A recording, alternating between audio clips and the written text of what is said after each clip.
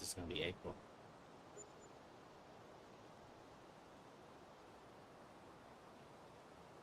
All right, here we go. April and then Not quite. May. Okay. There we go. Let's go. We're going to May. We're going to peak storm month. Yay! Of course. Of course. But of course, what else would you expect?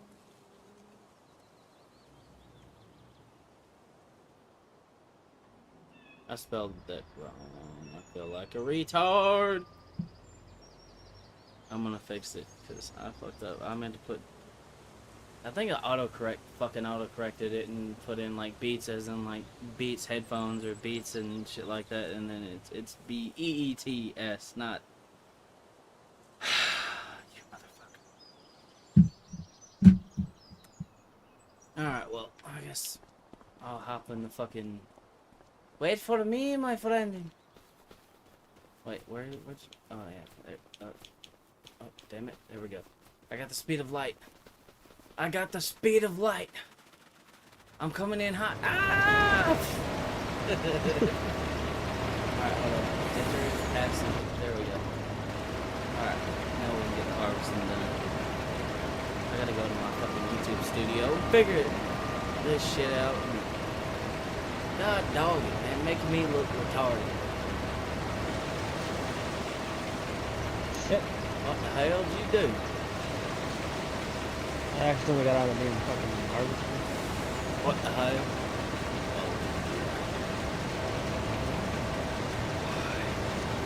Why would you do that, bud?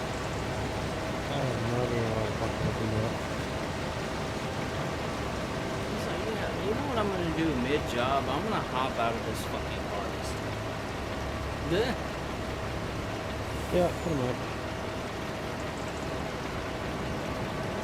So basically, the question we're trying to find out today is, can you get rich with sugar beets and farm sim? We are on the new frontier because we wanted to set this up the way we wanted to set it up and not have to use anything that the game is giving us. I suppose I should probably hop out. So here's our fleet, essentially. We have been doing some work on this off camera. Nothing really too crazy, but we did do some work and whatnot. These are not the tractors we originally started with. We had some 40 Series L, tractors and whatnot, but in the end, we ended up deciding to go with, 40 Series two-wheel drive. We went with the 40 Series L. That had four-wheel drive because we tried to use the two-wheel drive version and, well, it kind of took a crap. It was struggling to go over 3 miles an hour in the field pulling a plow, and we was like, yeah, no, we're not doing that. So we got these. And then, of course, we have a big red tractor with a plow on the back for further expansion. We have two of these little pieces of equipment. We have the Massey Ferguson over here with that thing hooked up to it. And we have two of these planters right here that we use for planting with said tractors. That is our fleet. And then obviously the harvester I was just in. And this is our field. So far, this is what we have. There's not really a whole lot going on. Oh, and down here we have our little point where we get our seed and fertilizer. We have our silo right there, and then down the way just a little bit more is where we sell at. Because we don't feel like going all the way down to the damn farmer's market. I'm sorry, but I don't want to do all that. It was $1,000 to put a sell point right there. I went ahead and done it. $2,000 for that, and then $5,000 for the silo, which has a 10 million liter capacity. Some of you might be asking, why do you need a 10 million liter capacity? Well, if you know anything about sugar beets, sometimes fields around the size, if not even sometimes even larger, there's a lot of yield. We had a field that was basically half this size, and we got 141,000 liters of fucking sugar beets. So for the size of the field that we're doing, and all the work that we're putting in, yeah, we kind of need a lot of capacity and a lot of places to like store things. Because if not, if we don't have a lot of capacity, we can't store a whole lot. And yeah. So that's the move today. Cowboy's out there harvesting. Cowboy, how much you got in there now? 36,000. Wow. All right. Oh my word. Are you using the auto steer lines? Yeah. What in the fuck is the computer doing? I'm having some issues with the edge of the fucking field. But it's okay. I wanted a good straight line to start with. Mm-hmm. Now I come back and get these. Okay, my finding. Don't forget this little bitty patch right here on the edge too. Yep. We spent a lot of time, well, not a lot of time actually. Before we started the live stream, we went ahead and you know, prepped the field and planted it and did all that shit. This thing right here is a mod of one of the fertilizers in the game from Lizard. The reason we got it is because you can enable double application rate, and this thing will basically get your field to 100% in one pass, and it'll pretty much let you go just about as fast as, well, this thing will go. And I mean, color matched, it kind of looks good hooked up to this piece of equipment. I think this thing's going to be on the farm for a long time. Yep. We're going to see if we can make some big money off of this.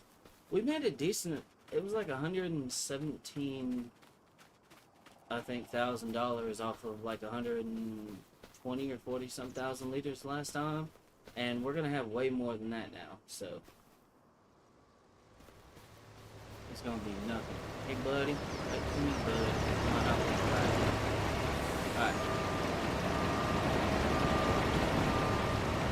Shit.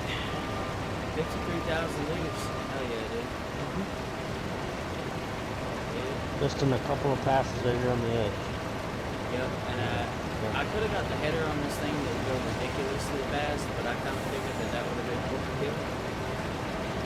Yeah, this works just fine. 20 miles an hour is fast enough. Otherwise, it's literally like you're engaging the warp drive. Yep, pretty much.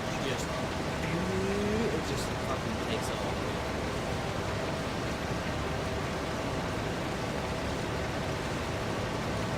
So far, we're getting pretty good yield out of this. We already got like, I think over half of what we had before. So. Yep.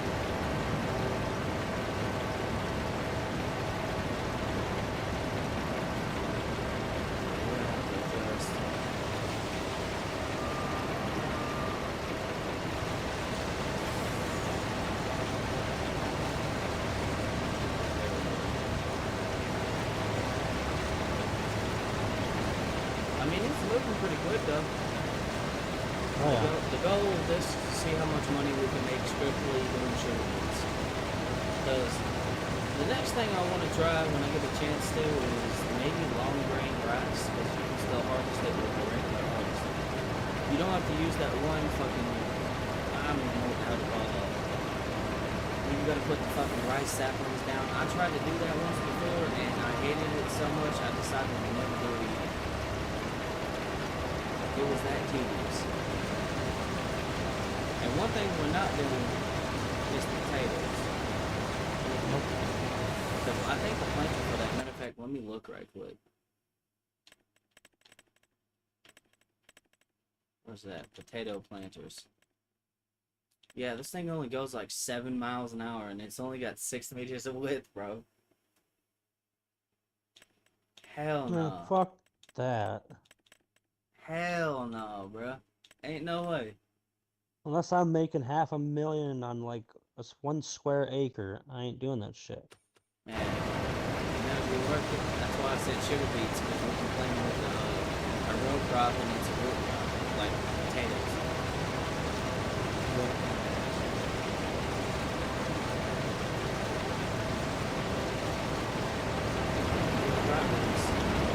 And if you watch that edit, you can see how fucking weird coming in at the wrong moment. It just goes, and just, You can basically watch the beats from flying into the fucking header.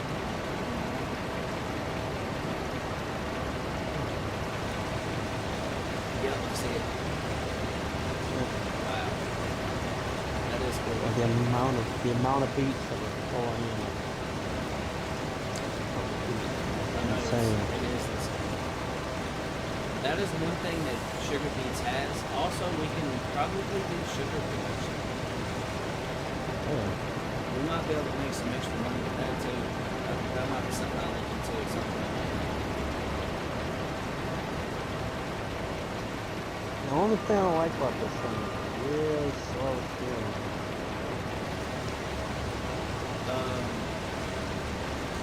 What steering mode do you have activated? This thing has steering modes. So like the center part here can kind of pivot, and then Assist? there's an all-wheel steering or whatever mode and whatnot. Yeah, this thing has a lot of features.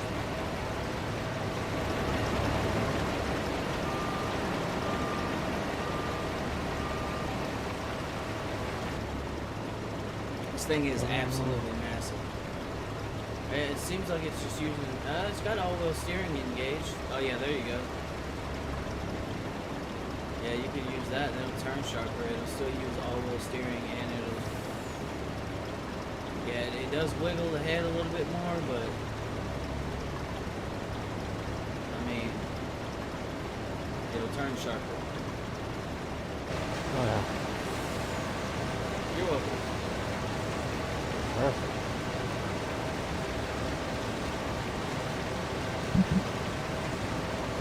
Reminds me of the old wild shit out. So look at that. Look at that turning radius. God damn. Why Told- thank you. You're welcome, man. I've used this thing a lot on some of my little escapades. I know how to. Fixed my one problem I have with it right there. Perfect. I'm always missing shit, but it takes 45 fucking minutes to spin the fucker around. Shit. I was Still did it. I'm not used to it. One a little too fast there, buddy. Anyway.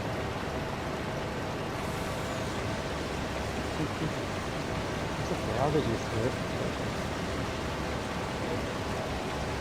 It tries to come back fast. That helps.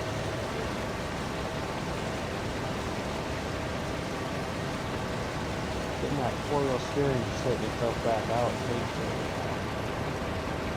That's all that it has. Yeah. But the hydraulics right there will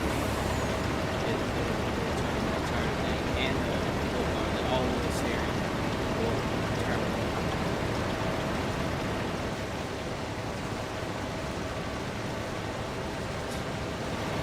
Alright, I'm gonna go grab my tractor, and I'm gonna start cultivating. Okay.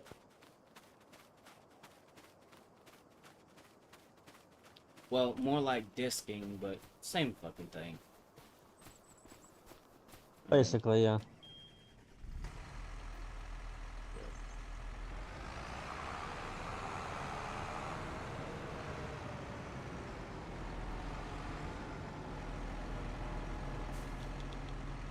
Let's shift this thing manually, because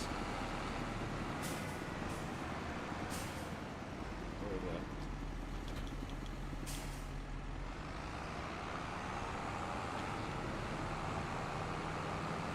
Alright, I'm gonna go to this end, start working my way that direction.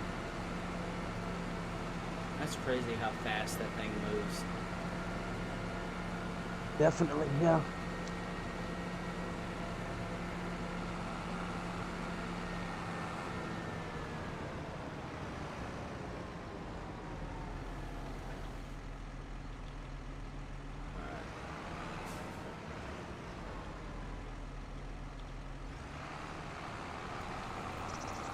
You don't have access to this land, yeah?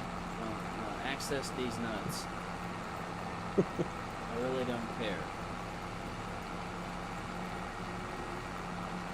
Yeah, this thing is screaming its head off. See if we go into the fourth, it bogs too much. I don't know, drive 3 might be a good gear too. I'm gonna try that one out for a little bit and see what happens. It's not revving as high.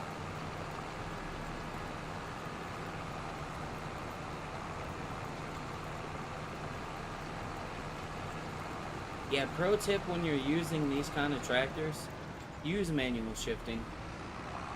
Mm-hmm.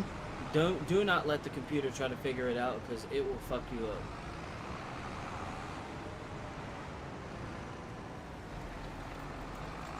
Hey, right now we're already over what we had the last one. Good. I still have like a little under half the field left. Mhm.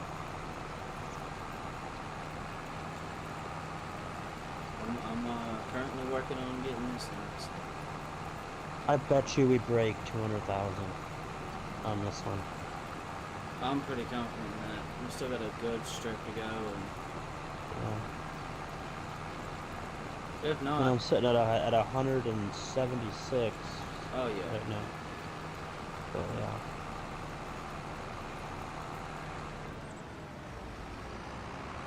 I'm gonna guess we're gonna get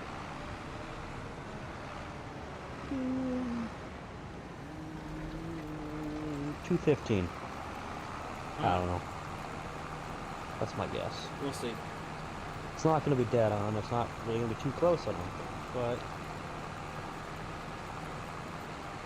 I was gonna say 220, but I feel like that's being a little too optimistic. I hope I'm wrong. I hope it goes over even over that. I'm sitting there going, well, I'll be damned. But If that's the case, then we'll have 300,000 liters to sell. oh, Either way, we'll have over 300,000. I think. oh yeah. Because there's 140 something in there, and you said at one point you had 170 something. Yeah, we're already over 300,000 liters. Yep.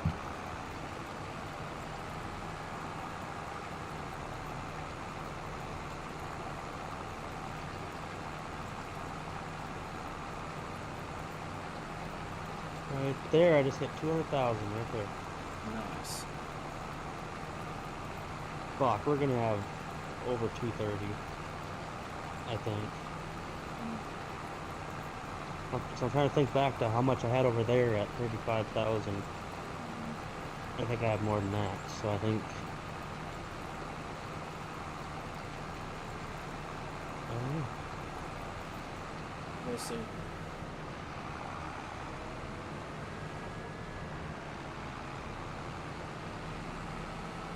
Slow it down. Yep.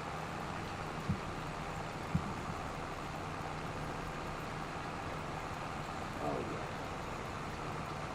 This thing is working.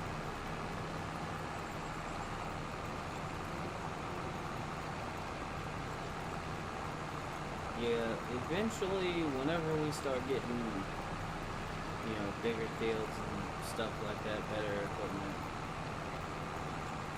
man, I got a feeling this is gonna ramp up really quick. Oh.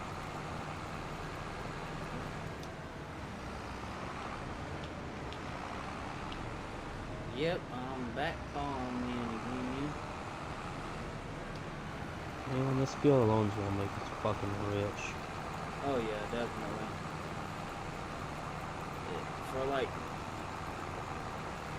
It was a very expensive entry cost though. Like we're still in debt because of it, but I mean it's making Oh money. yeah. Yeah, it's gonna make a lot of money really fucking fast, so. I mean, we had what was it, 100,000 with one harvest? 143? I'm talking about money, something? not the amount. Oh, money? I know it was 117. Yeah, I think it was. 150? 90? Something like that? No, it was 117. I remember. Is it? Mhm. We're gonna make way more than that now, but Oh, definitely.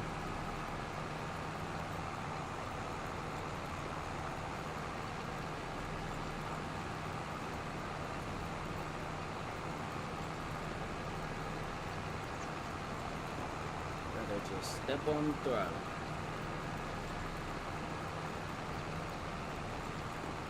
Last pass. All right. What are your guesses that I'm gonna end up with? I really don't know.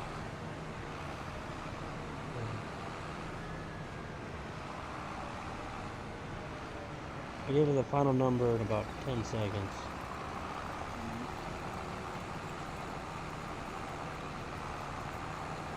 Okay, final total number.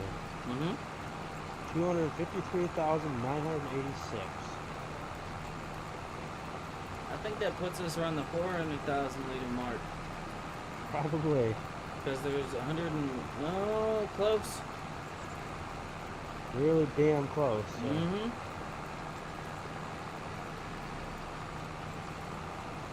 We definitely will be the next time we're able to double up on our shit, though. Oh yeah. But we've essentially added like 112,000 liters on to what we did just by expanding the field double. Yep. Pretty much, yeah. Mm-hmm. We did pretty much double our field size. Yeah, we did. So, yeah. I guess when you get all that dumped, just grab the tractor, grab the disc, and start discing. I got a good chunk of this done, but it still needs, still a good amount that needs done. Then farted, then we'll just fucking plant more crop.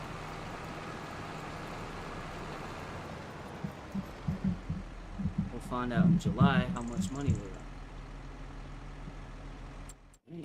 Let me make sure it's still July. I'm pretty confident it still is, but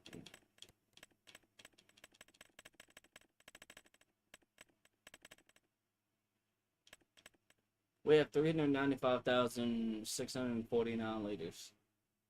Oh wow. It moved to December? Did it? Oh, you know what's crazy? Is once we What? get planted, May, June, July, August, September, October, November, December. Our next harvest will be ready in December. Oh, hell yeah. We're gonna have 3 harvests ready. Damn.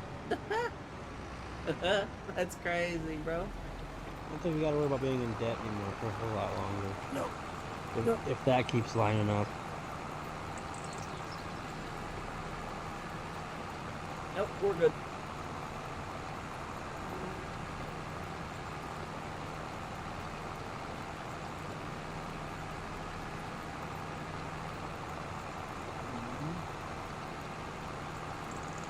Once we Rolling coal and turning dirt. Yep. I don't know why, but that sounds like something that Kevin fucking Junkyard Digger would say. Yeah. Speaking of which, before I got on, I was watching one of his videos where he went up to Minnesota and was doing some snowmobiling. Speaking of which, on my other TV over here, I have a video from 3 years ago. He's restoring an abandoned rotary snowmobile. Yeah, dude. Yep. Before you sent me the damn party invite, I was sitting here playing Farming Sim and watching him restore a snowmobile.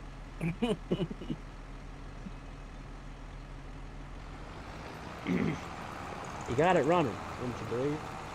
Oh yeah, I believe. Kevin knows what he's doing, man. If I ever found myself near Ames and I was having some issues with something, he's definitely the person that I would want to have in my corner, because I've seen him get some things running that I look at and I'm like, Oh yeah. and he's just like, oh, it's just another Tuesday. Yeah, pretty much. It's just so calm and nonchalant about it, bro. We'll get it running. I mean, he does. Like, I just watched one of those really old videos from like 6 years ago or 5 years ago, where they had that, they got it out of some farm. It was an old black car. I can't think what the fuck it was now. Galaxy, I think it was. Mm-hmm. Him and Thunderhead Mm-hmm. went back and forth with each other. And the old man's going, oh, they won't get it to run. He won't get it to run. You know, it's cool that they got it out, but it ain't gonna make it run. And they fucking did. Wasn't that the video where they was fucking with that possum? I think probably, yeah. That shit was hilarious, dude. I was trying to get the possum out of the engine bed. Yeah. That was funny as fuck, dude.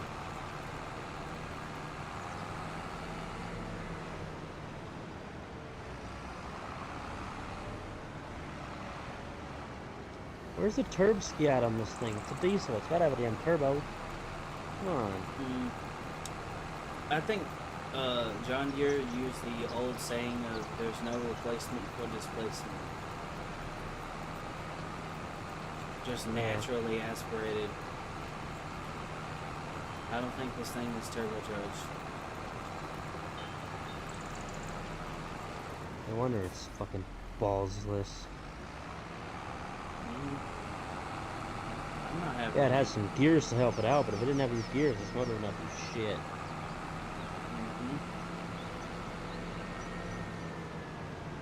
And that is why John Deere, or the people at John Deere, are fucking geniuses. Watch yourself. My uncle works for them. Just kidding. Or he does, or he did. You're retired now, but They are genius, my friend. yeah. Like the tech that they come up with, the stuff that they build, like they got good tractors, man. I don't agree with their practices currently with them being against the right to repair, but I gotta admit they built some really badass stuff. Right now they're doing that because the John Deere headquarters here in well, I think it's down in like Waterloo, I think, or Cedar Rapids or something. It's Waterloo. Is really fucking struggling, and essentially their repair costs and things like that, the things that they charge people to repair on stuff, and then remanufacturers of parts for them and stuff like that, is literally keeping them afloat. So, in a way, it's not that they don't want you to be able to fix it, but it's more of a, if you can fix it yourself, we're gonna go bankrupt. Like, John Deere won't exist 2 years from now, if you can. Hate to say it, this market's fucked everybody over. You know, I don't agree with the fact that, you know, they should figure out other ways to make money. Why are we losing money?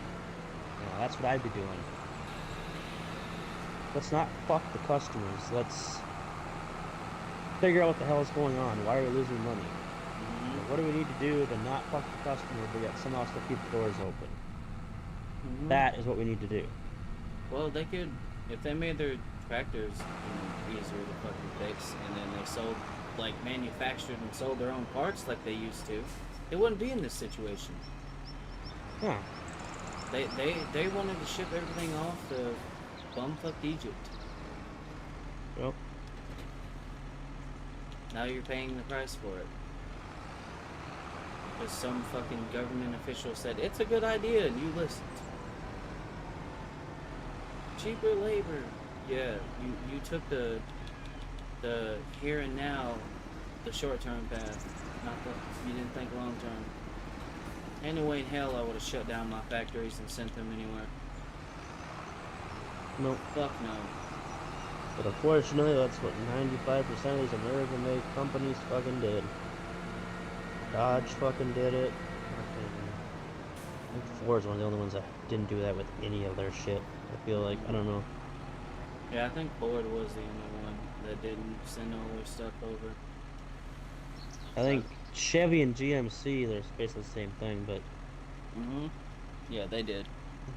they are still somewhat American made. Mhm.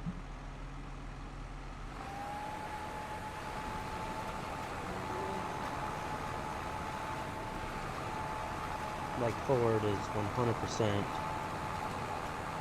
manufactured and built in the United States. Mhm. And what's And, crazy,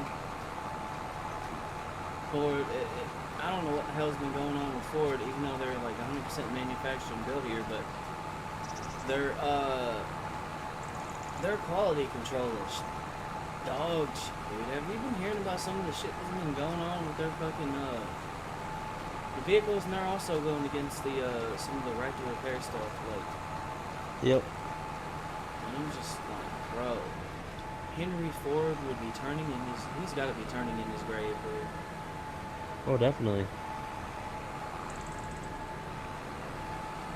If I was Henry Ford and I was able to like come back from the dead, oh, I'd be pissed.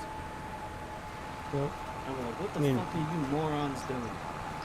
my aunt had a fucking relatively brand new Ford Mm-hmm. SUV that she went and bought. Mm-hmm. It was like 3 years old or something like that, I think. But like, basically, Ford wanted her to pay for some software update in the computer system in the car, Mm-hmm. right? I'm sitting there going, well, I can just pay a shop here to do that for half the price you're charging me. Is what we're thinking, you know. Mm-hmm. But they don't want them to be able to do that. They want you to have to go to Ford. So they say it's not. It has to be fixed by a Ford dealership. Mm-hmm. They made it so that the people that have access is Ford dealers. It's fucking stupid. That's why they've started to kind of like lock ECMs and stuff like that, so people can't tune or tamper with them. It's harder to do it. Mm-hmm. And what they ended up doing was, she was like, "No, my car's working just fine the way it is. I don't want the update." Basically, you Mm-hmm. know, I don't, whatever, I can't afford to pay for it. I don't need the update. I'm not going to pay for it. This went on for a couple of months. I think eventually, after about a year, Ford literally shut her damn car down. Mm-hmm. Yeah. And then when she would call Ford support, figure out what was wrong with the damn car, they said, "Well, you got to update the system. That's what you got to do." We closed down that system. That software doesn't work anymore. The fuck? That's crazy. Yeah. And that's So you're that's what. going. So you're just gonna kill cars. I don't know where the fuck they are, first of all, when you do it. It's not like they knew where the fuck she lived.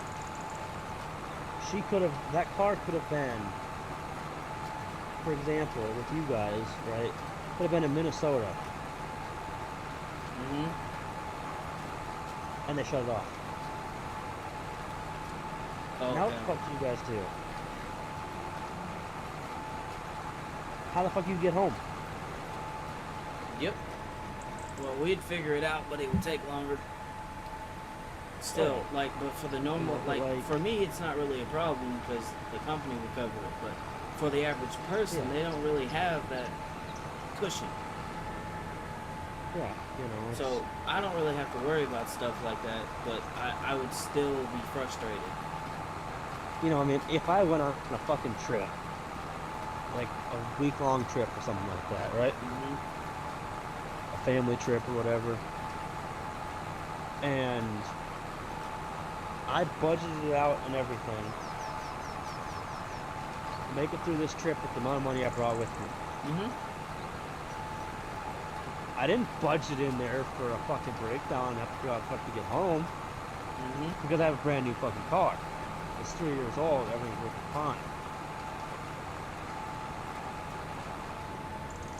So now I'm fucked because I don't have the extra money because I'm at the end of the trip and you just shut my car off. Mm-hmm. Like, you know, that's worst case scenario, Yeah. but still.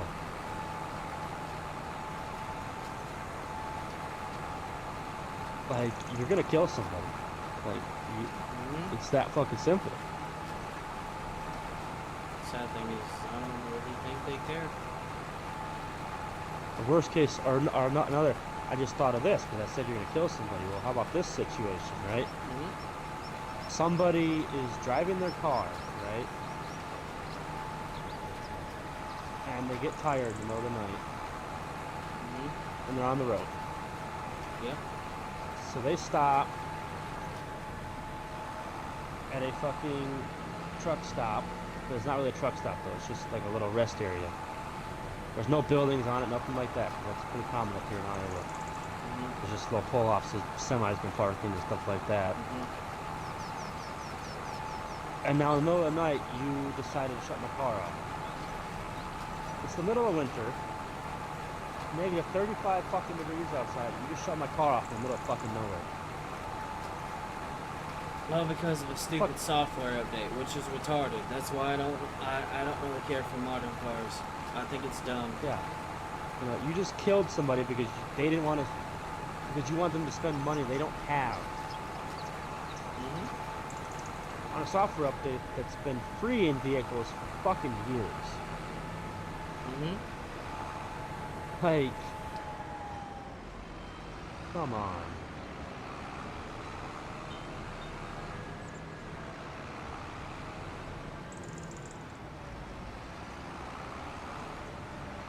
I'm gonna follow behind you. Okay, I see a little. Just I'm just gonna follow behind you and get whatever you don't get. Perfect.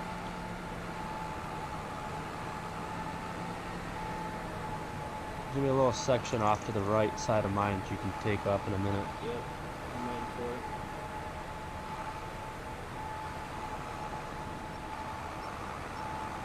I got it. I'm gonna whip this bitch around.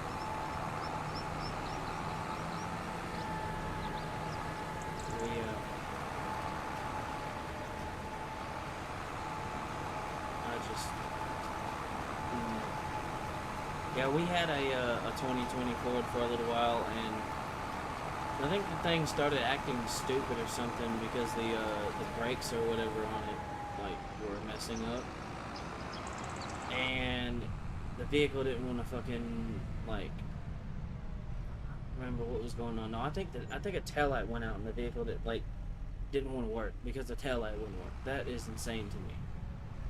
Yep, Like that's been Ford's thing for a long fucking time. Everything in the fucking vehicle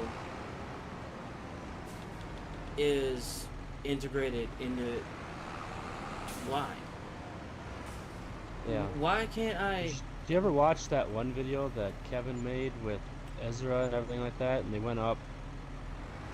Ezra bought a truck. They took snowmobiles and went up to Minnesota. They got up in Minnesota, and they were gonna go north to go snowmobiling and stuff like that. They blew the transmission up on it. Ended up replacing it, and then they realized when the thing wasn't shifting right after putting the new transmission in it, they were like, what the hell? You know, why is that a fucking thing? All of a sudden they realized that in Fords it was common. It was the what do you call that thing? Not the clutch, the torque converter. Right? It didn't want to lock in. That was the video I was watching. Yeah. Literally before I got on here. Yeah, did you finish it or not? Yes. Yeah. And they realized that it was the stupid fucking taillights on the trailer that was plugged into the fucking truck. They unplugged the fucking trailer, and all of a sudden, everything works. How fucking stupid is that? Why the fuck are my taillights hooked to my torque converter? In any fucking way. I know. Taillights are the taillights. The torque converter is the torque converter. Leave the fuckers separate from each other. They're not even in any fucking realm close to each other. Mm-hmm. Like, it makes no fucking sense. I know. What the fuck? Why is it saying? Not gonna lie, seeing that pissed me off. Yeah, this needs to be fertilized still. We forgot to do it, but it's fine. We didn't fertilize it before we planted it. It's fine. It'll still. Yeah. I'll go ahead and do it. But yeah, that I saw that shit too. I was literally watching it before I got on here, and I was like, "What the actual Yep. fuck?" But I mean, they did really luck out on that fucking trip, though. Like, I think Oh, they said it in the definitely. video. Like, how the fuck do you break down right next to a tow shop that happens to have somebody that has like a dozen of these fucking things on hand, Mm-hmm. helps you fix it, and there's a fucking snowmobile thing right across the fucking street the next day. Yeah, I What think the there. fuck Hold is the up. likelihood of that shit? I know, right? I think there was a little section in that back corner that didn't get planted.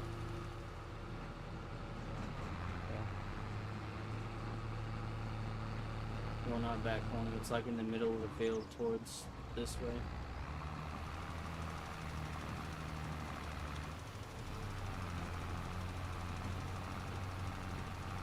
I'm gonna try to Yeah, I find know. it.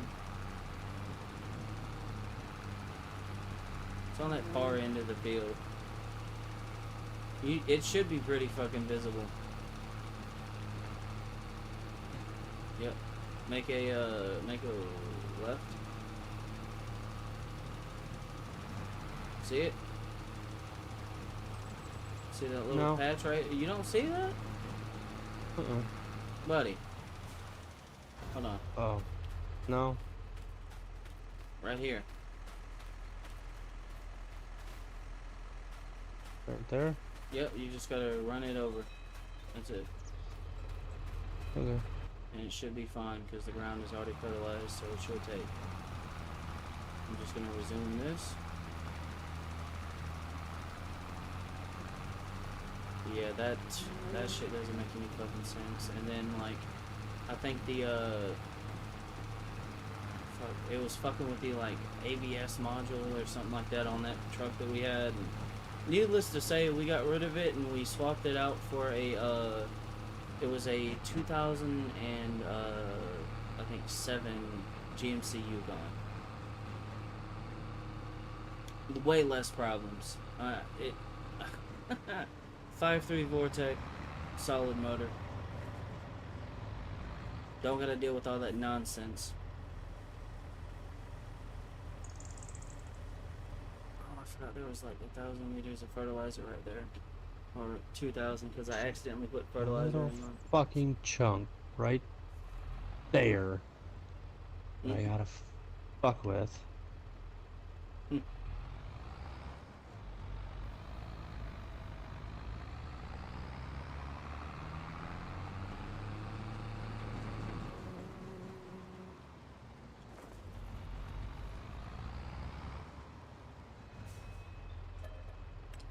Solid fertilizer. There we go. I'm gonna run the rest of the fucking field down here, I think.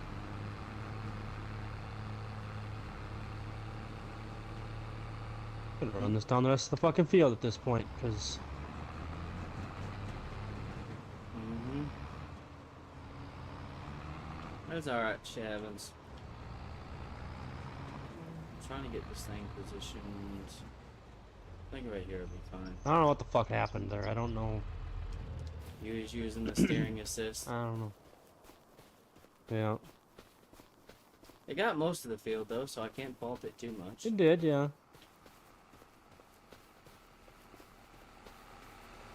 Hell yeah! It did the thing though, so that's all that matters.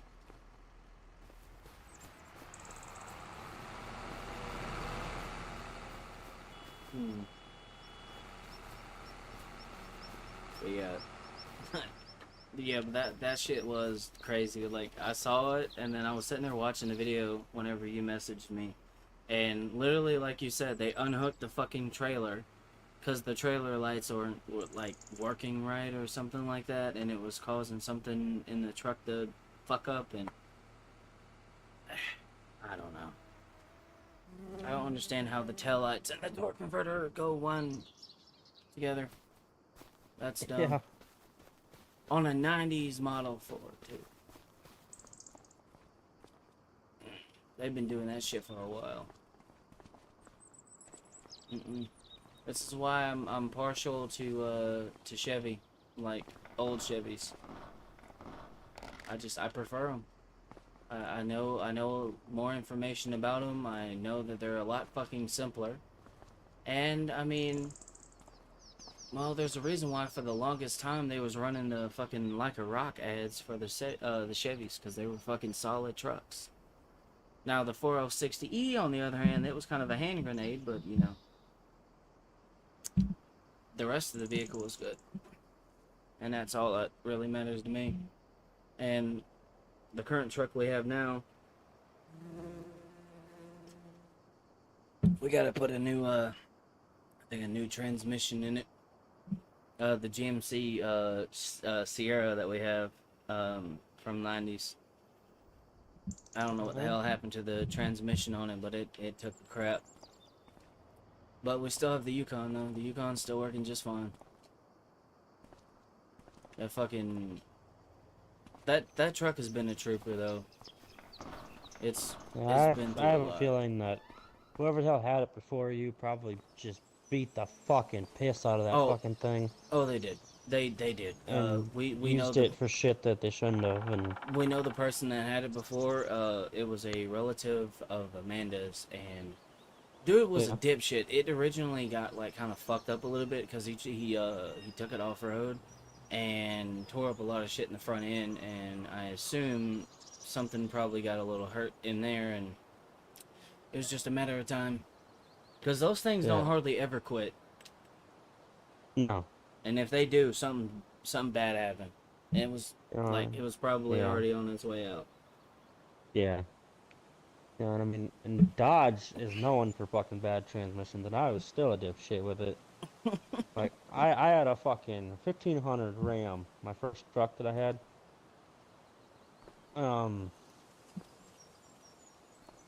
Just a two-door short box. Same four-wheel drive, you know. Had the 5.9 Magnum in it, you know. But it had a big boy motor in it, but... and all that stuff. But, like... still completely, like... just undersized for most work you're gonna do. It's more of a daily driver than it is work truck. Workhorse. What I'm gonna put it as. But when I tell you, I had a flatbed, and this is the only truck I had, and I wanted to haul some scrap metal. So I said, "Fuck it, let's do this shit." So I hooked up the trailer, parked it there, and I started putting scrap metal on it. Using the tractor to put like bucket loads of metal on there, and I'm putting some big fucking rolls of wire that we fucking had on there, and like I'm just fucking everything I had around here that I could fit on there was going on there. A massive old like cast iron fucking bathtub, like fuck you name it, that fucking shit was on that fucking trailer. And I was like, can't be that fucking heavy. I failed to look at the damn truck to realize that the fucker is squatting like a son of a bitch, so it's probably fucking heavy. I didn't figure that out till I looked at it as I walked up there and I went, that looks a little lower than I thought it was going to be. But then you get in the truck and you go, oh, that's actually way lower than it's supposed to be. I'm looking at the fucking sky like, holy shit. And I could see the road, but like, you know when you get in a fucking truck that you know is overloaded? Yeah. And you can just tell that you're just like bottomed out on the fucking rear bump stops. And the thing is just squatted as much as it possibly fucking can. Most people would go, oh, that's a little much for this here little half ton. Not Cowboy. No. No, Cowboy's I like, go, said it. This truck badass. We got this shit. I put that fucker in drive and I proceed to drive 37 fucking miles to the scrapyard at about a whopping fucking like, I think I pushed the shit out of that fucker. That fucker was screaming. And I was going like 55. just fucking to the fucking floor, just giving the truck's giving everything it possibly fucking could.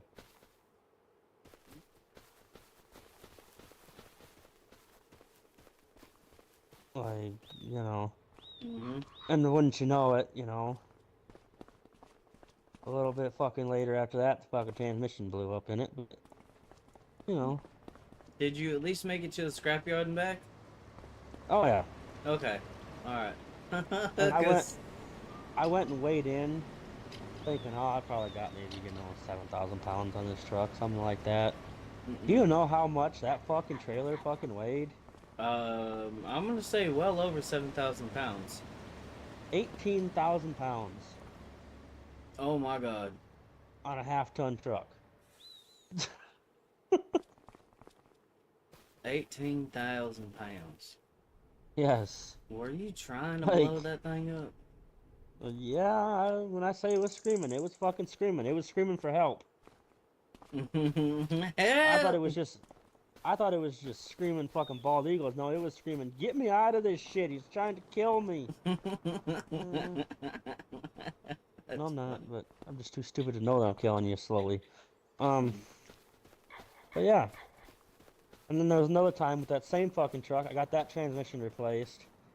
Drove it home, and I think between this and this next story, I ended up blowing a CV axle on the front end, and so I had to get that replaced, and it took fucking forever for the fucking shop to do that shit, and it was pissing me the fuck off, but whatever. I think it took them like 3.5 weeks to replace my fucking CV axle. I'm sitting here going, dude, I could have replaced that shit in like 2 hours. Mm-hmm. Maybe a week to get the parts. Maybe. Whatever. I could have fixed this shit myself, fashion this, and I'm paying you a lot of fucking money to do this shit, and you told me I was going to put it on the top of the list. If that's top of the list treatment, I don't want to fucking, I don't want anything to do with you. That was ridiculous. And I just said, well, can't you just drive without that fucker in there? And they go, no, you can't do that. And I'm like, bullshit. Yes, you can. You can't just drive without anything in there. Yeah, you're right. But I don't have to have a complete shaft in there to drive that fucking truck. As long as you have something in there to plug that fucking front end so the fucking front diff doesn't leak all over the fucking ground, It'll you're be fine. fine. I know this because I've done it. I also drove a truck 187 miles home in front-wheel drive because the rear drive shaft flew off, and I don't know what to do about it. I couldn't fix it on the side of the road, and I couldn't afford to fix it right there. So I drove it like 3 hours home.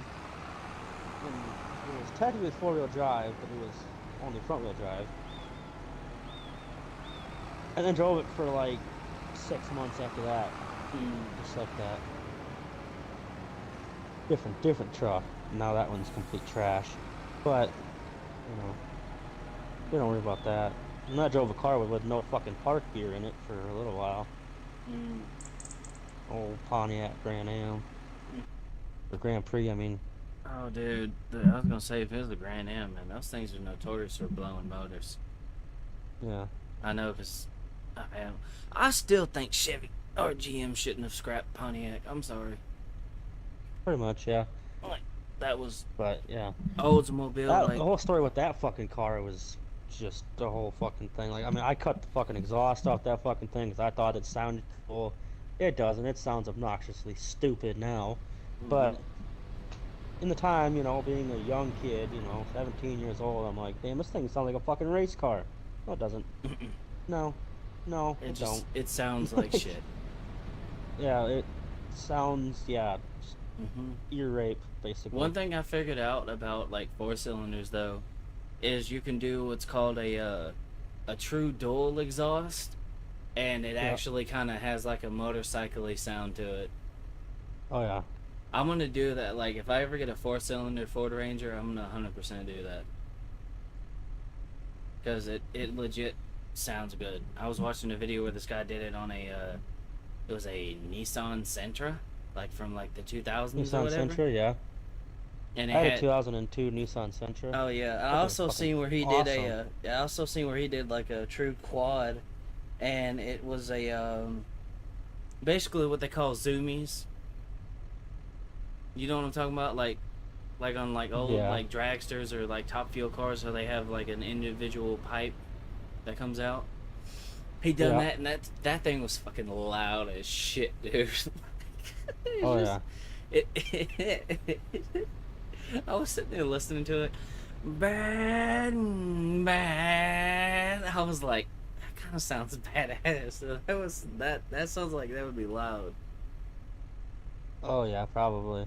I mean, if you do exhaust right on anything, It'll sound good. it'll sound fucking good. You Mhm. know, like I've done the whole just cutting the exhaust straight off on my damn trucks, Mhm. the 5.9s, you know. Mhm. It doesn't sound terrible, but it's no fun for anybody that's driving the fucking thing. Mhm. You know, when you have to sit there and try to listen to the fucking radio, you have to crank that fucker up to max volume to kind of somewhat hear it. Mhm. You got some fucking problems. Like, you need to fix your shit Mhm. and whatever. But then my first truck, you know, I didn't want to do that. I didn't want to beat the shit out of it. Kind of Mhm. liked it, still do. Fortunately, it's got a rusted frame, and it will probably not be the sea of the road for another long fucking time, if ever. Hope it does, but Mhm.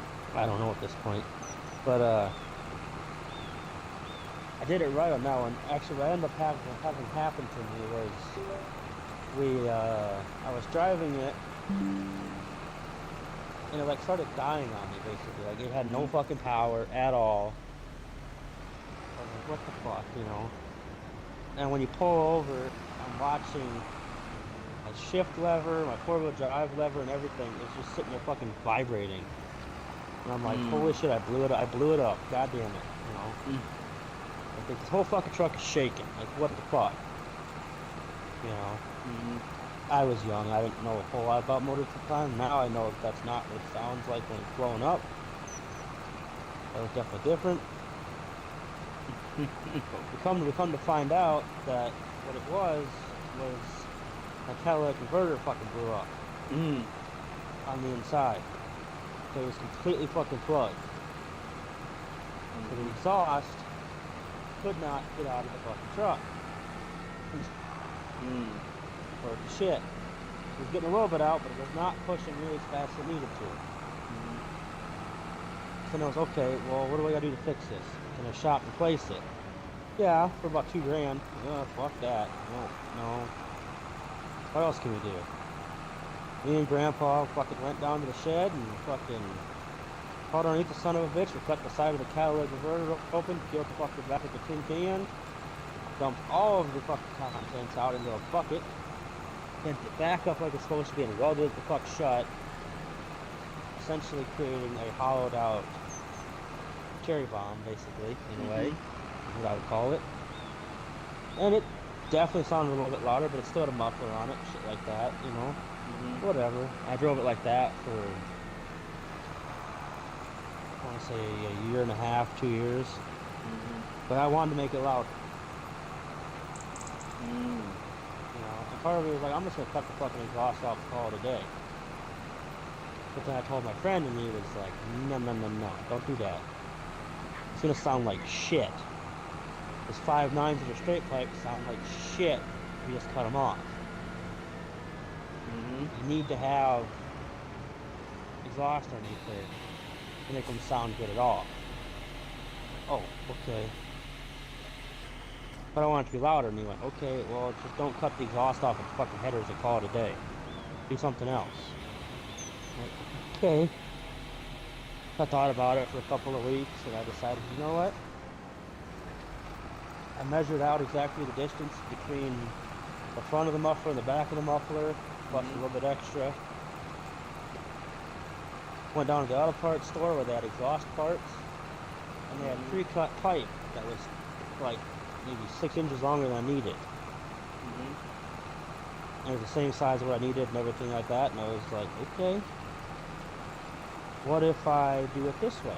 Essentially, truly straight piping it, basically. So in shop class, I sat out in the parking lot behind the shop. I had big doors. Took a fucking sawzall, cut the fucking muffler out of the son of a bitch. Stuck this big fucking chunk of pipe up in there and clamped it in and everything like it's like you're supposed to properly. Mm-hmm. And when I tell you that fucking truck sounds fucking mean, it is fucking mean. Like, I'm not considering to say it's the best sounding truck I've heard, because it's not. My friend's like 98 Chevy that he has, Chevy Sierra. No, not Sierra. Silverado is what it is, yeah. He has a Sierra too, but that one sounds pretty good too. But no, he had his exhaust done professionally on his truck. It's true dual straight piped. Mm. Oh my fucking god, does that fucking thing sound sexy? Like, holy shit. He lived like 6 blocks from the school. And I remember one time I was sitting there, it's like I got to school early one day because I had to do something. And I was sitting there in my damn truck because I've done what I needed to do and shit like that. I knew about the time that he got up for, he got ready to leave for school and shit. And I heard that fucking thing start from 6 blocks away. And just that, I can't even describe the fucking sound. Just that thump going down the fucking road of a, like, pure fucking cam. Like, it sounded like a fucking cammed fucking motor.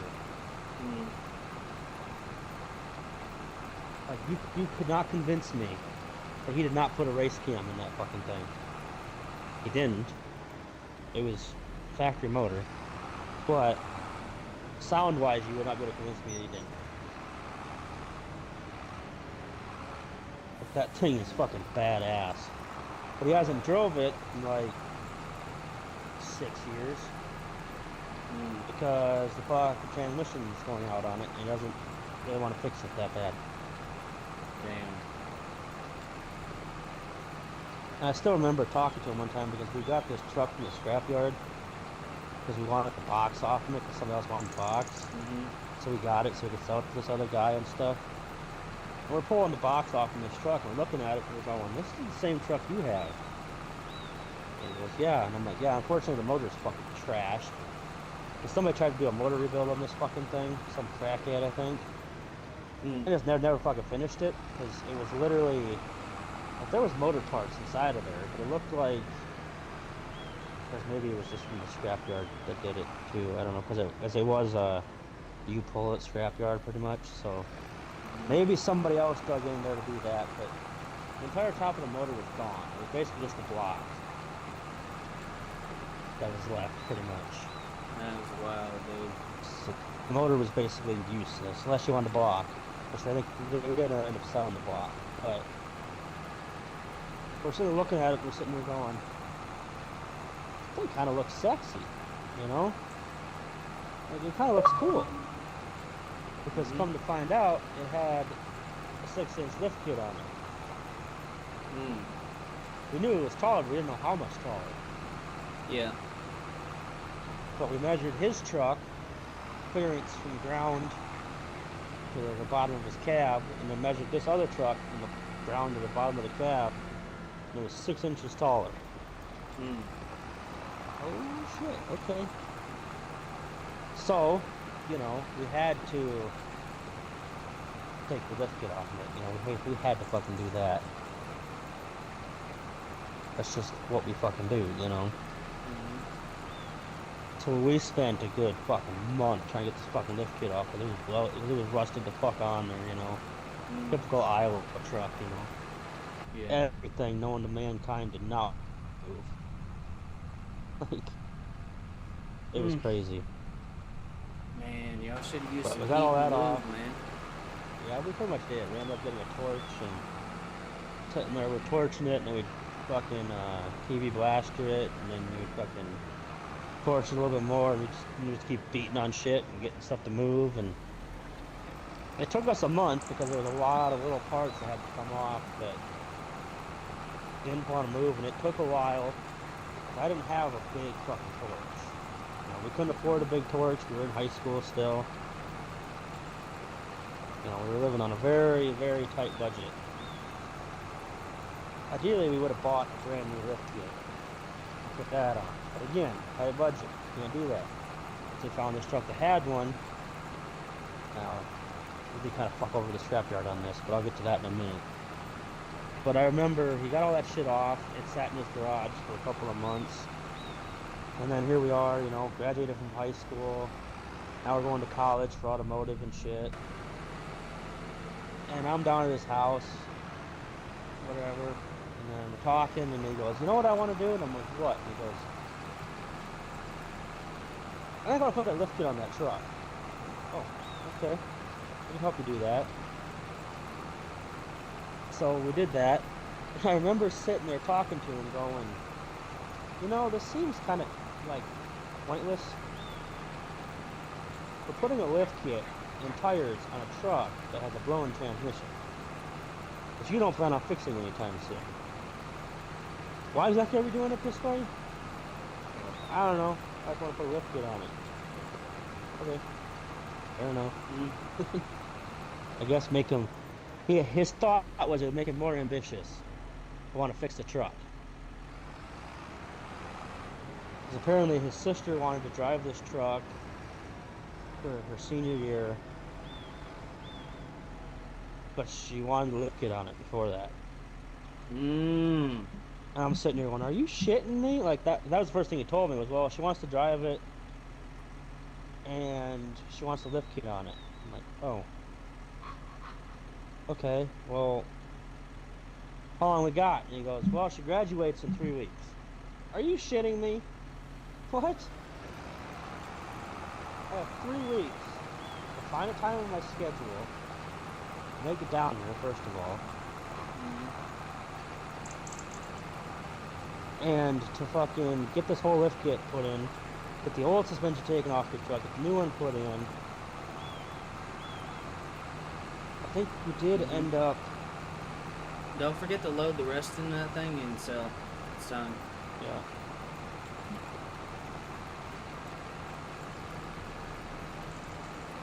Yeah, that's... Did he ever fix the transmission? I think?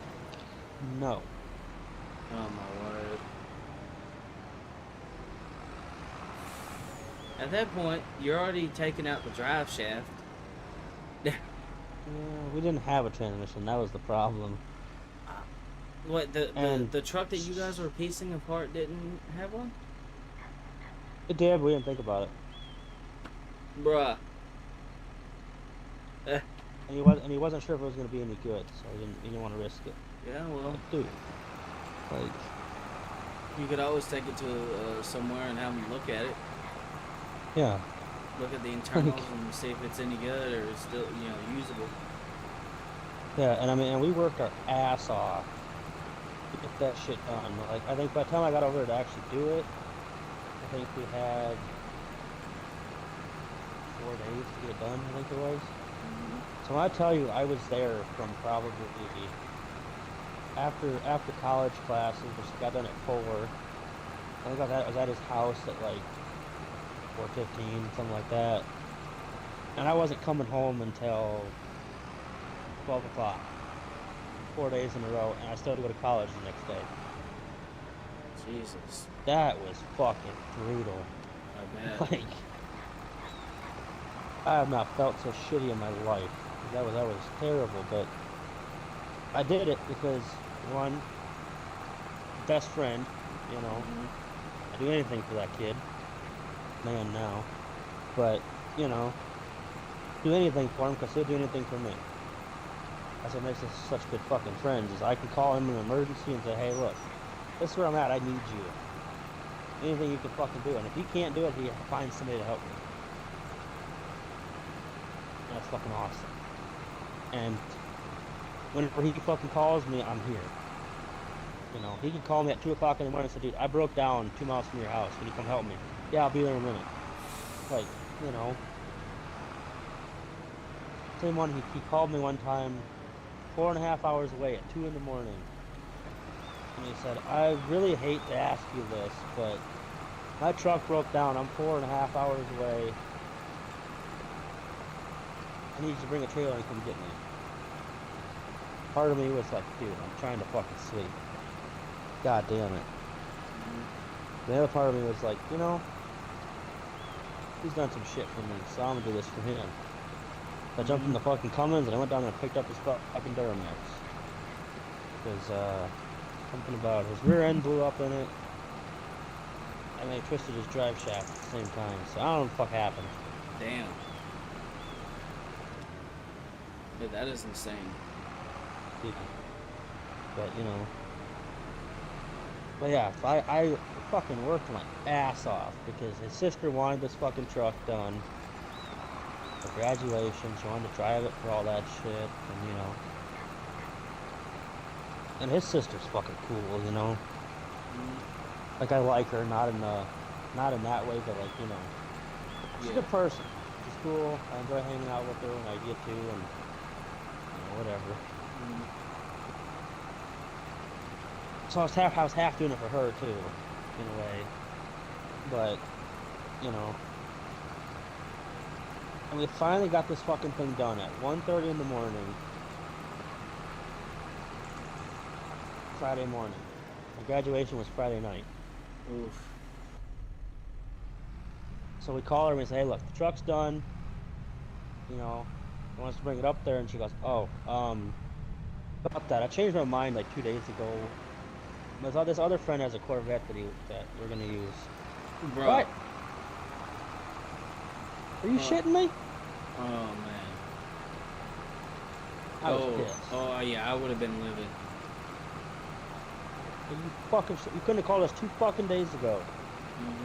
And I could have cut these nights off sooner. We obviously wouldn't have stopped putting lift kit in. We were already starting to do it. We were just finished anyways. But he wouldn't have pushed so fucking hard because it wasn't his daily driver. There wouldn't have been a fucking time limit on it, really. Like, it would have been just fucking fine to sit there for 2 weeks if we needed to. But I worked myself to the fucking bone. And I tell you, we were out there. It was so fucking cold. We had buddy heaters out there. And we were passing the fucker around, trying to keep ourselves warm while we were working underneath this fucking truck on a fucking gravel fucking road driveway thing. Like, it was hell. And after all of that, for her to say, I changed my mind. Oh. Oh my God, I'm watching the number go up. 574,672 is how much we just got. Fuck. Damn, dude. Damn. Already? That's crazy. Oh yeah. That's what I'm saying. Sugar beets, man. Well, it seems like sugar beets and cotton is one of those crops that don't take a whole lot of land to make a lot of money. No. Damn. I didn't think it was gonna be like that. Holy shit. So do we expand some more now? Just kidding. I mean, we could, but like, I feel like we should, I don't know, maybe upgrade equipment maybe first. I don't know though. We're gonna need a lot of money for that. Yeah. I've gotten a good chunk of this cultivated. There's still a little bit that needs done, but most of it's already good to go.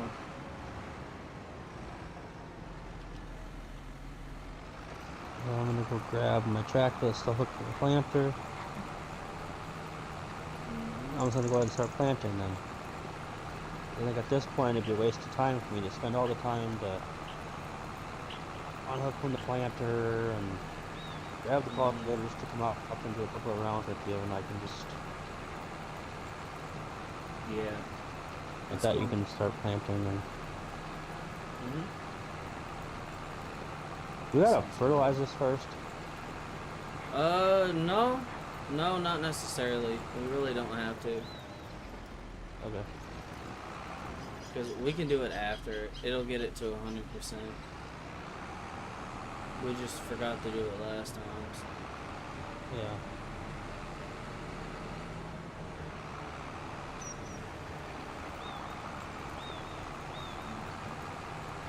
But anyways, yeah, back to that, my first truck thing. I mean, it sounded fucking mean, and I like to just fucking beat on it because it sounded so fucking good, you know. Mhm. And I remember my buddy, we were hanging out here at the shed working on some trucks and stuff. I think it was actually that same truck that I was just talking about, I think, if I'm not mistaken. And not the same sister, but like maybe stepsister, maybe I think, Mhm.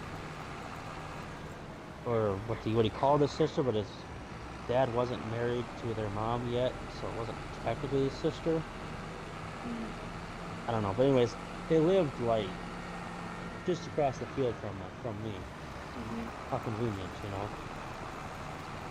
We get a phone a phone call from her saying, "There's this fucking crazy raccoon out here trying to attack everybody, and we don't know what the fuck to do, and like this is crazy." And we're like, "Okay, we'll be there in a minute." And when I tell you that was like a scene out of a fucking redneck movie, I fucking jumped in the fucking truck, started that son of a bitch, ran up to the fucking house, grabbed the shotgun, fucking threw it to my friend. He fucking grabbed it, jumped in the back of the truck with it with his brother. I jumped in the driver's seat. We fucking took off on the gravel road at Mach fucking Jesus to get down there because this thing's a rabid fucking raccoon, the way she made it sound. It's attacking everything in its fucking sight, and she made it sound really fucking bad. It wasn't that bad when you got there, but whatever. And when we fucking got there, I fucking pull up, slam on the fucking brakes, I slide in the fucking driveway. They fucking come fly off the side of the fucking truck with shotguns in their fucking hands. I'm like, Jesus Christ, that was the coolest thing I've seen in a long fucking time. Like, that was pretty fucking cool. But we dealt with all of that, and he was talking to me, and he goes, "Damn, this truck sounds fucking good from back here." And I'm like, "Yeah, I bet." You Mhm. can't quite hear it quite as well from inside of the cab with the windows closed. But like, when you're sitting at the back right corner of the fucking cab, right above the fucking exhaust, you hear everything when that fucker is screaming down the fucking road. And it Hell yeah. sounds fucking mean. Murder. His Well, still by far sounded better than mine, but you know, mhm. I take a what do you call that, compliment when I get it. I'll take it, you know, Mhm. because it does sound pretty fucking mean for what the fuck it is, you know. See this little fucking truck and you go, "Oh, that thing's probably just a little bit." No, it's not. I had many people go, "What do you got? The fucking 5.2 in there?" And I'm like, "No, it's got the big boy motor. It's got the 5.9 in it. Biggest motor that Dodge made in that year." And it's shoved into a small fucking two-door short box truck. Like, thing's Mhm. fucking fast. Hell yeah, And shit like that. So, anyways, that kind of feeds into why I was beating on it. But me and coincidentally, my wife's ex-boyfriend now, I kind of stole her from him. dude. Ooh. So that was kind of fun. He Oh. fucked us all over, so I mean, I'll tell you that story in a fucking minute about what the fuck he did to me, and I just say, "You know what, fuck you then, if you're gonna do that shit." Like, I don't give a shit Fuck. about fucking broke or anything like that anymore. Hmm? Yeah, I think you did tell me that story once before. I don't remember all the Probably. details, but I think you did. Yeah, probably. Something about her, you talking to her, this, that, and yada, yada, yada, and then her being in a sketchy situation, and you being like, "Come and live with me," this, that, and I think that's how that went. Somewhere along the lines of that. Um,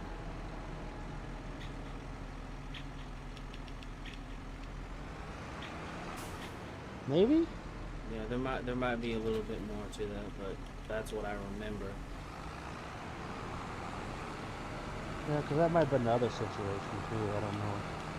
But, so I'll probably go over it again, and then if you're hearing things and you're going, "Yeah, that sounds familiar," then I know I told you, but otherwise, it'll be a new story for you otherwise. Um, but anyways, so yeah, me and him, we're fucking hauling ass on this fucking, there's this road that's like 10 miles of straight fucking blacktop with like nothing on it. The cops are never fucking on there. You know, like it's just a great fucking road if you want to go fuck around. Not good for drag racing because there's a lot of hills on it. So you can probably get fucked up pretty easily on that damn road if you try to go too wide down a 2-lane road. There's a lot of hills that cars do come over occasionally, and it's not good. But Mm-hmm. there never any cops there, so you could fuck around and drive really fucking fast, and don't really have to worry too much. Yeah. Not that my driving record really says that I give two shits about if there's cops around or not, apparently, because, Mm. well, I think I've been through that with you before. Yeah. Yeah.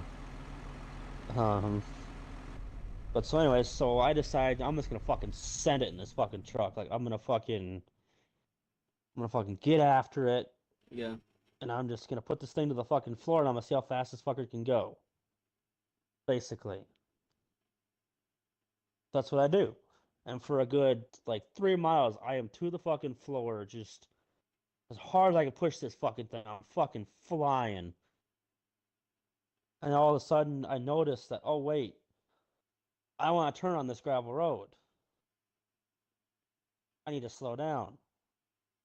So I immediately just let all the way off the damn gas and go on to the brakes, you know. Mm-hmm. About that time, the truck starts sputtering and it shuts off. Mm. I'm like, oh shit, okay. That was weird. We both look at each other and go, what the fuck was that? Like, that was kind of strange. We didn't realize how bad it was at that moment.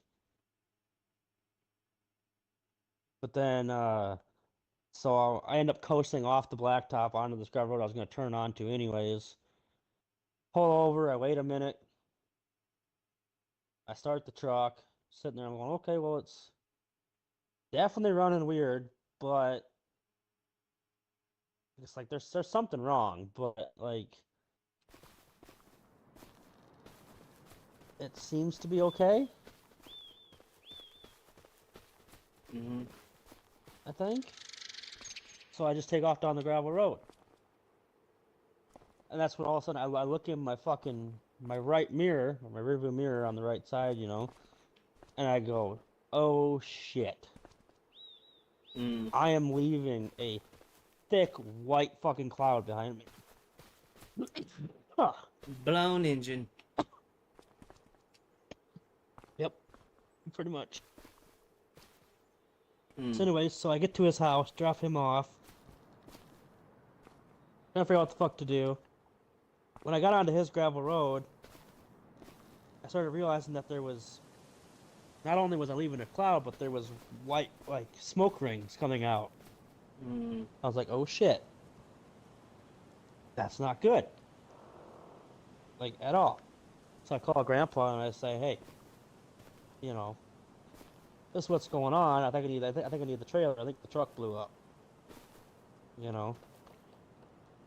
He goes, well, okay, I'm gonna come look at it. I'm like, okay, whatever. First he said, can you just drive it home? And I was like, I guess, yeah. So then I drove like I want to say halfway down like this quarter mile of fucking gravel road back to the blacktop. Mm-hmm. At that point, my gut's telling me you need to stop driving this thing.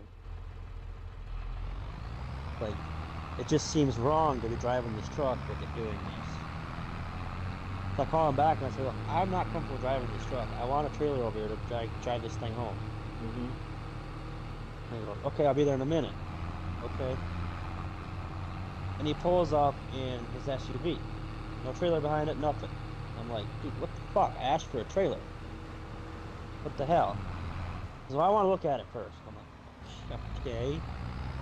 I'm telling you this thing needs to be trailered, but okay. I guess. You want to look at it, tell me what the fuck I already know, then go for it. He starts it, looks at it, and he goes, you just need to drive this thing home. It's already fucked. And I'm like, oh. Gee, thanks. Okay. So I drive it the rest of like the mile and a half home to my house. And then I think we end up putting it on a trailer at home. No. He drove it into town after that. To the shop. Mm. Same one that did the what you call it? The CV axle on it. Um and say, okay, well we're gonna look at it and, let you know what we figure out and everything like that. I'm like, okay, sounds good. Thinking that they're gonna find something wrong inside and they'll rebuild it for me and we'll be good to go. That was my thought because I knew they rebuilt motors there. We get a call back and they say, well, we could rebuild this motor, but it's going to be more cost effective if you just buy a new motor. Hmm. I'm like, well, how much more cost effective? Like, what do you mean? He's like, well, for us to rebuild this motor, parts, labor, all that, you're looking at about 8 grand. Pull it Hmm. out, tear it down, inspect everything, put all new parts that need to be put in, and put everything back together and put it in the truck and everything. And I'm like, oh, okay. Well, how much is the new motor? And they say, well, we can get the motor for about 6 grand with parts and labor. Hmm. Okay, $2,000 cheaper to buy a new fucking motor. A rebuilt motor basically is what it would be. So that's what we did. So at this point, it has a new CV axle. It has now a new motor, and I believe a new transmission Hmm. at this point. Which basically there ain't a whole lot left that's original underneath the damn truck at this point, besides the fucking body and the frame and the axles. That's about it. Hmm. Well then, I got that back. I drove the shit out of it. Fucking loved it. It sounded fucking mean as hell, so that's good. And I want to say 6 months maybe goes by. Hmm. I'm out driving this thing around. There's a marsh like a quarter mile from my house. It has a bunch of accesses throughout it. It's like 6 miles wide or something like that, or like 3 miles wide or something. I don't even know exactly the size, but it's pretty big. Well, I'm out driving around, and there's this little spot that I like to go fishing at down in there. There's this little creek that feeds into a big river, so we get some good fish that come up here every once in a while. I'm out there doing all that, whatever. Well, then decide when it's time to go home that I want to have a little bit of fun. So Hmm. as I'm coming out of the fucking driveway onto the gravel road, I fucking stomp on it, start spinning the fucking tires. Basically, in a way, drifting it, basically. You know? Hmm. And that went good for about 10 seconds Hmm. until all of a sudden I heard a pop and I went through the fucking steering wheel. Hmm. Like, what the fuck? The hell just happened? But then it kept rolling, and I'm like, okay. I put my foot on the gas, and it goes. Nothing's clanking. Nothing's happening. Like, okay, that was weird, but everything seems to be fine. I got out, looked underneath the truck. Everything looked fine. Looked everything front to rear. Didn't see anything wrong. Didn't see nothing broken. Nothing obvious. Yeah. Like, oh shit, that's fucked. I probably shouldn't drive this thing home. Yeah. Everything looked fine. So I get back in the truck, put it back in drive, go about 6, 10 foot. puts me through the steering wheel again. And then it stops, and it keeps going. And it does it again. And I'm like, what the fuck? The hell is going on here? Why? So again, I call Grandpa and I say, "This what the fuck's going on? What the hell should I do?" He comes down, looks at it, and he says, "Again, you gotta drive it home. Mm. That's the best thing you can do right now." So I drove about halfway home, and then I said, "I can't drive this thing anymore. Like my chest is starting to hurt from hitting this fucking steering wheel so fucking much. Like this shit's hurting me to drive this truck. I cannot drive this thing anymore." I said, Mm. "Okay, I'll drive it." He went about 8 foot and then said, "I'm done driving this fucking thing." And I'm like, yeah. I drove it a mile and I told you this thing is a piece of shit. Can't drive it. Whatever. So I said, "Okay, get in the truck." I'm like, okay. We went back home, got the trailer, came back, picked it up, left it on the fucking trailer, took it into the shop again for the fourth time in like a year now at this point. That beat the piss out of this fucking truck. Like, yeah, it's pretty obvious from all the things that broke that I beat the shit out of it. Mechanically wise, at least. Um,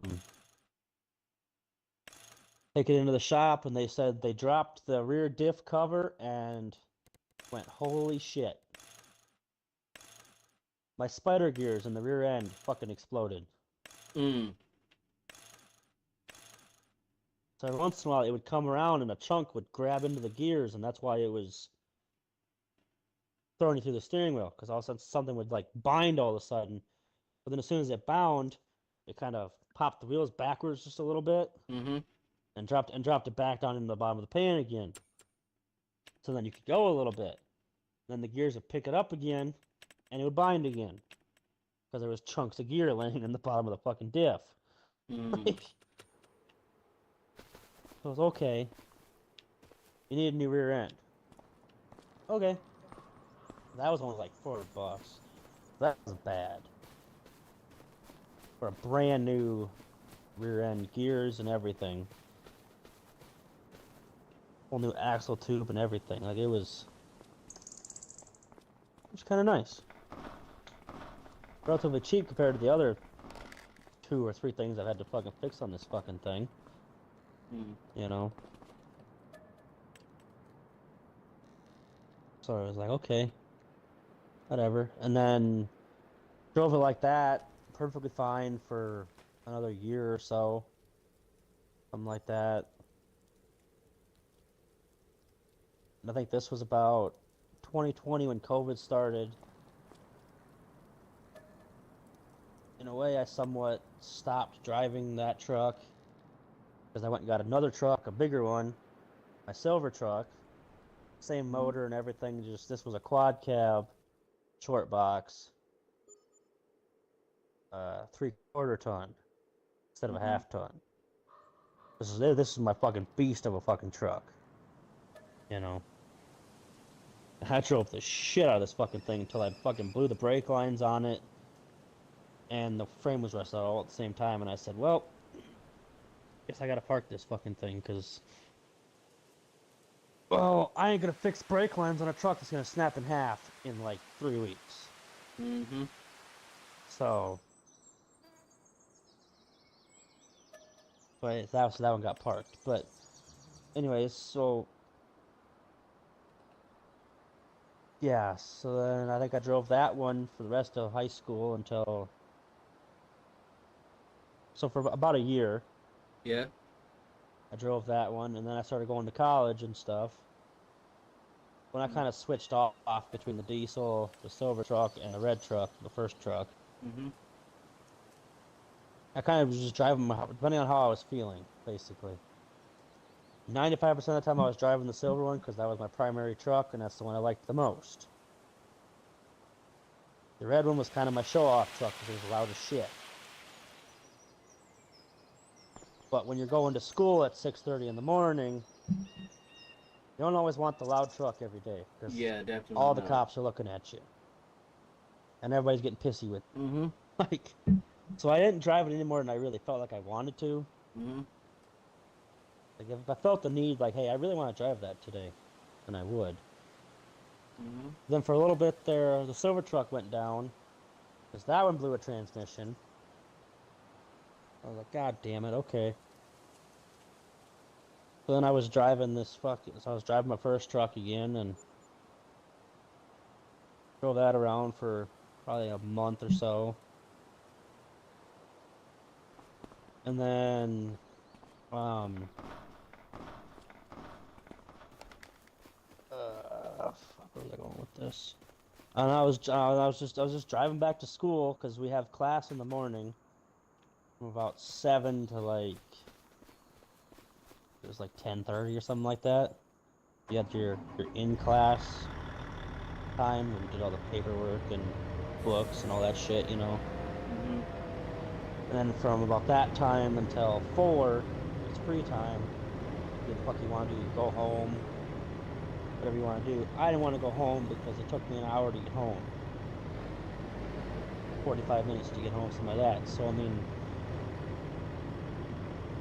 I just get home, get relaxed, and I get back in the truck and get back again. So I just stayed the fuck down there and fucked around in town and shit.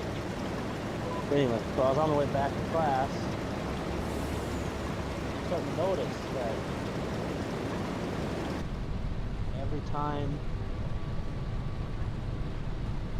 that I go over a big bump, there's like a loud clunk under the truck. Mm. What the hell? Okay. I thought maybe, I had some bad U-joints or something like that, or the U-bolts were broken or something. I didn't know. The U-bolts were kind of one of my least expected things. Mm-hmm.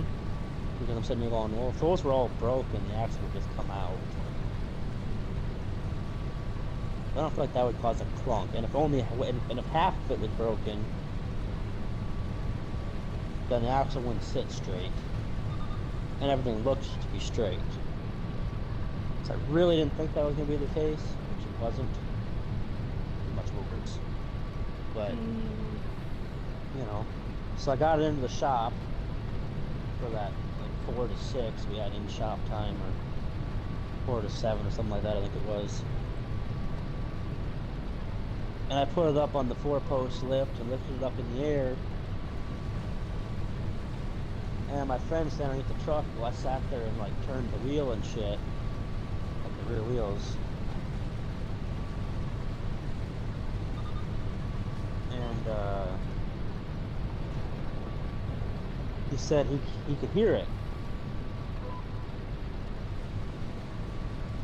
Mm. I'm like, well, where the fuck's it coming from? He said, well, it's coming from like the center of the truck, a bit behind the transmission. I'm like, don't tell me it's a fucking transmission again. It's a 6-month-old transmission. Don't be telling me that fucker's broken again. I'll be pissed. I don't know. It's not the transmission. Okay. Because it sounds like it's your transfer case. Oh. Shit. Basically, the only thing left that has not been replaced on this fucking thing just broke. Oof. Who would have guessed? So then I had to call Grandpa. He had just called me like 3 hours earlier and said, hey, the truck's done in the shop, by the way. And now I gotta call him 3 hours after that and tell him, hey, I got another truck to go into the shop now. Oof. I think he was getting tired of me, to be honest with you. Yeah. Sounds like you're hard on equipment, buddy. Oh, I am. Definitely am. Everything I own, I break. I don't know why. I don't know how. I just do. Man. It's just an own fact for me, I guess. But they won't buy me anything anymore. They said, you can buy your own shit. We're not buying nothing. I'm like, fair enough.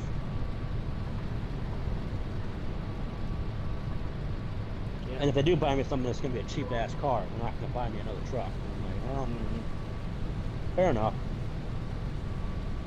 Just keep breaking shit. That's something. Yeah. Because their theory was, well, they keep breaking all these damn trucks. it's less likely to break shit on a car. I'm saying wrong. Don't fucking challenge me like shit. Like, I can break anything. Not that I want to, but I'm pretty sure I can. So they went and bought me, or actually no, I went and bought that Pontiac Grand Prix. $300 from one of the friends that I went to school with. Had that for, I want to say,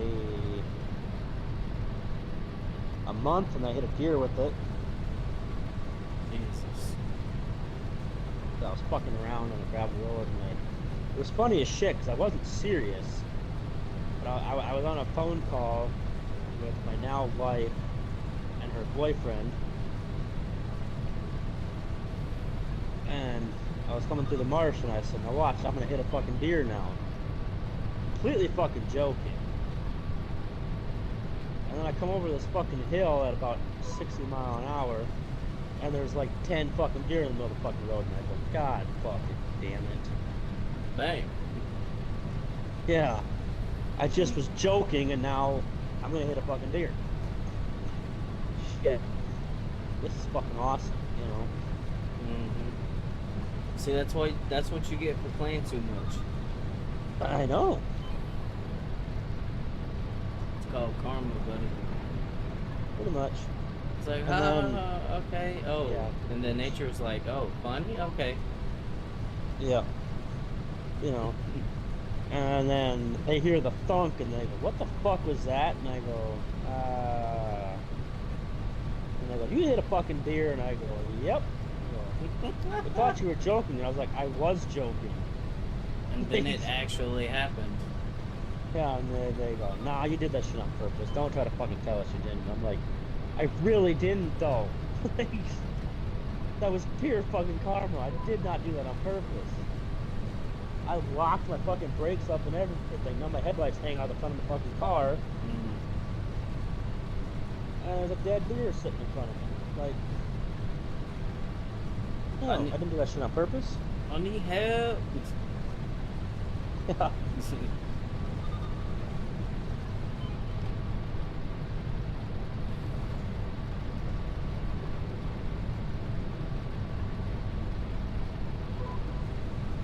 So then, yeah, so that kind of fucked up the front end a little bit, but it was whatever.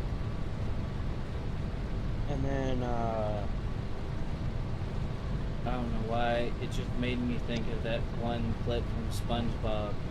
These hands weren't meant to create, they were meant to destroy. Pretty much. Everything, instead of everything he touches turning to gold, everything he touches turns into broken bits. Yep. Literally. It's crazy. But, yeah. You know what? We're gonna come up with a new phrase for that. Instead of the Midas touch, it's the Cletus touch. Hell yeah. There we go. That's what we're gonna call that. Because Cletus McFarlane, just about everything I've seen him get in, he's tore up or broke. He's blown more. Literally. He's blown more motors than I can count, bro. Oh yeah. Oh man. But then, yeah. A couple of months go by, and I put this car in the ditch like 3 fucking times because I'm being a complete idiot. And whatever, you know. And then now it's the middle of summer now. This was during the winter that I put it in the ditch a few times. So now we went through all winter. It's a couple months between the deer, putting it in the ditch, and then now where I'm gonna be at now. Me and her boyfriend at the time, my best friend at the time, we're just driving on this fucking this curvy gravel road, just, you know, fucking hanging out and shit, you know, just cruising, enjoying life, being young, dumb teenagers. In this old noisy ass straight pipe fucking Pontiac. You know, just the definition of complete dumb retards. But yeah, whatever.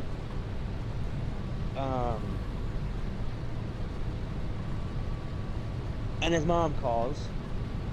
And I'm like, okay, whatever, you know. So he's on the phone with her. And I come up to this curve and I go, I'm gonna fucking send it. Like, I'm gonna fucking drift this shit and see if he can stay in fucking character. This fucker had a fucking poker face like a son of a bitch. I don't know how the fuck he does this shit. But what ended up happening, he did not break character one fucking bit. Like, he stayed calm the whole fucking time. His mom didn't know what the fuck was going on. I went to drift. The rear tires caught. Front tires pulled me towards the ditch. I went fucking face first into the fucking ditch. And I was like, shit, okay. But do you think I stopped? No. I gotta get the fuck out of here. I ain't calling nobody. Fuck that. So I turned to head down the fucking ditch. And I'm probably going like 20, 25 mile an hour down this fucking ditch. Like, complete stupid move. You should have been going a lot fucking slower than that. But I didn't. You know. The whole time, keep in mind, he's on the phone with his mom this whole fucking time. I'm flying down this fucking thing. I'm flying through these little itty bitty little trees and shit like that. I'm plowing these fuckers down with this whole fucking Pontiac and shit. Like, I don't give a shit about this car. It's fucked. It's a $300 beater. Like, I don't give a shit about it. Basically. And all of a sudden, I fucking hit something really fucking hard. Which turned out to be like a steel dome that goes over the top of the ditch drains. It was hiding in the grass. Hit this fucking thing. The car goes up in the fucking air. We hit the fucking dash. And we come back down again. I'm like, God damn, what the fuck was that? What the hell? And, whatever. So I don't think much about it. I just keep fucking going. The car starts acting a little weird. So, and at that time, apparently his mom was saying, you need to come home. You know, yeah, we need to go do this and whatever. And I'm like, okay. I took him home, and on the way home, it started acting weird. I'm like, I fucked something up again. Yeah, after that, I imagine it would act weird. Yeah. I fucked something up, didn't I? Kind of figured I did, but I was waiting for the signs of it, and here's the fucking signs. So I get it home, I pull it in the fucking garage. I jack it up in the air a little bit so I can get underneath it, throw some cardboard down. By the time I notice there's something dripping on the fucking cardboard, and I'm like, okay, I broke something, whatever. It's just something, probably a line or something. I can fix that pretty easily, probably. You know, I can probably temporarily fix it. I don't give a shit. If I could just like JB weld it shut or something, that'd be fine. It's like a pinhole in something and it leaked everything out or something. I don't know. So I crawl underneath there. I start looking at it, and I look up and I go, son of a fucking bitch.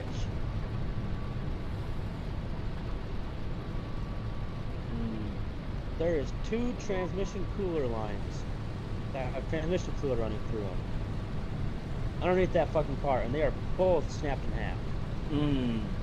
I smashed them and pulled them apart. Damn. Oof.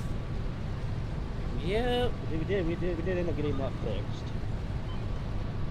And then I drove the shit out of it, and then yeah, y'all see why I said he has the Cletus touch now.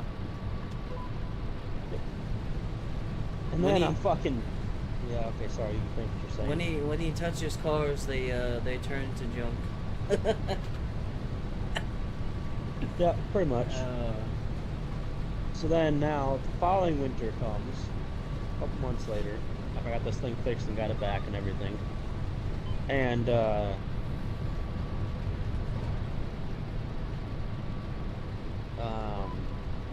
I put it in the ditch.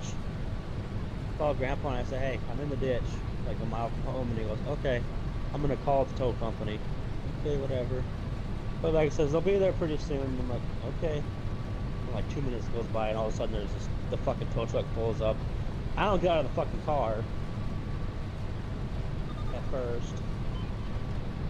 So I noticed he's hooking onto the car, and I go, okay. So I get out. He pulls the car like halfway up the fucking ditch, and he says, okay, go ahead and get in there. And I'm like, the fuck? It's halfway out. What the fuck you mean get back in there? And he goes, just steer for the road. And I'm like, okay. So I turn the wheel towards the road. He gets in his fucking tow truck and fucking takes off. And I'm like, what the fuck? Don't you have a winch? Why the fuck are we not using that shit? If I wanted to be yanked out of the fucking ditch like a fucking redneck yankum, I would have fucking just called a friend. Like, Man.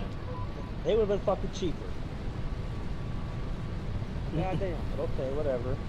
That didn't break anything, but I ended up losing control on some slush and shit, so that I didn't even know was there, because they had scraped the rest of the fucking road, but then there was like a 10-foot chunk of just slush that was still in the middle of the fucking road.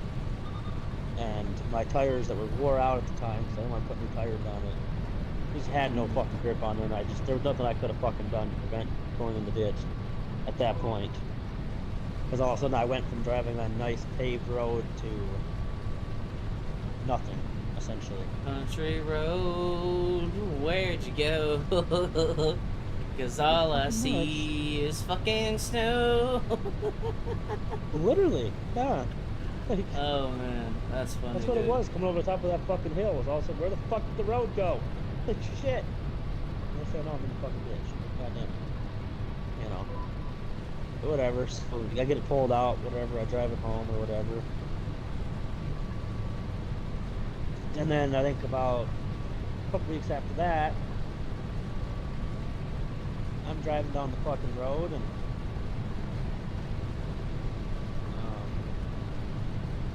I dropped my drink. I had a big fountain drink. The road wasn't fucking heavy. And my dumb ass had done a fucking redneck fix to make this thing able to be shifted from drive to third, second, and first without having to push the button on it. So the button was always pushed in, which in hindsight was a stupid idea for this exact fucking reason. Oh. Because when that drink fell down, it went all the way from drive into park at 60 miles an hour. Ooh. And that's when I lost my park. And that sounds like my God, I am speechless. Uh-huh. I have no words, my friend. Yep. So I took it home, parked under the fucking tree, put a little split piece of log behind the tire so it didn't roll across the fucking yard. Put it on fucking Facebook, and I said, for sale, give me an offer. It has no part. Then wouldn't you fucking know it, my fucking wife's boyfriend called me and said, hey, her car broke. Yeah, I don't know what to do. Can you fix it? And I said, I'll look at it. Looked at it and said, no, this thing's junk. I can't fix this shit. Like, it's gonna cost you like $4,000 to fix this car. And she paid like $800 for it. She was like, yeah, no, I'm not doing that. I said, okay, well, what do I have for options? And I said, well, so I have this car at home. It drives just fine. Got brand new transmission lines on it, all this good shit. It's a good car. She said, okay, but what? And I'm like, but it has no park gear. She goes, okay, whatever. How much you want for it? And I said, well, I was asking 300, but I'll give it to you for $100. She goes, fucking deal. So whatever. So she bought it. She couldn't afford to pay for it like up front, but I trusted her. Obviously now I'm married to her now, but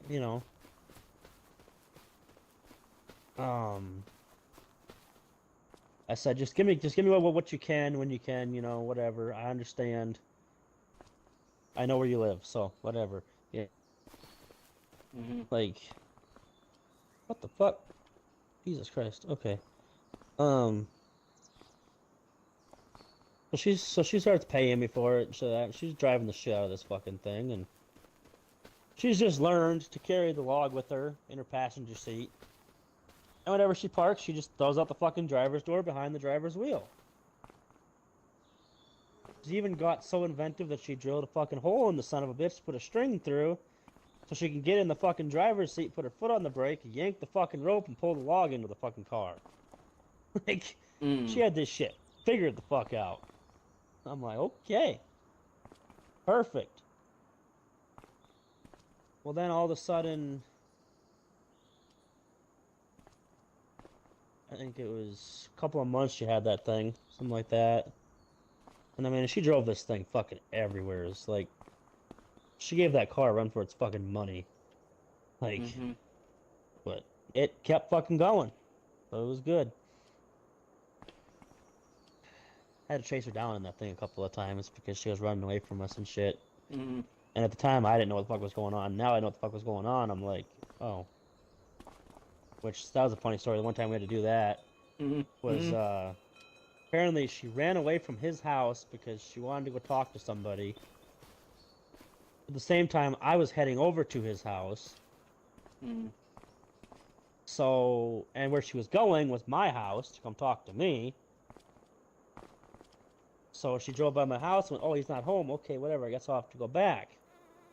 And then when she drove in the driveway, she seen me and him standing there talking, and she went, oh, shit. So she backed up and left. And when I tell you, I feel bad about it now. But in the moment, I thought I was doing the right thing. She's explaining to me what she was feeling in that situation and everything. But when I tell you that the two of us were like bloodhounds on her fucking tail, I would not be lying. Like, we're on the phone with each other, and we're saying, hey, look, when she stops at this stop sign over here, because she's going to have to, you know, basically box her in so she can't leave, essentially. And I'm like, okay. I don't know how I feel about this, but okay. You know, whatever. I didn't think anything about it. Now she explains it to me, I'm like, well, I probably didn't need to do that then. I probably should just let you go, but you know, whatever. But yeah.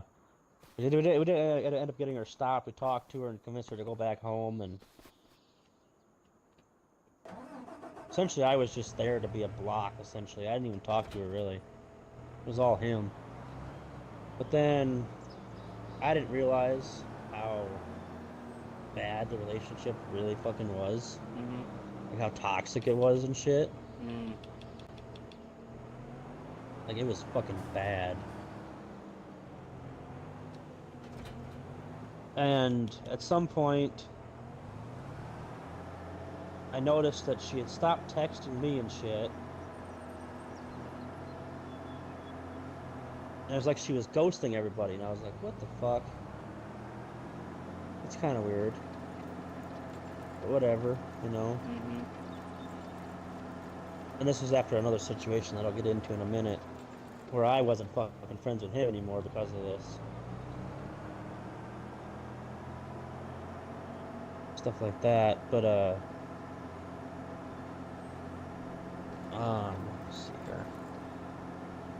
Apparently, he had falsely called 911 to say that she overdosed on some sort of medicine of some sort, when she didn't. Damn. Because she was trying to leave him, and he wasn't happy about it. So he essentially got her put in a mental hospital for like 6 months off of some bullshit. And because she did have mental issues that she was handling, but they weren't completely under control yet, it was enough for them to keep her in there for 6 months. And she really didn't need to be in there. Which is fucking stupid, but like, you know, whatever. So finally I noticed that she was back active again on Facebook, because she got out, evidently. So I started texting her, and I'm like, hey, what's up, you know? And she goes, well, me and Dipshit aren't together anymore. And I'm like, okay. Oh, yeah, that's by good. the way, you're driving my tractor. Huh? By the way, you're driving my tractor. Oh. I noticed it earlier. Oh. It's okay. It's Oh yeah, okay, my mine's on the damn plank, isn't it's okay, my friending. it? Oh, it is. Okay. Anyways, so I started talking to her about all that shit and whatever. And so I started asking her, like, what the fuck happened? Where the hell you been? That's when she starts talking to me and shit and starts telling me what the fuck was happening and told me that this all happened or whatever. And I was like, well, okay. And then she's like, he still has my car. I'm like, well, let's go get it. And she goes, that's the problem. I'm like, what's that? And she goes, it doesn't run. I'm like, what? It was running the night before I last talked to you. What do you mean it doesn't run? Mm. Did it just sit for too long and now it doesn't want to start? Just like, I have a trailer with a winch on it. I'll get that fucking thing. There ain't no fucking problem. Turns out she was terrified of him. Mm. There's one thing, but it's just, she told me that.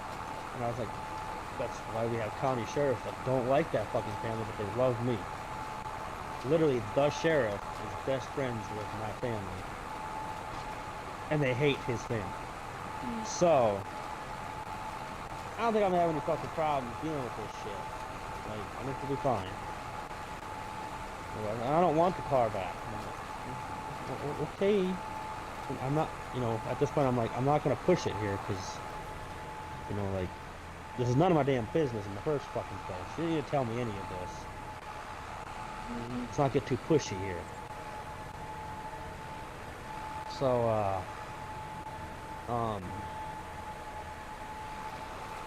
starts telling me what the fuck's going on, and I'm like, what the fuck did he do to the car? And she goes, well, when I told him that I was gonna leave, I started heading for my car.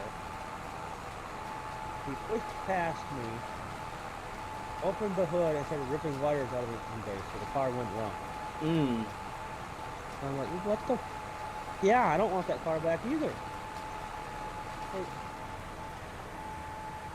thinking about it now, should have tried to get that car back. And when they wouldn't have gave it to me, should have reported it stolen because technically it was still in my name. She never got it transferred. That's how little amount of time she owned it before this all happened. Mm. Which, yeah. Mm.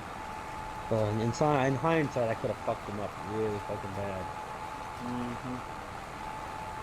But I didn't, and whatever. It is what it is. But, and for the longest time, he wouldn't leave me the fuck alone. They weren't together anymore. She was with me. And it was constantly like, he's doing this, he's doing that. He won't stop texting me. Shit like that. And at one point, I was at work at Jiffy Lube the first time. Mm-hmm. And I got a phone call from her from work. But she works at Applebee's, just up the road from me. Mm-hmm. Saying, he's here and he requested my table and I don't know what the fuck to do. And like, I'm freaking out. And I'm like, dude, call the cops. Like, file a restraining order against him. Mm-hmm. That's what you need to fucking do. And she said, well, I don't know how to do that. Can you do it? And I'm like, I can try. So I called the fucking non-emergency line or whatever, and I said, I need to file for a restraining order for my girlfriend and shit like that. And that's not the exact way I fucking phrased it. I don't know exactly what I said, but essentially along those lines. I need help figuring out what the fuck I need to do that. And they go, well, the first step would be a police report. And I'm like, okay. But you send an officer out here to talk to me, and they said, well, we need to talk to her. But it wouldn't hurt to have your side. And I'm like, okay. Well, this is where she's at. This is where I'm at. Okay, well, we'll send officers out as soon as possible, basically. And this was like 1 o'clock. I left work at 6. Mm. I never heard from them, ever, Mm. about that. They never showed up. They never tried to call me because they showed up after I was off work or something. Like, nothing. They just didn't do anything about it. Mm. That pissed me the fuck off. It's your job to protect people that are in your fucking town, and you're not doing that. And I get there's more important shit out there, but you could at least call me and say, hey, I'm not going to be able to make it tonight. You know, hey, can we do this a different time, you know? Give me a call when you're available, and if I'm available, I'll come talk to you. That's what they should have done. Mm-hmm. Nothing. Complete silence. So eventually we're like, you know what, fuck it, whatever. Finally, I got a hold of the damn cop. He came to talk to me, and I said, what the fuck's going on? You know, I believe he lives here in town. This is his name, you know, I don't know exactly where the fuck he lives, but I think you can kind of figure that out through your database and shit, which they could. Mm-hmm. And shit like that. I said, okay, well, we're gonna talk to him. Mm. Okay. Oh, shit. Yes. Okay, we'll talk to him. I'm sitting here going, this is just gonna make things worse. Mm-hmm. I needed you to show up with paperwork saying, do not fucking talk to her anymore. Do not be around her. You stay away from her. Mm-hmm. But luckily, I think he got his shit together. He lucked out on this one. But they did go talk to him, so I got a phone call back later saying, okay, we just talked to him, and he says he's gonna leave her alone, and everything like that. And I think the fact that somebody did something like what he was doing scared him. Mm. I might be wrong. No, it's the don't know. fact that I think it was the fact that he had to deal with law enforcement. Like, that's a whole nother ball game, bro, because you're dealing with people that are funded essentially by the government. Like, they have resources and things that they can use to deal with Yeah. you if need be, and whereas her, she really didn't. That's often how a lot of, like, abusers and stuff, they will try to do stuff like that to people they know they can get over on, but he knows in that scenario he couldn't really get over on her, on them, I mean. Yeah. Mm-hmm. And that's kind of what I'm saying. I think that in a way he kind of got a little scared because, well, yeah, law enforcement, but because, in fact, she was not comfortable enough to do any of this. She would have never called the cops on her. No. She would have never done any of that.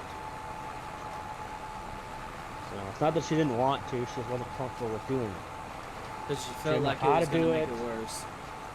Yeah, you know. That's why I told her, hey, look, I'm gonna be the one to do it. You know, if I have to get the fucking restraining order on him, and when he's there, I have to come the fuck in there. That's what I have to fucking do. We're gonna get him to leave me the fuck alone. That's what we're gonna fucking do. One way or another. I talked to the cop and he said, well, I'm gonna tell him to stay away from both of you. I'm like, okay. Thinking it's probably gonna make this worse, but you know, maybe not. We didn't hear another fucking word out of him after that. Completely fucking disappeared. Good. So I think, yeah, it was good from there. I mean, we do see him around town. She still has trauma from it. You know, I've never seen her freak out as much as she does when she sees him. Mm. And that hurts me, but I can't do anything about it. But, like, in a way, it's just part of what she has to cope with, and it fucking sucks that I have to say that, but Yep. in a way, she needs to get over her own demons, in a way, Oh, yeah. that Oh. I can't do that for her. And, you know, when you're that protective husband that just wants everything to be okay, and you want her to be comfortable everywhere, it's hard as hell just to say, well, I can't do anything about it. I know. And unfortunately, I had to. Basically.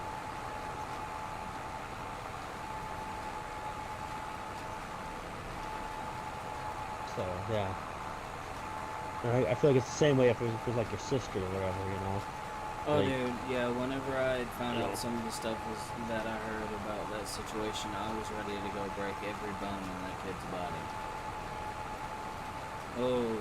I'm glad that I was far enough away to where I couldn't, and I was able to process my emotions, and calm myself down, because if not, I would probably be in jail for murder. I was at that exact moment, like, you gotta think about it, like, the context of the situation with what I went through in my situation, and why I was so mad. Alright, I had just gotten off work. Now, mind you, I think during this time it was still relatively, like, warm, or it was, like, cold, one of the two. Either way, I was dealing with some kind of, like, extreme weather conditions working outside of, you know, the store that I was working in. And after a long day of work, the last thing I want to hear is some BS like that. Yeah. And the moment I did, oh, I went from 0 to 100 really fast. Like, I felt my blood boiling. Like, I was in the car with some of the people that I work with, and they was like, "You all right, man? Your face is red. Like, you're sweating, and it's like 60 something degrees in the van." It was actually really cold in the van. I think they had the thing set to like 59, which is as low as the AC would go in the van.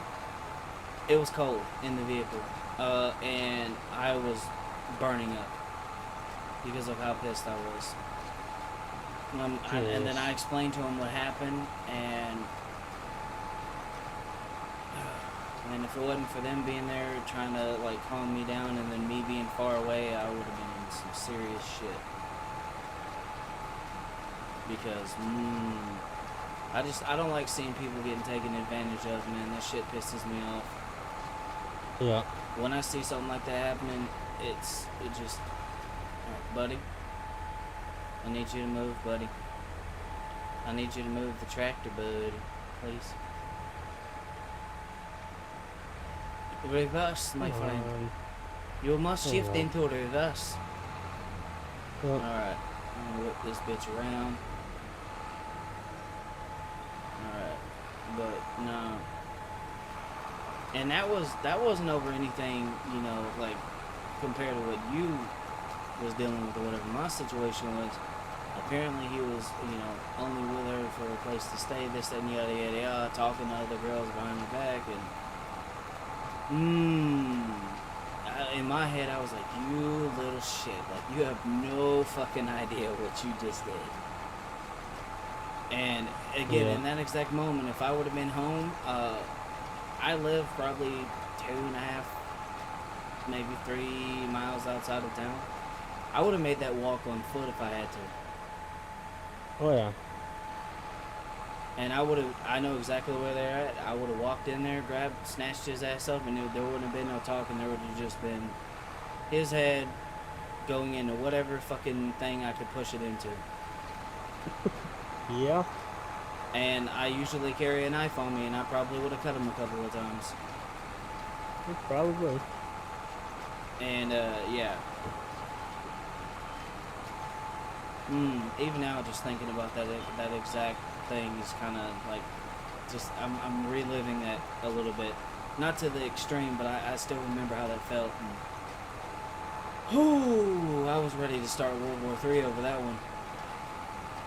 And that was relatively small, but it's the principle that matters to me. It has nothing to do with the fact that, oh, well, this dude's just a douchebag. It's like, no, like, you could, like, if you wanted to be out there and do this, that, and yada, yada, yada, and, like, maybe you just needed some help, you could have just said that. And that's one thing. Like, my sister is a nice person. She would have, you know, helped you. Especially if you were a friend or someone she liked, she would. But don't sit there and try to, like, take advantage of people, especially my own little sister, bro. Like, and the only reason I ain't, like, really did anything to him is because she don't want me to. Yeah. But once I calmed down, she was like, I don't want you to, like, do this, that, yada, yada, yada, and get yourself in trouble with it. And I'm like, alright. Only because you told me not to. And I'm not gonna do it. Yeah. But what baffles me is after all that, right? Like, and then her ending up in a situation where like he kind of fucked up her life a little bit, and she still talks to him. And I'm just like, I don't know. I don't know if I could look this dude straight in the eye and sit down and like chat and like conversate with him without that Yeah. being in the back of my mind. I don't. Yeah. I, I, That's I definitely something you got to figure out before you try to sit down with him. I'll tell you that. I'm gonna have to at some point because Yeah. they're supposedly engaged. They're having a kid together, and oh, Well, if that's the case, then I mean, hey, good for them, you know.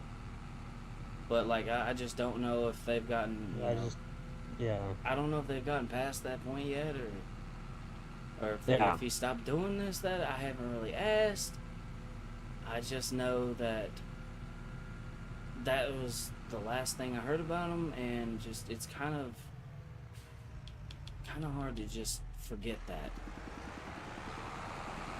Like I it can't. kind of, in a way, it puts a sour taste in your mouth about the Mm, whole fucking thing.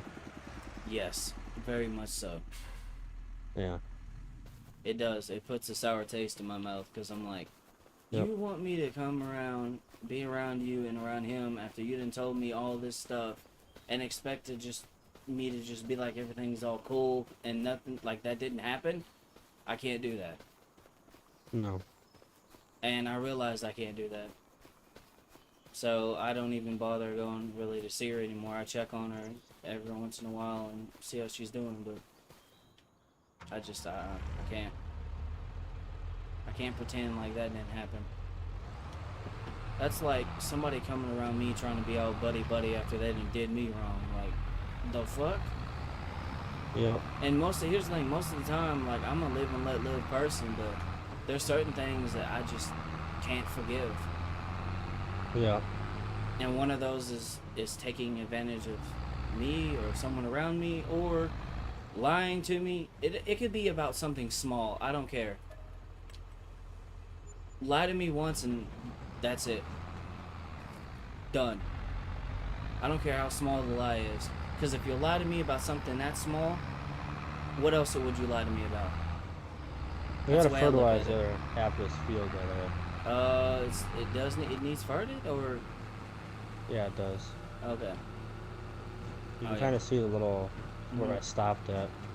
Yeah. All right. I'll go ahead and pull the tractor over here. Yeah. Huh?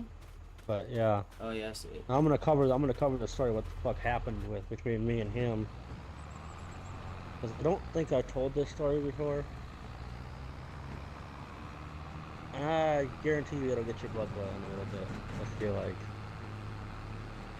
Maybe not as much as that one story I told you about her and her brother, but maybe though. I don't know. Mm, So the last time that the three of us hung out together, literally ever,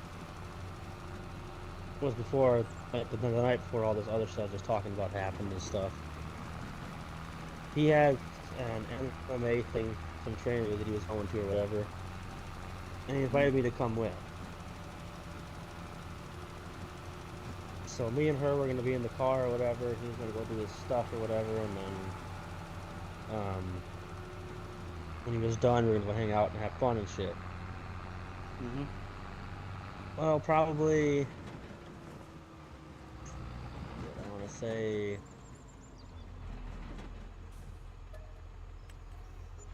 20 minutes into his lesson or something like that, his mom calls him. I'm gonna guesstimate because he came out about 25 minutes after he started. And because we gotta go home. Okay, why? And he says my fucking dog's dead. I don't know what the fuck happened. And I'm like, oh, Mm. okay. I I felt heard dead terrible. dog, and I already know where this is going. Yeah, you know, and whatever. When we get there, he seemed really cool with me the whole way there. As soon as I get there, his mom locks on me. whole fucking thing. Like, you were the last one to fucking touch him and everything like that. And I'm like, and they even made me go over and look at him and see he's hard as a fucking rock. I'm like, dude, you've been gone for like an hour. Like, what the fuck you mean? Like, nothing I could have done to do that shit. Like, what? Yeah. And they claim something about there's some drug that you can give him or something like that that will do that to him or something. And I'm like, that shit is like hella fucking controlled. Like, how the fuck would an 18-year-old get his hands on that shit? Mm. You would have to have some kind of connections, and I assume that you didn't or don't. Which I don't know. Mm-hmm. And the closest thing I'd have him would be my damn vet. But like, he ain't gonna give me shit. Mm-hmm. He has a job to fucking protect. So Mm-hmm. like, he ain't just gonna give me the shit that's controlled. Yeah. No. So there's literally no way in hell I could have got my hands on this shit. And I'm telling you right now, I didn't do a fucking thing to that damn dog. I loved that fucking dog. They beat the shit out of that fucking dog. Mm. And it pissed me off. After a little more research after that, I figured out that them drinking antifreeze does the same fucking thing. And his dad's a fucking mechanic around there. Oh. The dog got loose, drank some antifreeze, and killed itself. That's what the fuck happened. Mm. But anyways, they staged this whole fucking thing, basically. I think he was jealous of me, which she's confirmed. He was pissed off that I was talking to her, and he didn't fucking like it. Mm. You know, I was literally just talking to her as a friend. Mm. Nothing more, nothing less. Like, Mm. I wasn't breaking any rules. I wasn't being disrespectful. Nothing. You know, like, that was his girl. I wasn't trying to take her. Yeah, I thought she was cute, but other than that, I mean, not mine to take. Exactly. You know. So no, I'm not gonna try to take her from him. Apparently, it's what he thought I was gonna try to do. Apparently, I don't even know, but that's besides the fucking point. I think that kind of fueled this whole thing. I think they kind of set this whole thing up.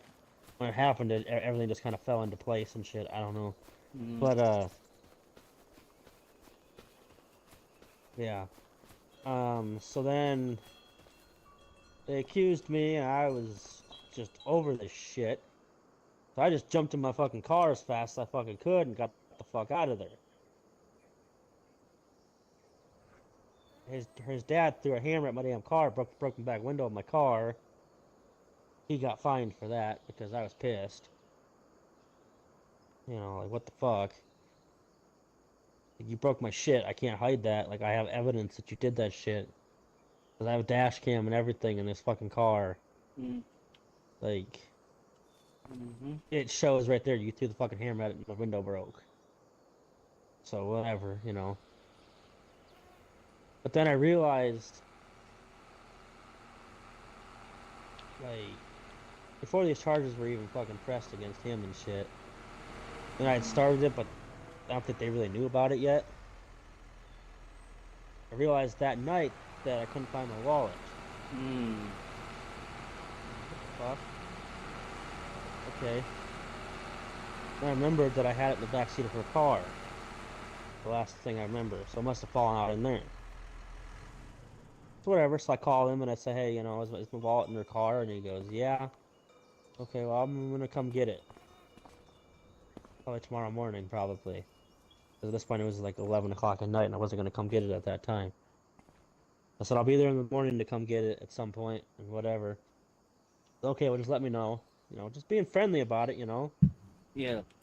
So I didn't think shit about anything. I said, Mm. okay, fuck it.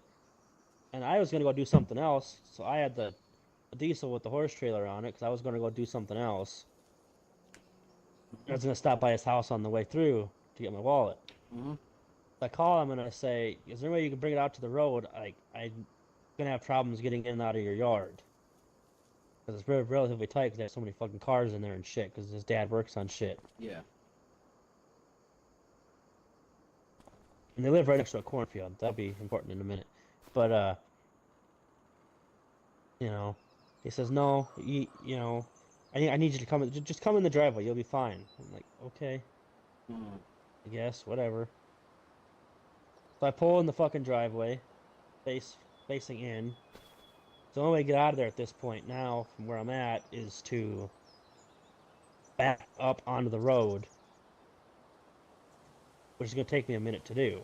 I can't do that very fast without wrecking, essentially. Yeah.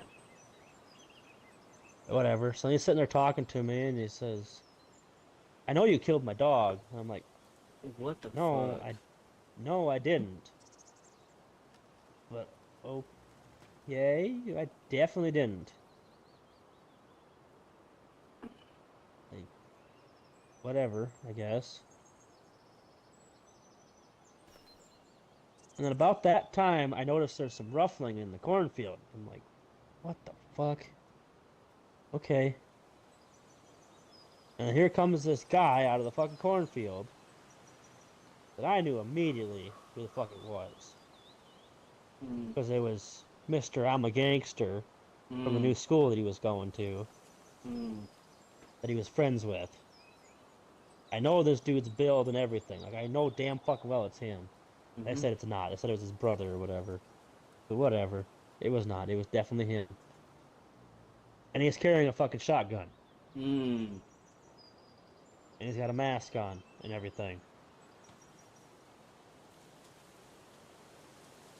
And then he proceeds to talk to me about it, and I said, "No, I didn't." He says, "Get out of the fucking truck." And I'm like, "No, I'm not getting out of the fucking truck. Why the fuck would I do that? Like, give a fucking shotgun. Why the fuck would I get out of this goddamn truck?" And then when he grabs my fucking door handle and opens my fucking door, I shut it and said, "No, I'm not getting out of the fucking truck."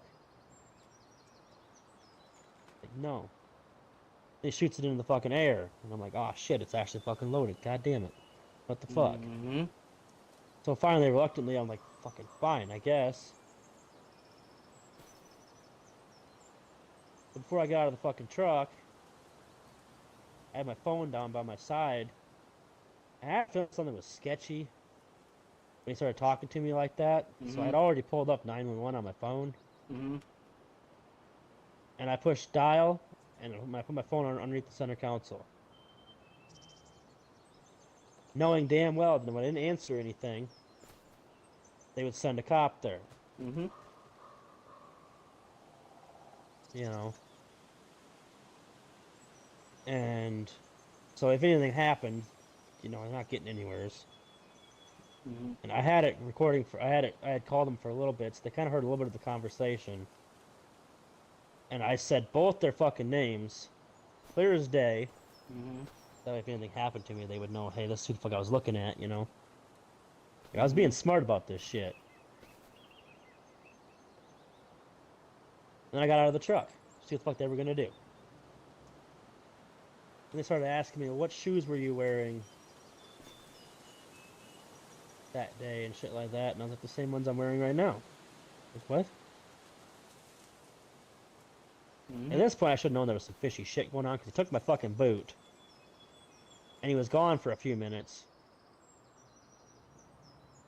And all of a sudden he comes back and he goes, well, I need you to come over and look at something. I'm like, okay. Mm-hmm. And that's when they start showing me things.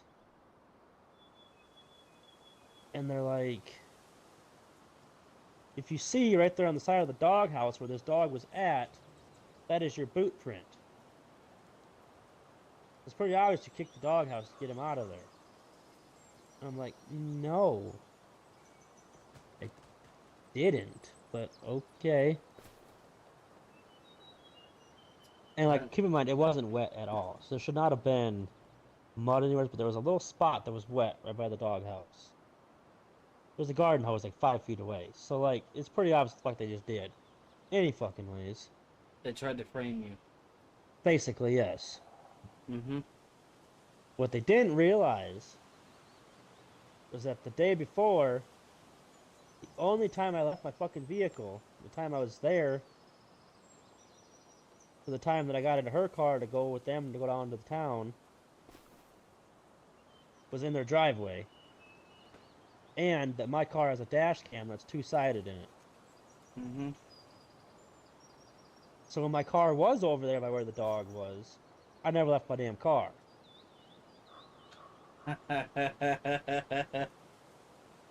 Dumbasses. It's all on fucking camera. There was never a fucking point between when that dog was last seen alive, because it was on my dash cam. That dog was running around at that point, and the camera never cut because I never stopped moving. And it shows me driving over there, talking to somebody really quick,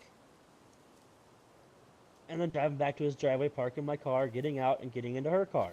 Yeah. There's no time at all that I could have done anything to that fucking dog. Mm. At all on there. Like, yeah. Damn. Now, lucky for me, before the cops got there, they said, just get your shit, get the fuck out of here. I'm like, okay, whatever. I put my boots on, grabbed my wallet, threw it in the fucking truck, and backed out of there and left. Mm-hmm. About that time, the cops are rolling on the fucking gravel road towards their house. Mm-hmm.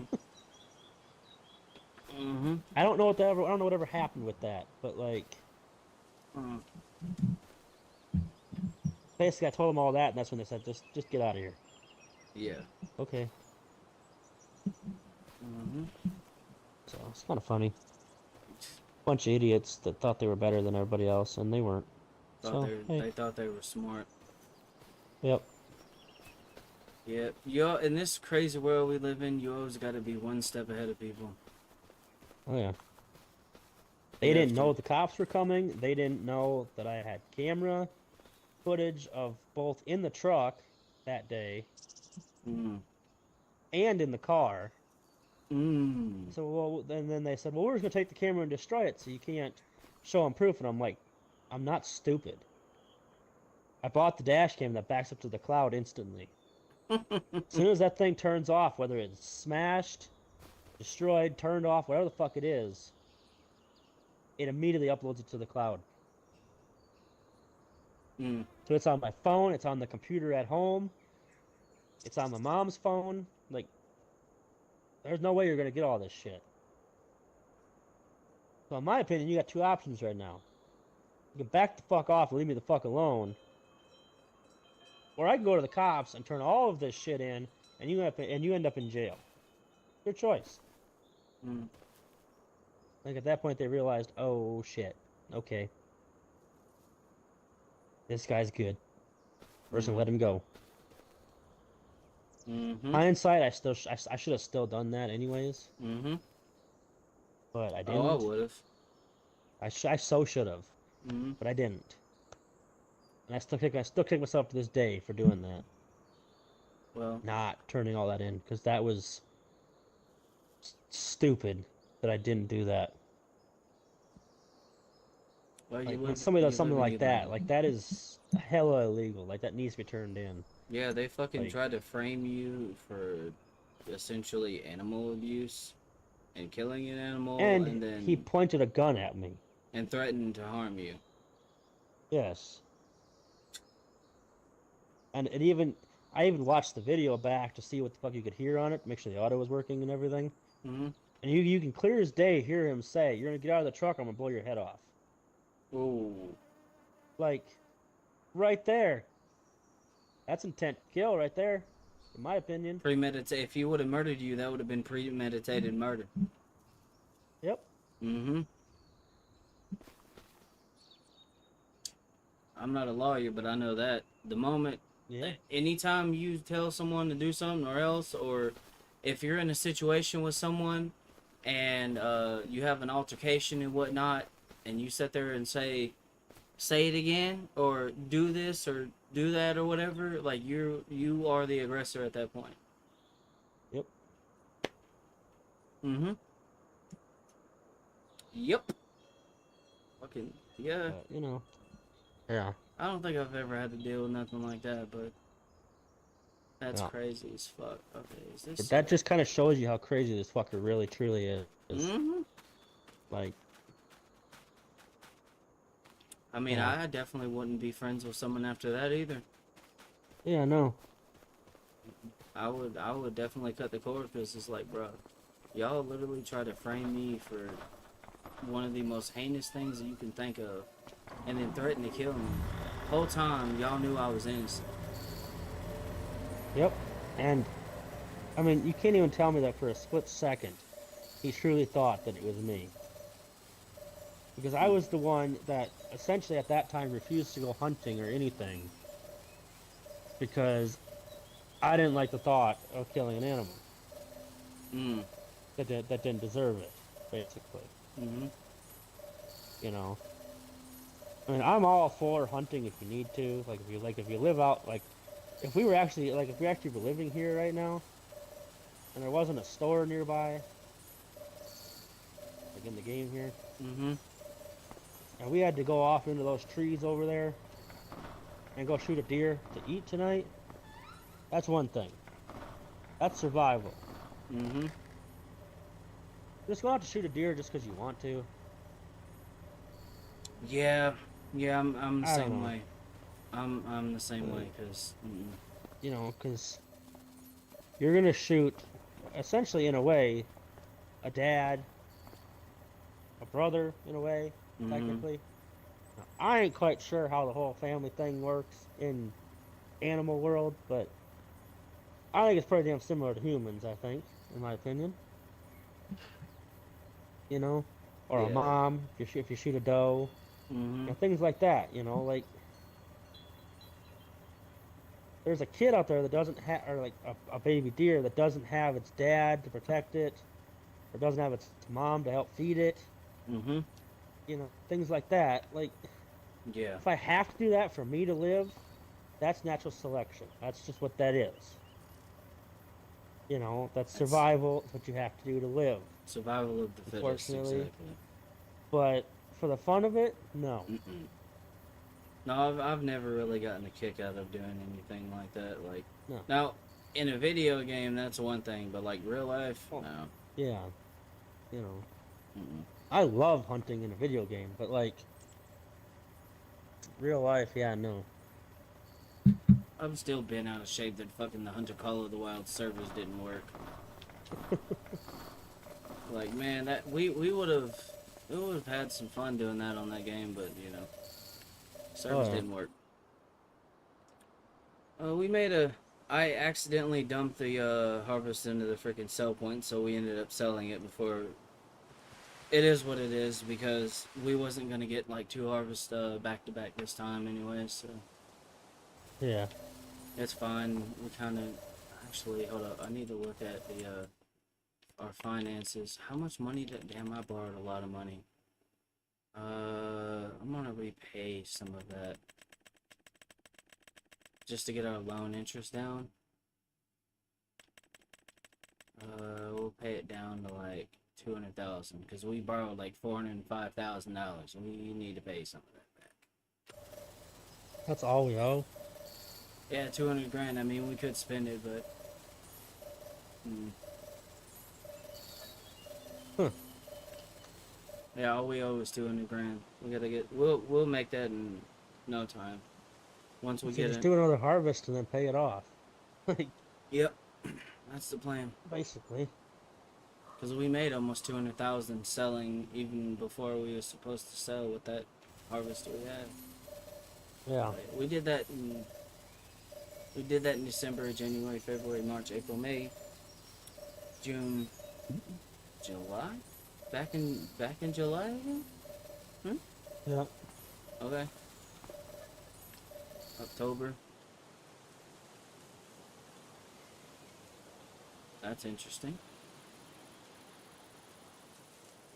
I didn't expect it to loop back around again. So, no, we probably would have had two if I hadn't have done that, but it's fine.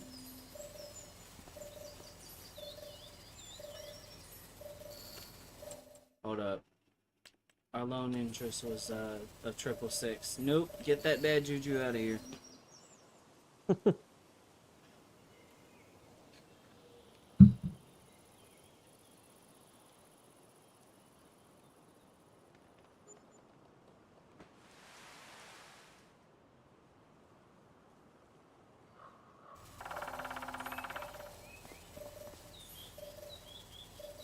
In November, then we'll go to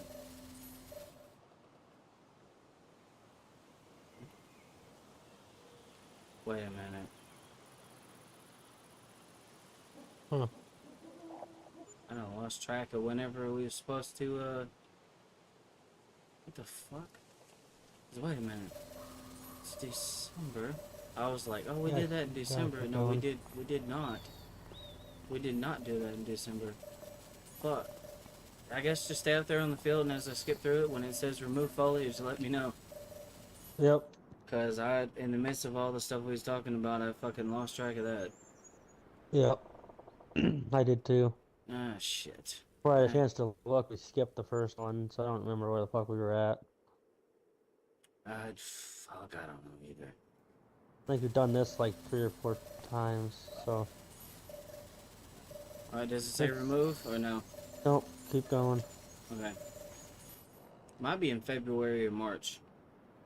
Probably. I think it's either gonna be this one or the next one, I think. Mm. Is it 6 months to grow this, or what is it? Well, I think it's 8, because you grow through the month that you plant, and then you have to skip through 7. We're good. Okay, oh, February. March, April, May, June, July, August, September. So September will be the next one. Let's not forget September.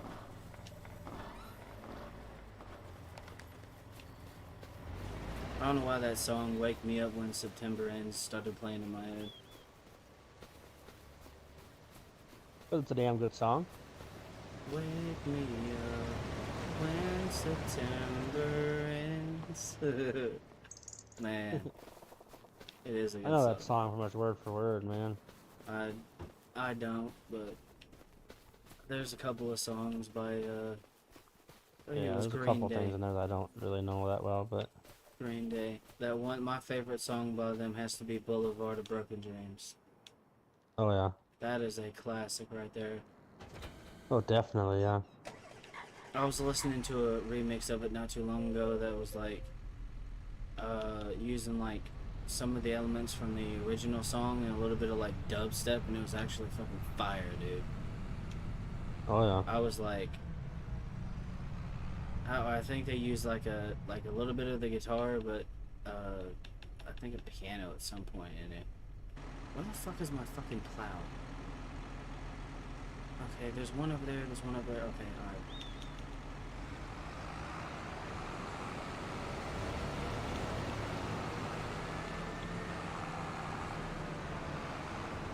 Here I am trying to hook up to my freaking disc, and I'm like, where the fuck is it? Oh yeah, it's back here.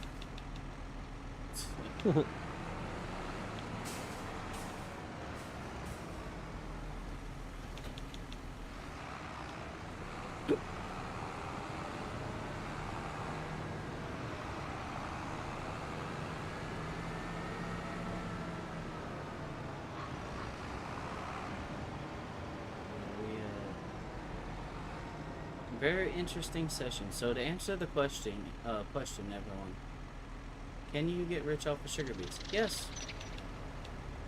Yes. The answer is yes. Because we made over $500,000 on that one. With that wasn't even like 2 full fields of this. I don't think. No. It was like one of the half of this, and then like I think we had 3 or 2 of the other ones. I don't remember. Yep. Somewhere around in there, and it made us quite a bit of money. Why am I still in reverse? Am I retarded?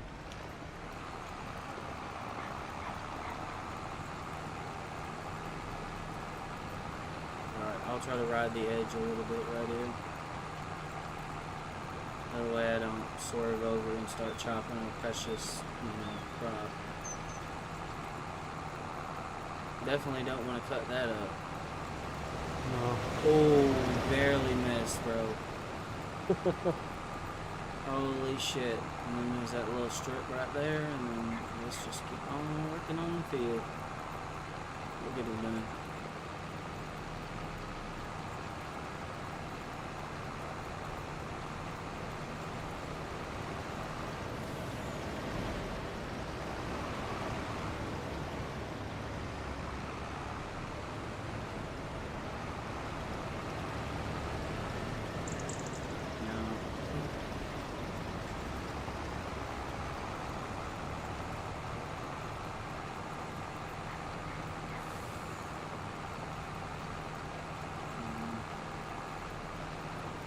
just thought about this. That person that you described to me earlier, the supposed gangster person or whatever. Where I Yeah. lived before, I met so many fucking people like that, dude. Like it's like they were trying so hard to try to prove something, but Yep. I think he was all fucking talk and shit for the most part. oh no, But there was one time that we were all hanging out playing basketball one day. At least him and my friend were. I was just kind of chilling because I had spent the night at his house, and then I ended up going with him to town to hang out with this friend of his, Mr. Gangster. And he brought a backpack with him or whatever, and he kept saying, yeah, I got a fucking 9mm in the fucking like my backpack and shit. And I'm like, oh yeah, okay. I didn't fucking believe him, you know. But then I was kind of like, well, okay, well, let me see it. You know, because I wanted to fucking know. I wanted to see if he was talking shit or not, or if he was actually gonna fucking show me what the fuck he actually had. mm-hmm. And he kept going, well, I probably shouldn't. People are gonna see him. I think it's fucking dark. Nobody's gonna fucking see this shit. Except For being a us. little bitch. Show me it. Mm-hmm. He refused to fucking do it. So I'm pretty fucking sure he didn't have a fucking gun. He was just all talking shit. Mm-hmm. Because Oh, if he dude. was, or if he did, I should say, he would have been more than willing to fucking show us that shit. Oh yeah.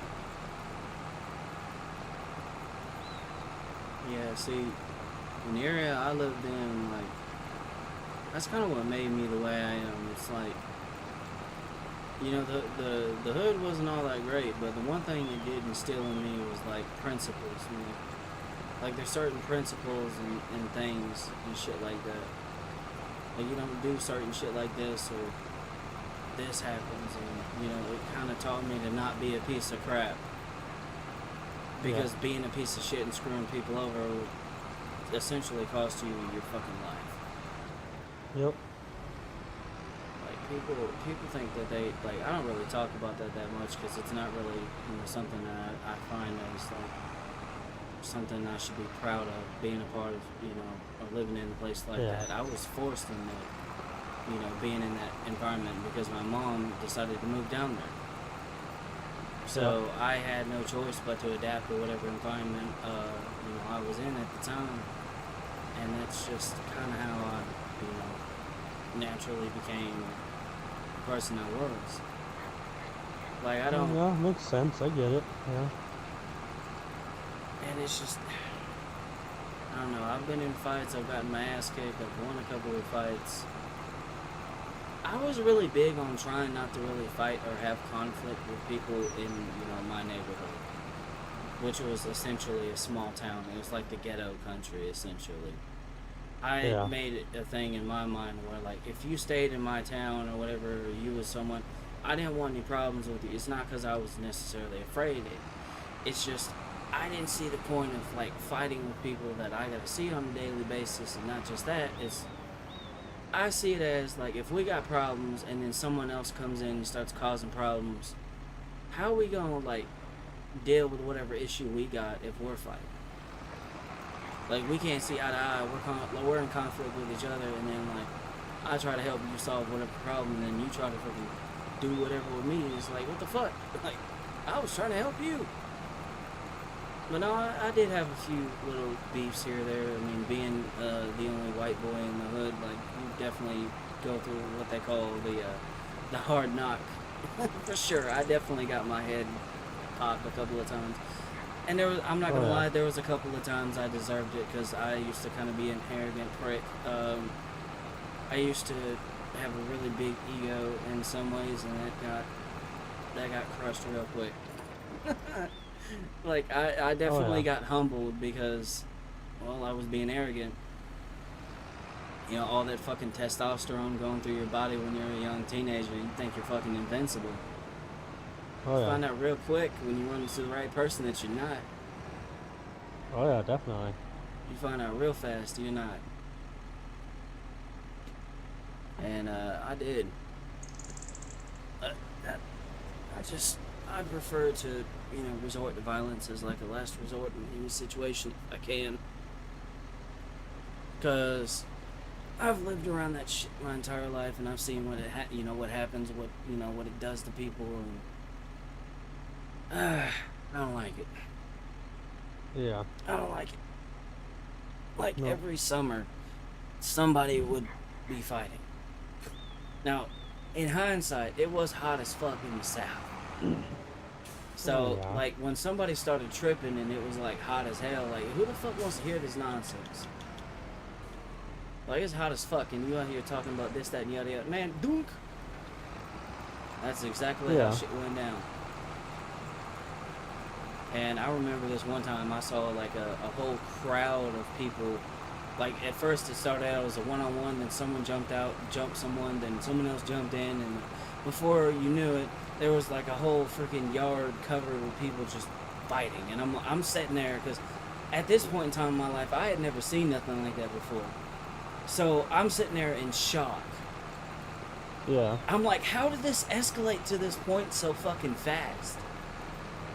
Yeah. I'm sitting there looking at it, it's like it was a one-on-one, and now there's like 20 people fighting. What happened? Like, Yeah. I was just puzzled because I'm like, what?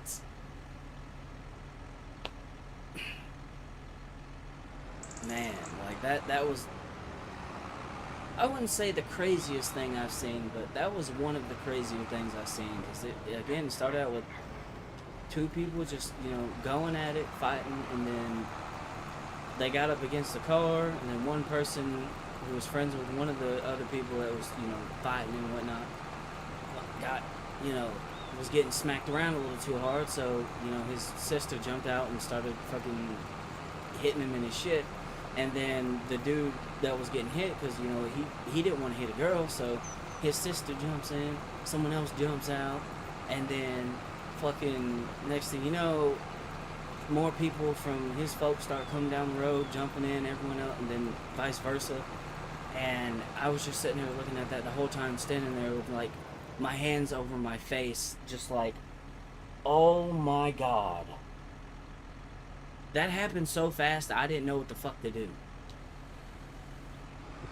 Yep. That was the first time I was ever in a situation where there was like a fight that like my brain was like, what the fuck? I was like, what do you even do in that situation? Like, how am I supposed to get in here and do anything? Like, I don't know what the fuck to do. Like, I've been in situations where I've went along with people and essentially was like security, and in that situation, that's one thing. But like a whole crowd of people just like bunched up, fighting and shit. Like, what do you? That was one of those moments in life where I think the first time in my life where I actually like froze up because I was like, what the hell?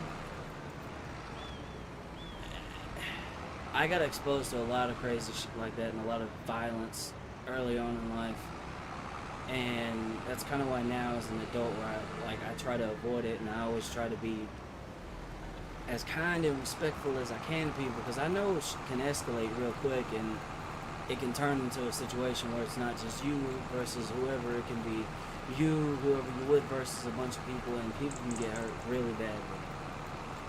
I've seen people get shot at. I've been in situations where I've been shot at. Like, it's not something that I'm really proud of. That's why I don't really talk about it. But in this situation where you was bringing up that, it reminded me of some of the people I've encountered and met in that place and that were like that. And I'm just like, bruh. Like, and another thing too, like pistol playing.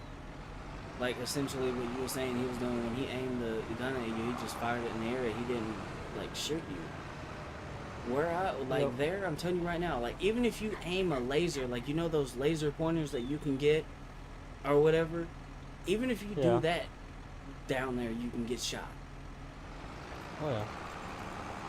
Like, because someone thinks it's a laser on a gun or something, and then they're not gonna second guess.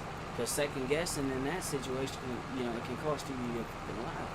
So like, they're just gonna return fire. They're just gonna open fire, and then you're gonna be dead. Yep. But like, so like that's also kind of why I was always taught that you don't point a gun at someone unless you're willing to kill them. Because Pretty if you don't, there's a good chance they might kill you. Yep. Like, don't point your, like, I also learned, gun safety in that environment too. Like, that was when I, learned basically don't point your weapon to something you're not willing to destroy. Yep.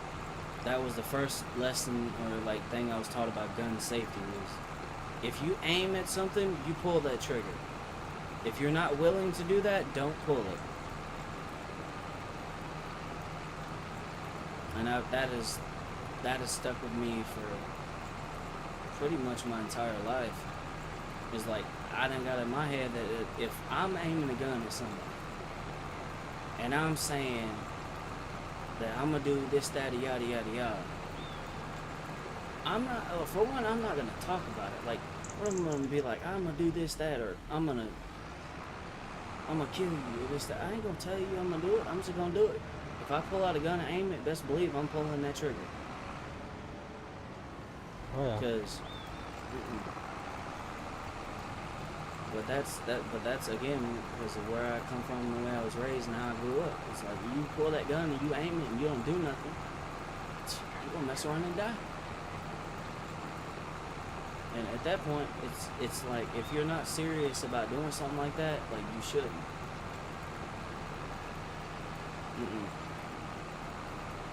Like if he knew like he was just trying to like intimidate you or this, that, yeah, that. Because knowing me, if I had a way to get like in a situation like that, I mean, I would have tried to get away from him. But if I had a chance to get like the upper hand and retrieve the weapon from him, oh bro, you're done. Oh yeah, definitely. You're done. Because when I aim, I'm not gonna aim into the air and fire a warning shot. I don't do warning shots. I'm aiming right at you. Oh yeah. Center mass. Because one thing I was taught by someone whenever I went hunting with him when I was a kid is aim big, miss little, aim little, miss big. Oh yeah. And with a shotgun, depending on what load he had in there, if it was buckshot, even birdshot, like that shit would hurt. You hit somebody in the chest with birdshot at relatively close range, it's liable to put a hole in them. It's gonna hurt. They're gonna have to go to the doctor for sure. Oh yeah. Buckshot, they're pretty much dead if you hit them right in the sternum. It's gonna crack the sternum. It's gonna be painful to breathe. They're gonna bleed out. There's a lot of vital organs right there. It's done. It's over. But yeah, with that, like shotguns have a good spread on them, so if one of them goes through the heart, it's over. Oh yeah.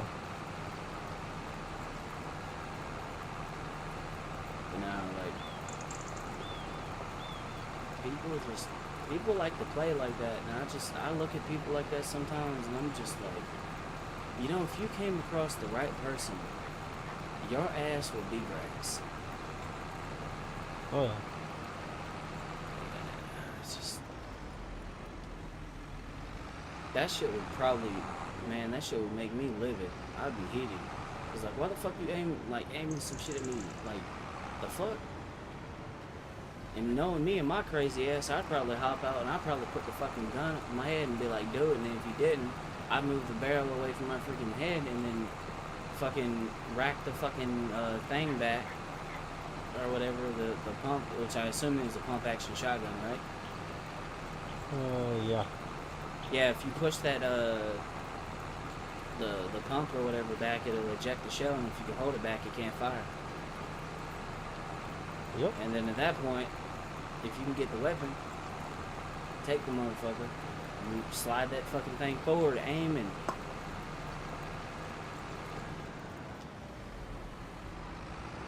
but I mean, if you're in a situation, I don't, fully know how that situation is. I know, like, if you're in a situation where you're like outnumbered, you definitely want to be a little more cordial, so to speak, and cautious. I know that. Oh yeah. I know you definitely want to be careful. Because if not, well, bad things, bad things can happen. And, if you have someone depending on you, like, yeah, maybe you might not want to try to be a hero in this situation. But if I can, like, I would have, like, known what I know about him. Like, if that was me in that situation, like, it would depend on the mood. Like, if I was having a fucking bad day or something like that, and I was already mad, I would have hopped out, calm, cool, and collected, and I would have just been like, oh, so you got a gun there. You gonna do something with it, or you just gonna wave it around at me? I would have straight up fucking grabbed it. I'm serious. I would have grabbed the barrel, because I've done this to someone once. And it was a friend of mine I had gotten into an argument with, and he pulled a gun out. I just walked up to him. I said, "You gonna kill me over this?" I think it was a similar situation. Well, not over an animal. It was over a girl. And I'm like, buddy, with all these women in the world, like, you're worried about this one? Like, I didn't even know that you liked her. And you're upset because me and her did whatever, and, like, I wasn't even aware. So you're treating me like I done did something foul when I wasn't even aware. You never told me. And he was like, oh, you been seeing or whatever how I've been friendly? I'm like, I'm friendly with girls too. It doesn't mean I want to fuck them. Yeah. Like, just because I'm being friendly don't mean that I'm trying to get a piece of ass. I'm just naturally friendly. Until I'm not. But, like, that's what I was trying to tell him. He's like, I just thought you was just being cool with it, this, that, yada, yada, yada. And, like, I didn't think that you actually was, like, into it, or I wouldn't have done it. So you really gonna, like, aim this gun at me and try to do this, that, yada, yada, yada in this situation? Really, bro? Over her? A girl that, to my understanding, based off of how long you've known her, how friendly you've been with her, and the fact she ain't never took any, like, tried to, like, ask you out this, that, yada, yada, yada, or try to make any, effort or whatever for you. And you gonna really kill me over her? Cause bro is before hoes, bro. Like, she clearly ain't into you. I hate to be the one to tell you that, but it's true. Yeah. She was into me. And that was, she told me that night that we did whatever, that was the main reason why she was coming around. Because of me. And I didn't know, like, you was into it, this, that, and yada, yada, yada, so can't blame me. I could see him getting mad and upset in a situation where, like, for example, like with you, say if I was ever around you and, like, I obviously know you're married to the girl you're married to, right? Yep. I know that. Mm-hmm. If I went behind your back and then, I would understand you being mad because I know. Yeah. But if it was a situation where it's like I was not aware that she had a husband, you can't really fault me for that. No. I have to blame her because, well, why the fuck didn't you tell him? Why didn't you say I was married? Like, yeah. Exactly. Why didn't you say, like, yeah, that's my point. I would have two fucking things. One, why the fuck weren't you wearing your fucking ring? Mm-hmm. Especially something where you would have picked him up at. Mm-hmm. Like a bar, or, wherever you'd find somebody in public. You should have it on at those points. Yeah. And two, yeah, when he wanted to go sleep with you or whatever, or wanted to do whatever, I said, hey, by the way, I got a husband, by the way.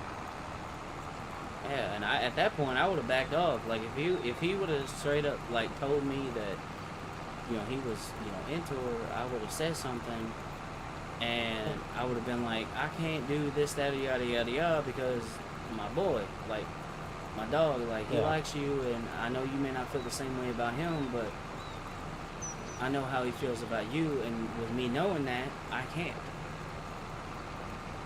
and I would Yeah. have.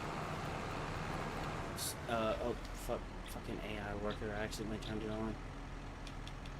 I'm gonna back this thing up, drop this thing down. Okay.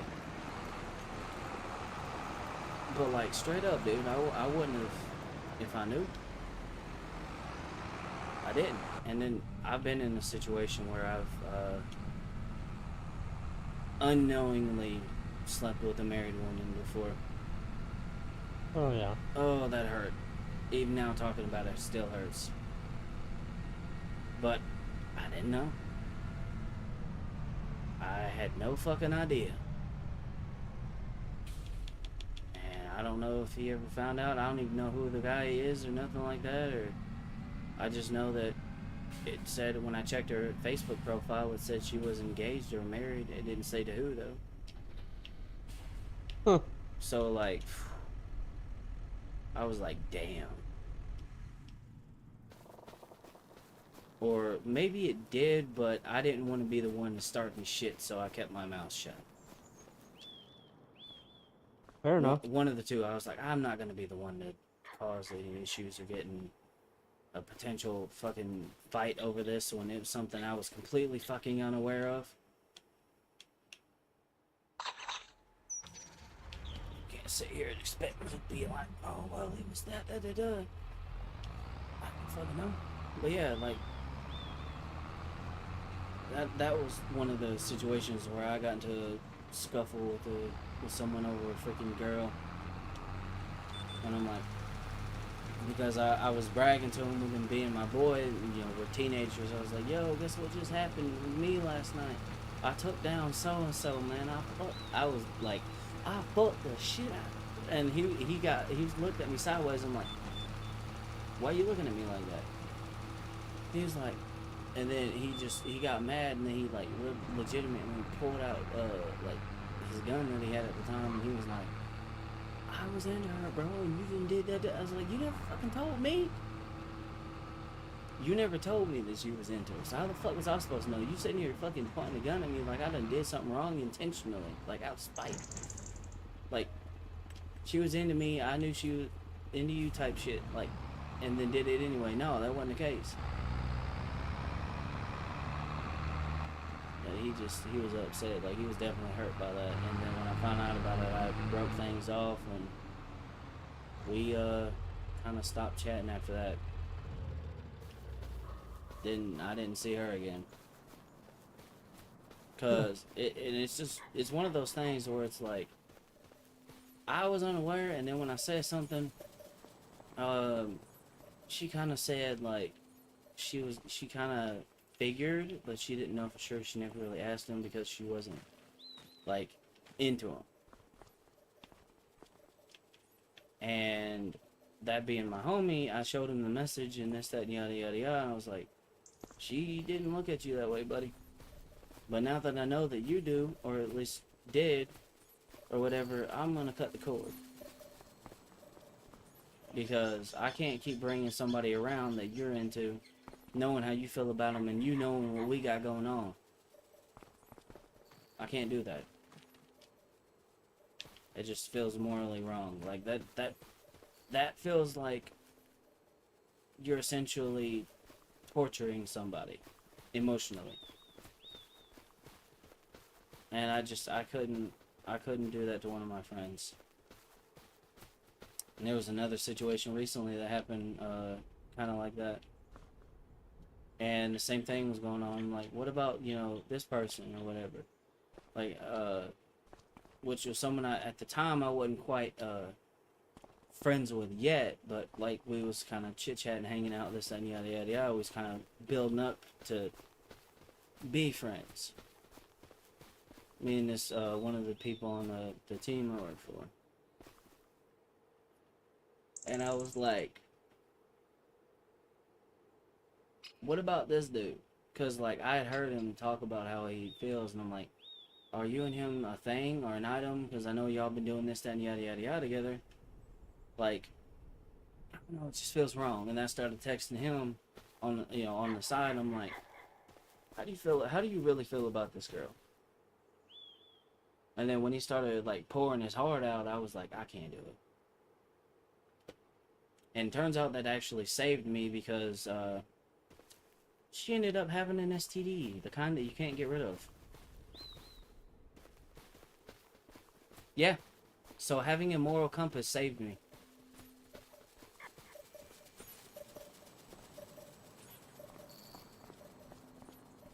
I'm like, damn. I could have been in that fucking cesspool.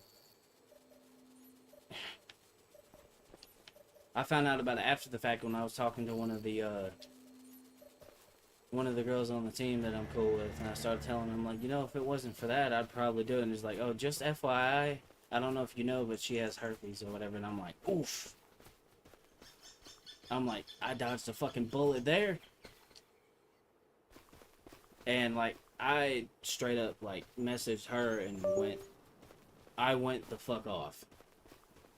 Cause I'm like, why the fuck didn't you mention that when you were sitting here saying this, that, and yada yada yada? Like, I feel like that's important information you should fucking disclose. Like, yeah. That was one of those weird situations I found myself in. But yeah, luckily me being like, I don't know, I can't do that because of this reason, saved me from potentially, well, not potentially, but contracting something I couldn't get rid of. Just by not being a piece of crap. I just, like,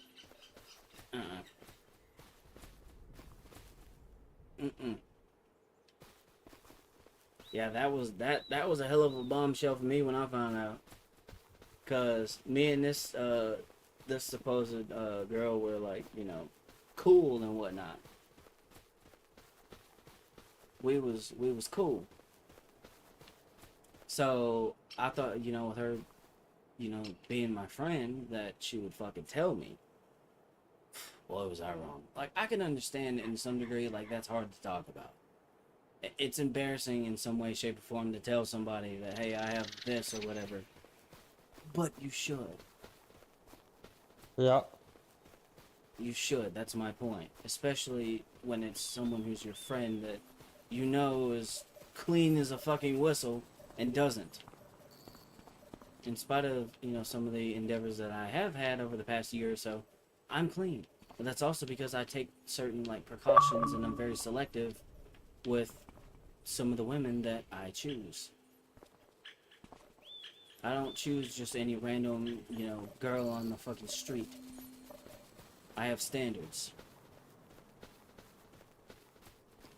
And, yeah, that's not it for me. I'm sorry. But yeah, me and him ever since then have kind of became good friends. Because when he found out about that, he was like, bro, you barely even knew me and you done that. And I said, it's not the fact that I barely knew you at the time. It's the fact that, like, if I was you, I put myself in your shoes and I was like, how would I feel if that happened to me?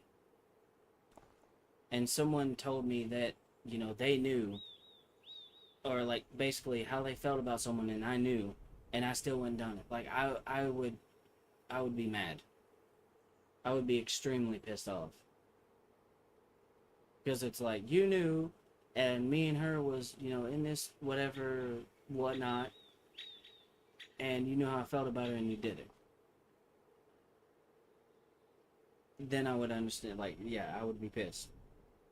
Because it's like, you knew that me and her was, in this kind of whatever, and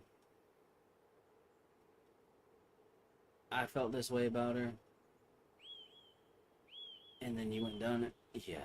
yeah, that's one of those things where like I would be pissed off. I don't care if I've known you for a little bit, bro code, bro. Bro code. Like I wouldn't want another man doing that to me. I wouldn't.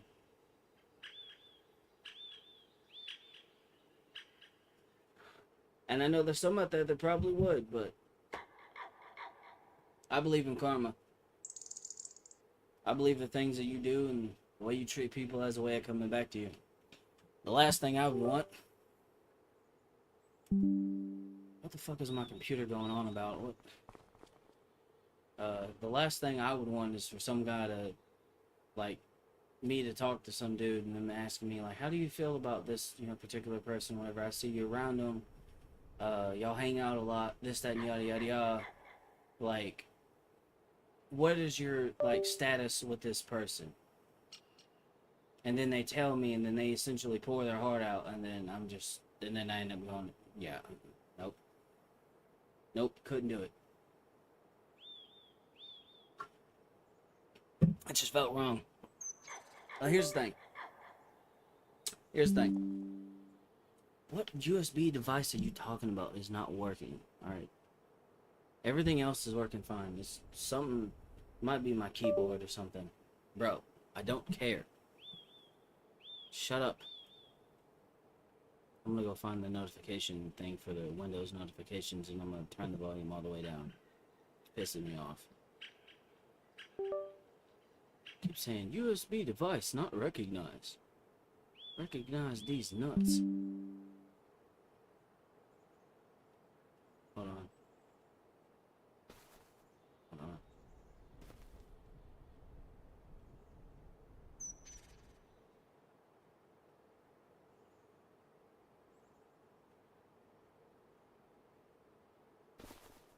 Or is the audio still working? So I muted the system sounds. Yeah. Yep, it's working. Sorry, that was getting on my nerves. It was also distracting me. I got ADHD. Oh yeah.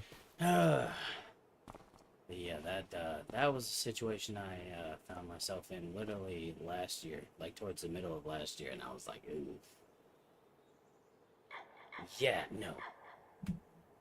No, the girl I was telling you about that I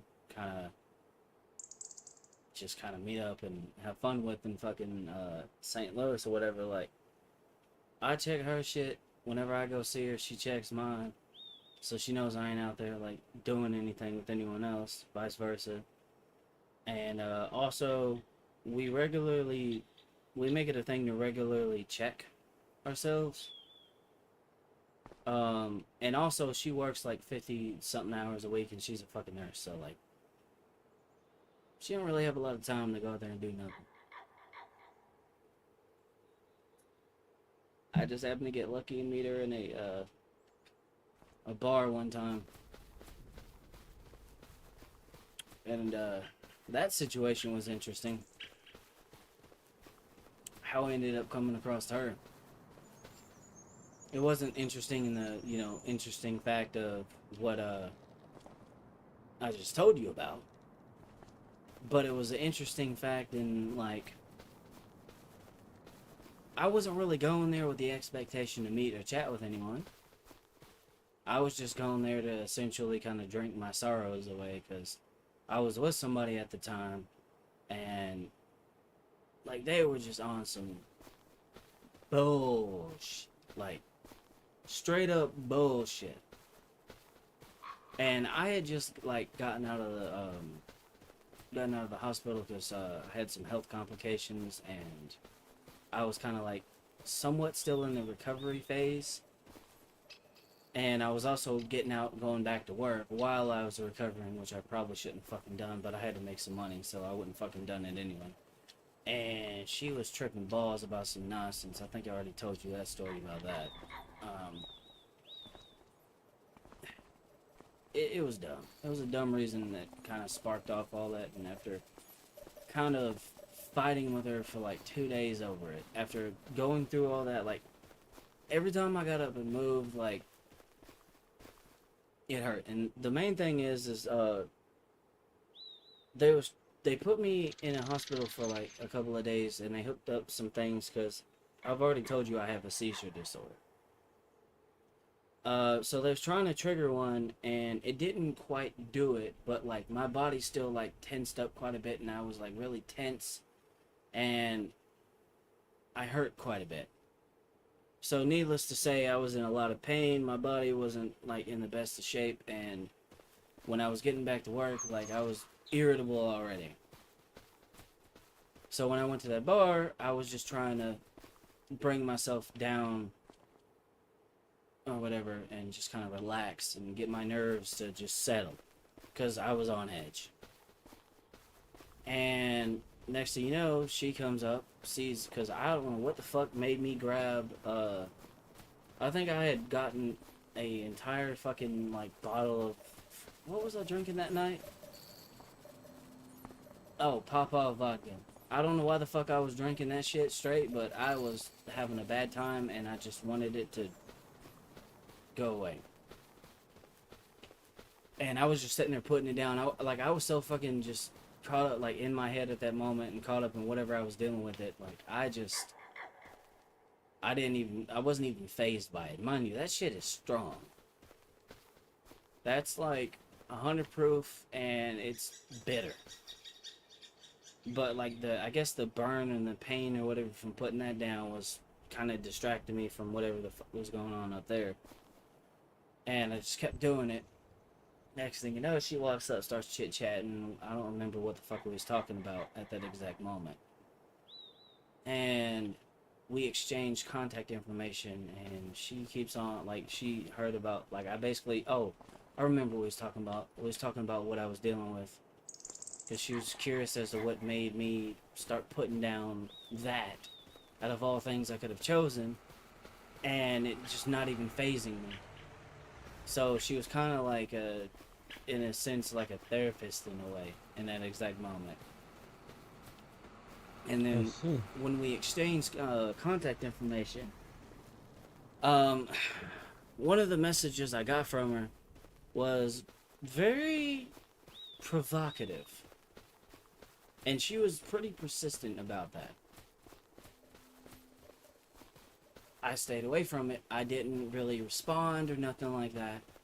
So, after dealing with that mess for a couple of days, I was kind of just like, you know what? I'm sick of dealing with this. I'm sick of arguing about this fucking dumb shit. I got this girl on the other end that's trying to, like, get me to come around, this, that, and yada, yada, yada. So here's what's gonna happen. And I sent the other girl a message. I said, here's what's gonna happen. We're gonna drop this shit. We're gonna move on. Because it was petty. Alright, here's what I mean by when I say it was petty. Alright. So she was looking at, like, I sent a photo when I was out in the sun, and my hair kind of has like a reddish orange hue to it. I'm a ginger. Alright. Let me just put it to you like that. And she was like, I love your hair the way it looks. It's, you know, like the red, it looks good.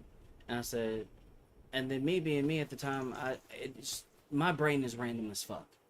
So I kind of just thought about, like, when I was like 9 or 10 years old. And I used to think that Mary Jane from Spider-Man was like one of the hottest women on earth. As a boy. Alright? I didn't say currently. I said as a boy, like when I was a kid. And I mentioned that. And I said I could see how, because at one point in time, I used to kind of like that too. So I can see why that would appeal. That's what I said. I didn't say I currently still did. And it turned into like a 2 or 3 day fucking fight going back and forth about this shit and then some other shit. And I had enough. And, like, be for real, dude. If I wanted to go out there and go bang a redhead, do you think I'd be with a fucking Latina with black hair? Come on now. Logic, there's no logic there. But at this point in time, like, I had just got out the fucking hospital.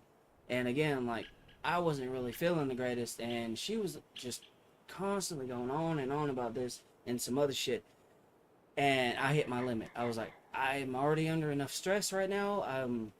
My life is kind of in shit right now. I'm trying to figure that out. Like, I don't feel good right now. And this right here is petty. It's fucking nonsense. I didn't say anywhere at any point that I had any intentions of going out and doing this, that, and yada, yada, yada. So here's what's gonna happen. You're gonna drop this shit. Or I'm gonna drop you like a bad habit. That's exactly what I said. Those were my words. I said, because at this point, I'm already under enough stress. And stress and lack of sleep is what's been causing me to have some of the seizures and shit that I've been having. And right now, you're not doing me any favors with that. You're arguing with me over some dumb shit. So you can either drop it, shut it, or I'm gonna drop you like a bad habit. Essentially is what I said. I guess she thought I was playing. I said, I'll check back in around this time tomorrow. If you haven't made your decision by then, I'm cutting the cord. Because I'm done. You either drop it or that's it. And then I just sent the message and I turned off my phone. I went back into work. And around lunchtime, I checked back. She hadn't said nothing. It said that she had read the message or whatever and didn't reply. So I was like, okay, you have nothing to say. You don't want to drop it. You just kind of not saying it. Okay, well, I told you you had till then to decide what you was gonna do going forward, or this was gonna be the consequences. So I stuck to my word. I cut the cord. I didn't cheat on her. I cut the cord before I started messing around with this. Which the irony, the irony, that girl I told you about that I met in the bar is a redhead. So I could have. I very well could have, but I didn't want to at the time. I could have. It's the point that I had the temptation right there, and here I am, after going through all the fucking hell that I went through, still trying to fucking make this shit work, and you still think I want to go do it. So if you're going to keep on accusing me of doing it, fuck it, I might as well go do it. Because I'll be damned if I'm going to get accused of trying to do something, and I ain't doing it, and it's going to drag out and be a thing where every time we have a fight, it's going to get brought up. It's not happening. I ain't doing it. Once it's dropped, it's done. It don't need to be brought back up again. But she kept on doing that shit, and then I was like, okay, once I got the cord, I was back up in her area again, and I still had her unblocked or whatever on social media at the time, but she was fucking going off. And when I met up with her or whatever, I told her about what had happened. I showed her some of the messages, and she was like, oh, I got an idea. This girl was crazy as hell, bro. The redhead. She was like, lie back and relax. Open up Instagram and get ready to record. She unzips my pants and starts doing the thing. And then right when I start counting down 3, 2, 1, I hit record. And then she, goes all the way down, comes back up, lets me go with a pop, and I'm sitting there like stroking my shit and looks up at the camera and is like, this could be you, but you're fucking stupid. And then I hit send. Bro, she got so mad she started speaking like, I think it was Spanish, I don't know. But she was hollering. Like just voice message after voice message of her speaking a language I couldn't understand. Me and her were sitting there drinking whiskey, just laughing our asses off. Cause it was like, you thought it was funny. Then whenever you realized I wasn't playing around, you was like, oh, I was just kidding. Oh, so you're basically sitting here saying, oh, go cheat on me, ha ha ha ha ha. Okay. You think it's funny? We're gonna see. Or go do this. It was a joke, I was kidding. Nah, it's too late for that. Nope, it's too late for that. This is why you shouldn't play stupid games. Because you play games with the wrong motherfucker and they're gonna Uno reverse it on you and you're gonna feel like a dumbass. She played stupid games and won stupid prizes. And she was upset about it. But that was on her. I told you, like, I wasn't in the mood or in the shape to argue or fight with you about this dumbass shit. And I didn't want to keep going on like this. And I wanted to try to, make things work. But if this is the way things are going to be, I don't want no part in it, is essentially what I said. Like, I don't have the energy to fight and argue with you right now.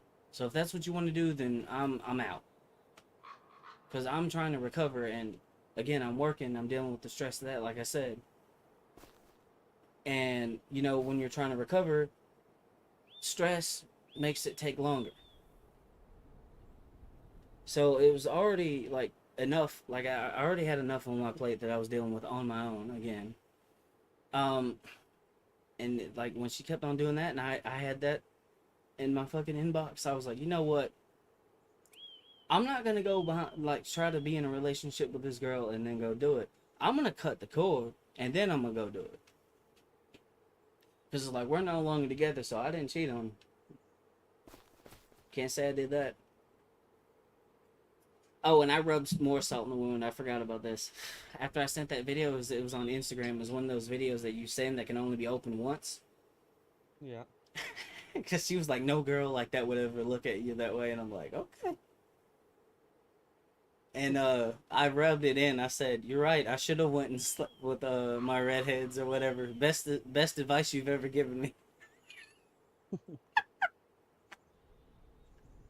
Hey, she wanted to play the crazy toxic game, and I listen. I I don't take no like pride in being that way at all. But I'm telling you, if you keep on doing shit like that to me, eventually what's gonna happen is I'm gonna fucking like Uno reverse that shit. Cause I mean, think about it, man. As a man, like man to man, would you want to wake up every morning or every time you get into a fight, like the girl, like the girl you're with or whatever, constantly thinks that you're like doing something you're not? Just imagine how exhausting that would be dealing with that. Oh yeah. I don't want to fucking deal with that shit, man. Like, and then me trying to like constantly explaining over and over exactly what I meant, why I said what I said, and what my intentions were behind it, and then her still just reverting back to it. It's like you wasn't looking for like any kind of like conflict resolution. You just wanted to fight. Yeah. And once I realized there was no reasoning with it, I was like, okay, so I'll speak your language. And now I ain't got to deal with none of that. I don't. I go up the where she's at from time to time. We go have a little bit of fun. I go back home. And the only time she ever messages me is whenever she wants to play. And she can take care of herself. That girl, look, she lives up in what was it? St. Louis. Mm-hmm. So not that far from me. But she's from San Antonio, Texas. This girl Mm-hmm. has a 357 Magnum. She's licensed to carry, by the way. She has this CC permit. But usually, whenever she's walking around in her casual clothes, she has like a little thing that wraps around her leg that has like fucking 8 or 10 like throwing knives. She constantly carries like mace, pepper spray, like bear mace, a fucking taser, and then like I think she carries a knife somewhere hidden somewhere. I don't know where the fuck she fucking hides it. She Between her constantly legs. somewhere around there. She don't hide it in there, but I think. Fuck, where did I see that damn thing? I don't know. She moves that fucking thing around a lot. Sometimes she'll have it in a sling over this, like this, on a fucking belt around her fucking waist, tucked in somewhere where it can't be seen. Yeah, I feel sorry for the guy that tries her. That's all I'm saying. And literally, when I went to fucking see her, like apparently her family like has some kind of like Viking-esque heritage or Isn't whatever. this the one that tried to kill you? Yep. Before we did the Damn. thing. Jesus. Yep. And then you grabbed her between the legs and said, "This is mine." She said if you were able to basically take me down, then I'll do whatever you want and dead or whatever. And I'm like, huh? Then she pulls out a fucking knife, like from like I think this area, tries to fucking stab me. I step aside, I grab the fucking blade, and it's like right there on my fucking eye. I grab it, fucking grab her wrist, her elbow, twist around, basically holding her arm like this behind her back, push her down on the couch, and then drag her down to the floor. I get the knife out of her hand, and then I basically grab my hand between her legs, and I said, I guess this is mine now. That was the rules. That's the rule she made up. Like she didn't give me no time to react too. Like before she pulled out the freaking. There's one thing I did forget that. Before she pulled out the fucking blade, she hit me really hard in the forehead. She had like some rings or whatever on. They weren't like a wedding ring or anything like that, but they had like some kind of stone on it, and that fucking hurt. Like I don't think I've ever had a girl hit me that hard and then me get dazed for like half a second and then come back and then oh shit. She was definitely trained in some kind of combat, and I don't know how the fuck I got out of that one alive. But I ain't worried about it. I traded one crazy bitch for another, but at least this one ain't trying to kill me anymore and doesn't really question anything that I got going on, and we kind of meet up and have fun, and that's it. I went from dealing with someone who was constantly driving me crazy to someone that reduces my stress. Oh yeah. I mean, I almost got stabbed in the process, but it all worked out in the end. Yeah. But yeah, apparently, like I said, Vikings, I think they have something with like combat rituals before you mate with somebody. That's why that happened. And I'm like, huh? Thunk! I'm like, oh shit. Dude, she reacted so damn fast. Like, luckily, like, my adrenaline was kind of up a little bit at the time. I think that night, I had slept really good and I had a bunch of, like, fucking Red Bull in me, so I was, like, amped up, ready to fucking party. Oh yeah. And when that happened, my reaction time was, like, spot on. Like, I have never felt that much adrenaline in my entire life, bro. Oh, yeah, so February, we just got this planted. Okay, February, I think I said September earlier. Yep. Alright, I'll go ahead and skip time. But yeah, that's the same girl that tried to kill me. Well, I look at it like this. I would have rather have died that way than died due to freaking stress. That's all I'm saying. At least I died fighting. That's the way I would have looked at it. Oh yeah. But yeah, I don't got to deal with none of that shit no more. And I know that if she's out there on her own, I ain't got to worry about her. Because unless you can react that fast, or you have any kind of combat skills, good luck. If you even get close enough.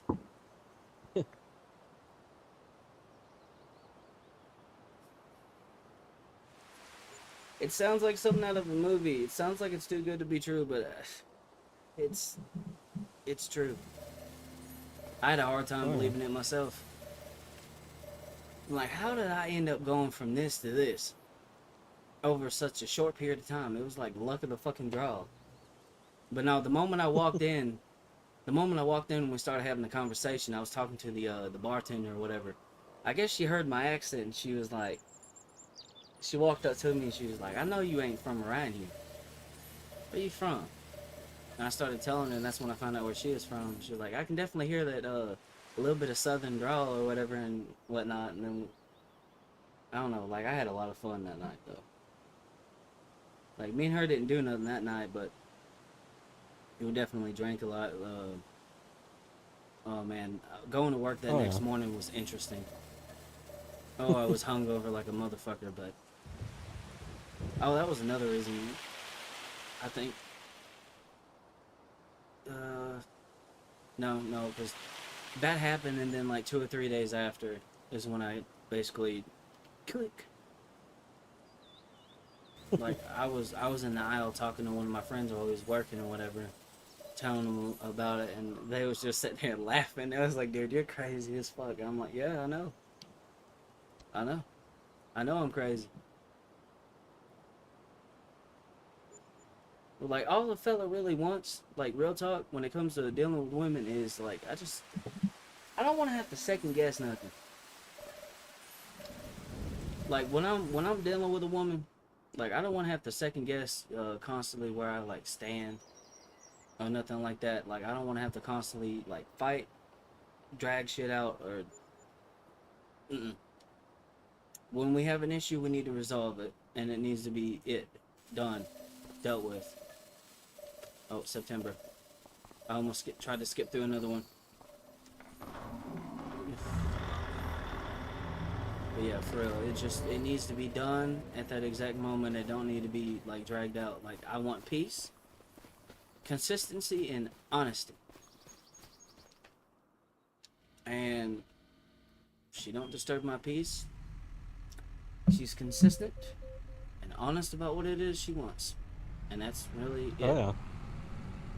That's really all I wanted. Like, I would have rather have, been in a different situation where I would, have someone that I can come home to, this, that, and yada, yada, yada. But unfortunately, I didn't have any luck in that area in my life. So,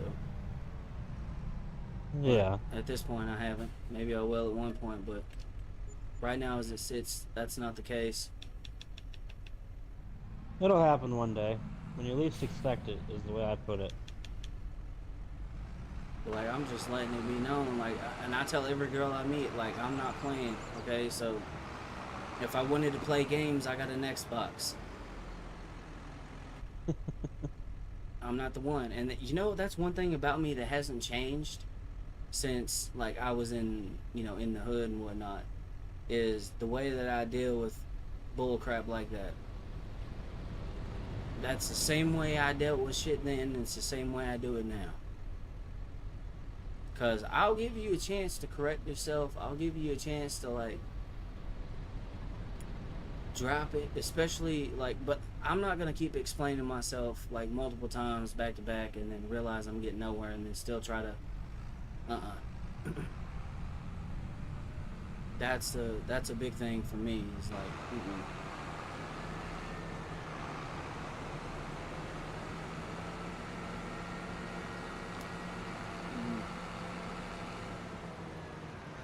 I don't know. You ask most men what kind of situation they'd rather be in, and I guarantee you they would choose my situation.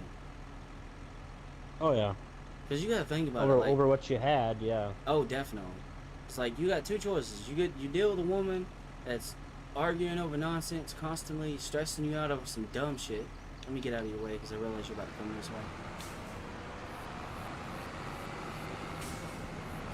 I'll let you get a few passes on it and I'll go. But, like, you deal with a woman that's, like, wanting to argue and fight with you over nonsense. Or you deal with someone that just wants you to come over so they can drain your nuts. Mm-hmm. Which one sounds better? Just saying. Not even a fucking question. Like, logically thinking, I'm gonna deal with someone who doesn't want to stress me out, doesn't want to drive me up the fucking wall, doesn't want to argue about dumb shit, doesn't really care too much what I got going on, as long as I ain't doing anything that's gonna cause any harm to her or, like, bringing any diseases back. She don't care. Mm-hmm. She really does not care. Because she already knows, like, what kind of man I am. I already know how she is. She done said that she don't really want to be, like, locked down because she's focused on her, career, this, that, and yada, yada, yada. She's working a lot. She don't have time for all that. So, like, cool with me? Yeah. Maybe one day down the line, she will decide she wants to settle down, and maybe you'll be there with her. Maybe. You never know. I don't know, but I ain't got no hope for that. I don't know. She doesn't sound like anybody that's gonna calm the fuck down anytime fucking soon. I'll tell you that. No, definitely not. But, like, I have more faith you'll find somebody else before she does that. yep, that's kind of where I'm at with that one. I'm thinking more realistically, I'll find somebody else that'll, like, settle down. Yeah. The only reason I'm even keeping this going is because I ain't got nobody else, like, on that type of time. Like, if I had somebody that was wanting to be in a relationship with me, and, like, would be not necessarily like that, but the aspect of not stressing me the fuck out. Like, when we have a problem, we're able to, like, solve it and get past it, this, that, yada, yada, yada, and maybe compromise here or there, and just work through issues. I would cut all that off in a heartbeat. Oh yeah. But I don't have that, so. Nope. honestly never really have. So, and I I will definitely. tell you though, about the time that you start thinking to yourself, it's never gonna fucking happen. Like, I'm never gonna have anybody. Is when it will happen. I've been there for. 100%. I've been there for quite some time. And now, as it sits, I got a girl in STL, I got a girl in Little Rock, and I got a girl in Tulsa. Oh yeah. I was See, tempted. so, I mean, I was tempted to get a girl in Minnesota when I was up there. fucking should have. I was like, nah. To get some of that Eskimo pussy, you know what I mean? Yeah, let them feel some of that southern heat. Hell yeah. Oh no, there was definitely some good looking girls there for sure. Like I could have, but I was like, I just wasn't really in the mood when I was there. That's the thing. Like when I go and I go out to certain places or I go to like mingle, I gotta be in the mood. Yeah. Like I wasn't in the mood to go out and mingle and do this, that, and yada yada yada, so I didn't.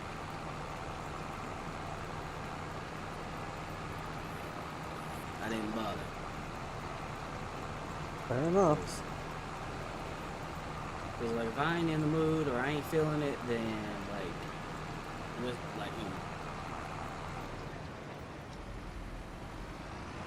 I ain't doing it.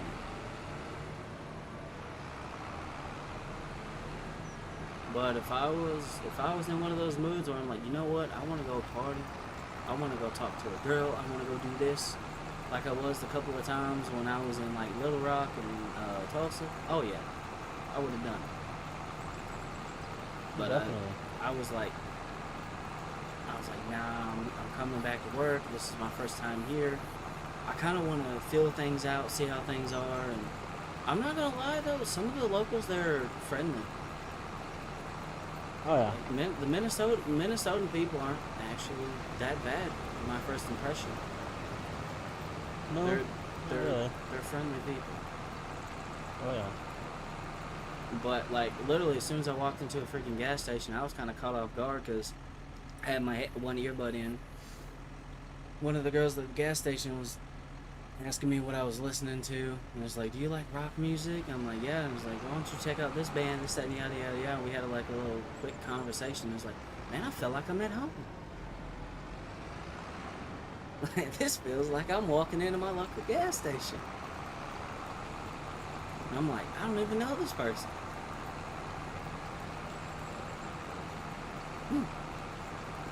Interesting. But yeah, that was my first impression of meeting people in Minnesota, and also the people that I worked with in the stores that I was working at. Like they were super helpful. Whenever I had an issue with something, they came and helped. Or if not, I took some stickies and I left a little X or whatever on it to let it be known I had an issue with it, and no one was able to get to it in time. But I don't have any complaints or anything bad to say about the people in Minnesota. And I was in Minneapolis. And, with all that crap that was going on up there recently, you would think that there would be some crazy shit. No. No. Not as it sits. Considering that Minneapolis is considered the second worst state in Minnesota as far as crime and just issues go, you'd figure. I know it kind of felt like I was like in any other city I went to. I mean, obviously you don't leave your stuff unattended. I'm not doing that. No. I'm not stupid. I wouldn't do that in a small town either. No. But as far as talking to some of the locals and the people in Minnesota, I have nothing bad to say about them. They seemed like they were relatively easy to talk to. Oh yeah. Most of them are, yeah. Then there was a friend of mine that was on the road with us. He was like, "You need to be careful." And he's super Republican or whatever. Which I mean, I'm not saying that to bash him or say anything bad about him. But he was like, this is the area where there's all the libtards and stuff. I'm like, come on, man. Just get out there and talk to people, and you'll see that some of these people here, or at least a good chunk of people you'll run into, are actually decent people. You can't judge everyone here in a certain area based off of what you're seeing online. Like, go talk to the people. Go talk to some of the locals. Trust me. And he did, and he come back to me, and he was like, I see what you mean. I'm like, exactly. And I say, I wouldn't assume everyone is like that, but you got to give people the benefit of the doubt until they give you a reason not to. Oh, yeah. It's like, I'm not going to look at someone and then automatically assume something about their fucking character. Or just because they're from here and this or whatever is happening, wherever, that they must be. No! That's not how we get things done, man. That's how we fucking start fights. Yeah.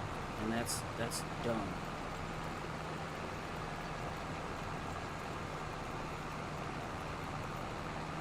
Like, I don't know. Some people just... If you're chronically online, it will warp your brain, and it will change the perception of the people that, you encounter. It will. Like, if you look at, one thing through a lens that is presented, and if you pay enough attention to, both sides of the aisle, you'll see that both of them do the same thing. And that's why I try to get him to see. It's like, you can be loyal to whatever you want to be loyal to for whatever reason, but, like, not everybody who's associated with this, particular group or whatever is like that. Like, just because you vote red or blue doesn't mean you're anti-this or anti-that or pro-this or pro-that. Like, there's some people that vote one way because there's one box that this candidate checks off that is very important to them. Yeah. But that's how my aunt and my uncle are, the reason why they vote the way they do. Oh, yeah. I always find that pretty much every candidate out there will cover something that's important to me. For the most part, not every time. There's been a few that just are complete shit, and they never win because they're complete idiots, and nobody likes their fucking ideas. But I always look for who has, in a way, who checks the most of them. You know what I mean? I'm not predominantly anything. I am who the fuck do I like? I listen to them talk and I go, man, I don't like you. You don't make any fucking sense to me. Like, what the fuck? What? Or most time it's, okay, I kind of like that. Check them off for that. Check them off for this. I'm like, okay, well, this guy had 3 things that I care about that he covered. This guy had 2. I guess guy with 3 wins, I guess. Yep. Or some of them that'll sit there and say, I'm gonna do this, I'm gonna do that, I'm gonna do this, I'm gonna do that, and I'm sitting there going, hey, you checked every fucking box, but, like, that's not possible. No, it's shit. not. Exactly. Like, but then again, there also might be someone who, like, might check, like, like I said, one particular box that someone might care about more than anything else that anyone else is talking about. yeah. I've met people like that. I'm like, what? They told me who they voted for. I'm like, I'm curious as to why. And it's like, I've heard some people say they voted one way because being, pro-choice is something that's, like, very important to them. Like, and then some who voted, the other way because low tax and, low regulation is something that's important to them. Yeah. It's never been, like, I don't think I've met a single person that has, voted one way or the other based off of they check all these boxes or I agree with everything that they're doing 100%. Yeah, no. I don't think I've ever met somebody like that. And that's why when I was having that conversation with my friend when he was in Minneapolis, I was like, dude, take the blindfold off or the lens that you're looking through. Turn off the freaking internet and just get out there and meet me. Trust That's me. really the only way to truly see what everybody's about. Like, you can't use the internet to tell you what everybody in that fucking state is like. No, because or even what most of them are. the internet can lie to you. Yeah. If you look at my Facebook pictures and What's things up, that I've Dreamer? posted places and stuff like that, you're gonna get a completely different image of me if you just base it off of what I've posted over Mm-hmm. the years than what you have of me right now by literally sitting here talking to me for hours and kind of in a way getting an idea of how I think about things. Mm-hmm. You know, you understand me more than you ever could, like just looking at an internet profile picture and like anything I posted online. Mm-hmm. There's a lot of things I don't post online that I believe in because I don't want to deal with people that are going to cause fucking problems because of it. Which I Mm-hmm. think is stupid that I have to actually worried about that. But hey, that's just who I am, and you know, it is what it is. Yep. And obviously, I know that there's everybody has their own opinion. You know what I mean? Mm-hmm. And I'm not saying that they don't have the right to hate Trump or like Trump or whatever the fuck it is, or any other fucking thing I could possibly talk about. You know, they are more than enough right to have their opinion on everything. Mm-hmm. But I don't need every motherfucker on planet Earth in my damn comments yelling at me because they don't agree with me. Like, I have my opinion just like they have theirs. Mm-hmm. To avoid conflict, I just don't Yep. post any of that. So you would get this. He ain't political at all, because I've like never posted anything political on there. But I am very much into politics in a way. Mm-hmm. I do very much care about the presidents that we have and everything like that, and the issues that are going on in the United States. But you wouldn't get that vibe based off from what you see online Mm-hmm. at all. You know? Mm-hmm. And that's what the internet does when you look up, well, what state has the most Democrats? It's just gonna go through who voted what. That's all it's gonna do. The option is going to be California. Yeah. They're not gonna look at it as, well, why? Why did that person vote for the Democrat this year? Mm-hmm. They don't tell you that that person has voted like Democrat 3 years in a row and then Republican twice and then back and forth, and they've never voted the same all the damn time. It's not going to tell you that. I'm sure maybe some of us could, but I don't really think it would though. You know, like, I don't know. Yeah. Yeah, that's why I don't only listen to like one party. I listen to everyone. I listen to what everyone on every side of the aisle is saying, Yep. because that is the only way you can get a full idea as to what's going on. Yep.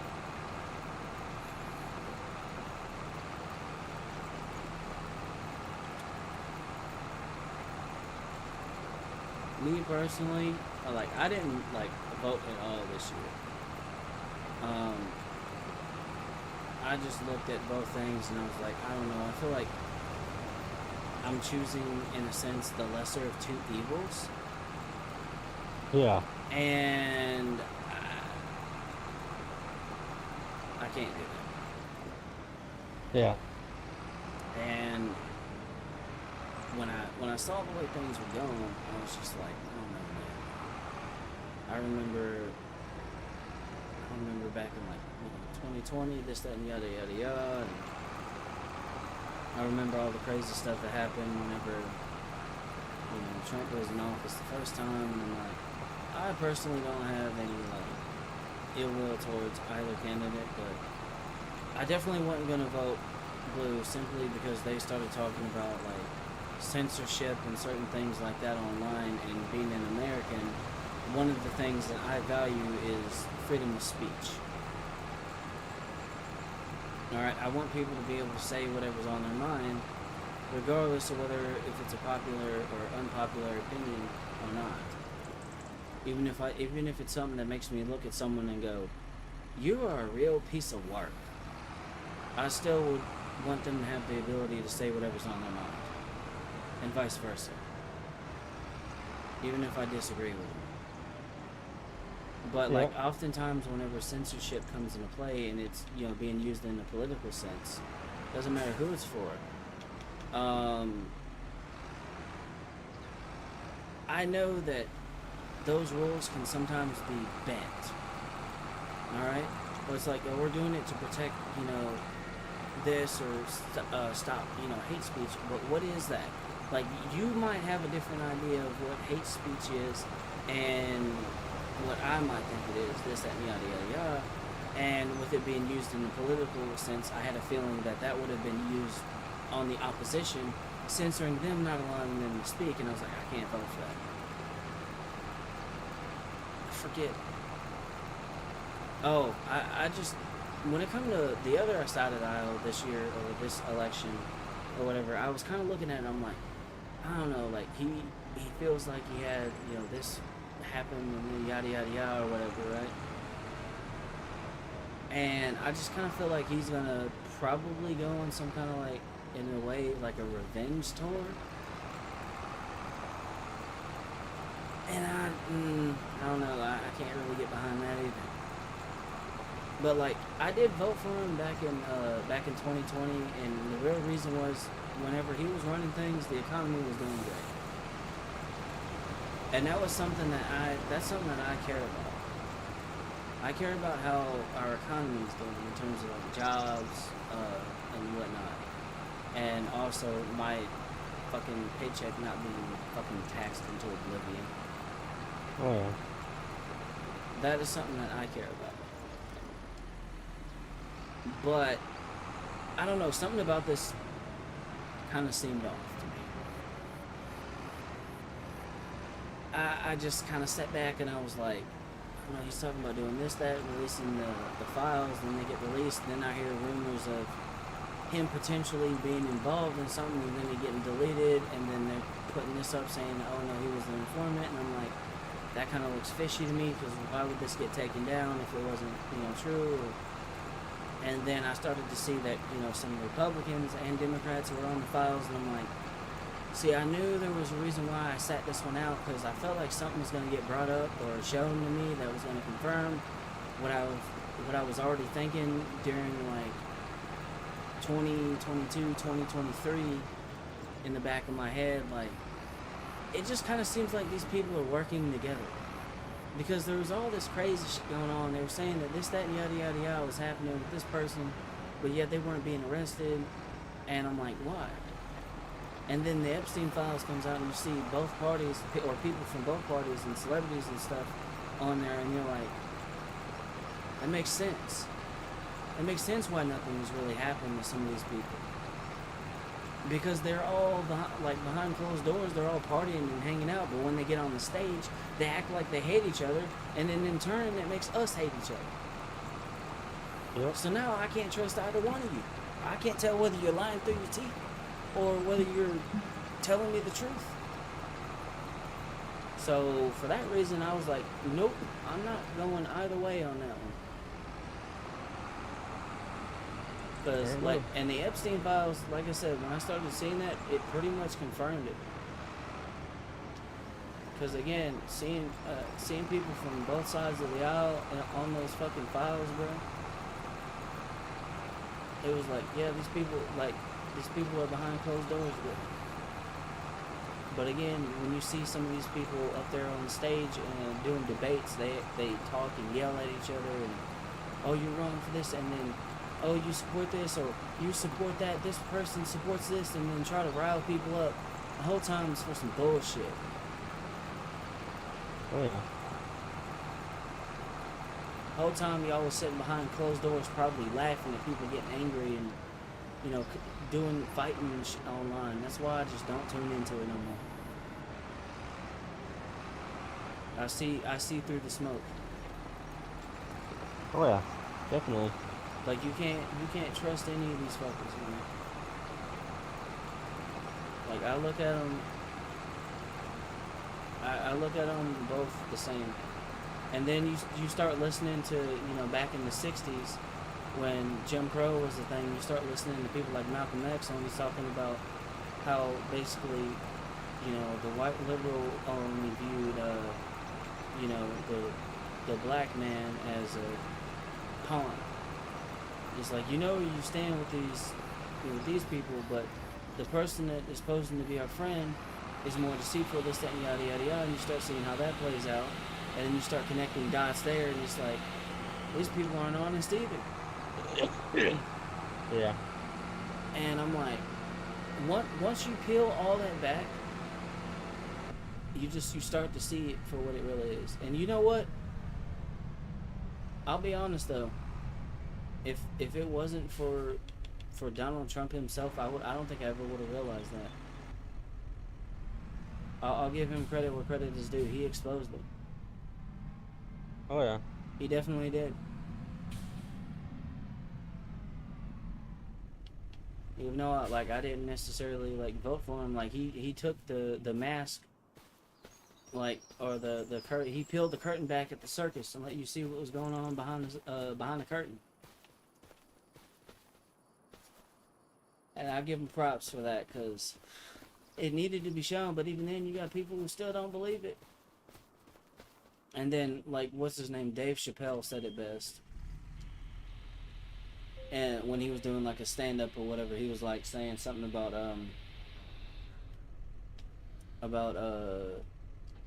Trump being what he would call an honest liar. You remember when he was having that debate with Hillary, and Yeah. it was it's like the system is rigged, and then Hillary was like, how do you know the system is rigged? And he's like, I know the system is rigged because I use it. Oh yeah. And then they was like, oh, he doesn't pay his taxes. And it's like, I use the tax code or whatever that y'all put in the legislation. And if it's such a problem, then why don't you change the tax code? But I know you won't, because your donors use it. So when I heard that, I was like, So that's why that's like that. And then you start seeing all these people who once loved him starting to come out and hate him and all this crap. And I'm just like, I don't agree with everything that man does, but I just found it kind of odd that some of the people I think he was even on Oprah, The View at some point in time, and I think literally everyone loved him. Oh yeah. And then now all of a sudden, everyone hates him. It's because I think he was part of their little club in some way. And then he probably stopped playing by their rules, and that's why they hate him. No, probably. But then again, they fucked up. I said this to one of my friends who was a Democrat, like a diehard, what people would consider to be a liberal or a quote unquote libtard or whatever. I said, Yeah. you know where the Democrats fucked up with Donald Trump? They made a martyr out of him. He's like, what do you mean? I said, let me explain this to you. You ever heard the saying, if you come for the king, you better not miss?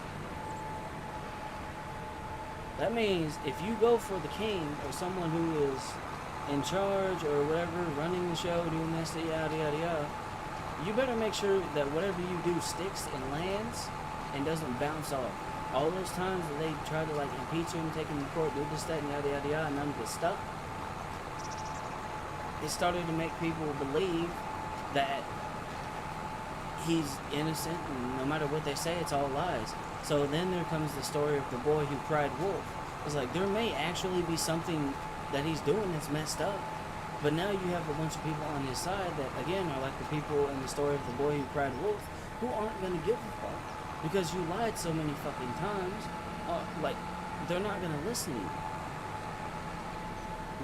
They're going to be like, why should I listen to you? Why should I trust you if you done said this, that, and yada, yada, yada, and nothing happened with it, it looks like you were lying. Or whatever you had wasn't solid enough to stick. So nothing could be done about it. So it looks like you're full of shit. And there's people who are on his side that are now starting to become radicalized because of that. Yeah. And then the assassination attempts that failed. Again, you made a martyr out of a man by constantly trying to take him down and failing. So, like, you don't understand why people are so, like, loyal to him or like him. When you take a step back and you look at everything objectively and not through, like, a one-party or, like, one-sided lens, and you start to just kind of look at everything how it is, it makes sense.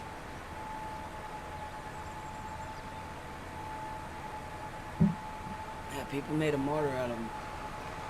Now, like I said, now there's going to be people that are like, what if that thing that got posted and took down about him supposedly being involved in some of the stuff on the island is true?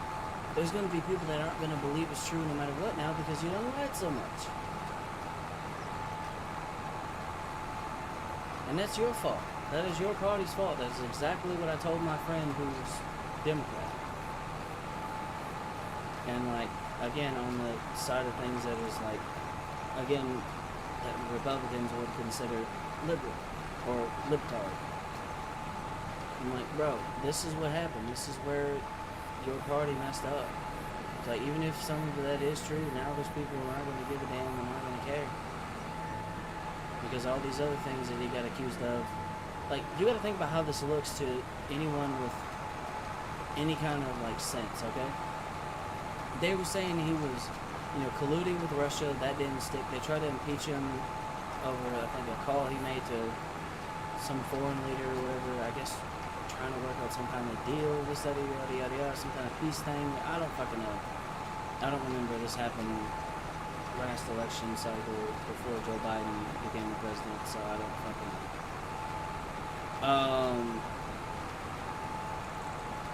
What else? I don't forgot half the fucking shit. But the only thing they got him on was falsifying business documents that he gave to a porn star for hush money to not talk about them sleeping together. That's it. But I thought you said that he was doing this or gonna do that. And another thing that kind of made me realize that there was some other crap going on. Think about, like, I remember, like, some of the people I was around at the time, right?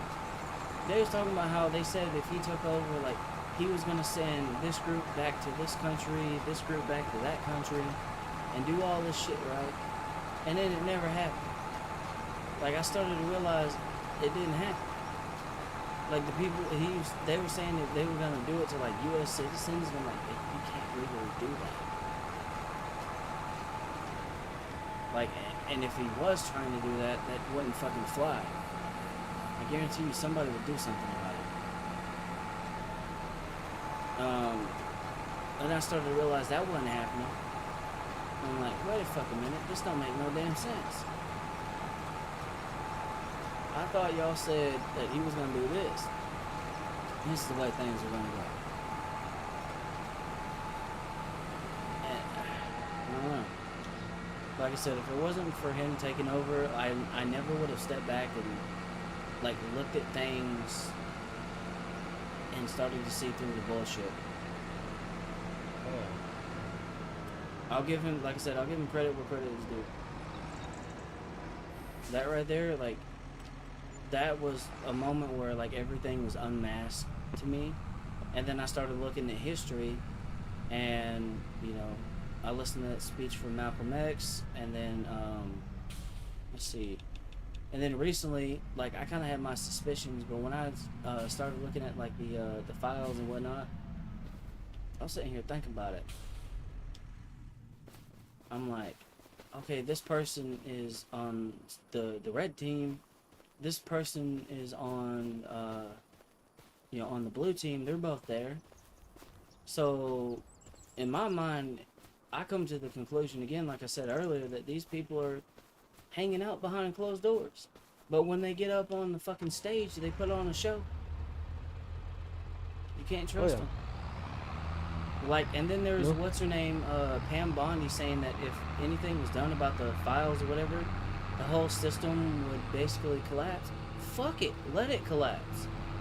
Because if you're telling me that we have to keep freaking pedos or people who are doing stuff like that in office to keep our country running, then maybe it deserves to fucking collapse. Maybe it should be, should collapse and other people should take over.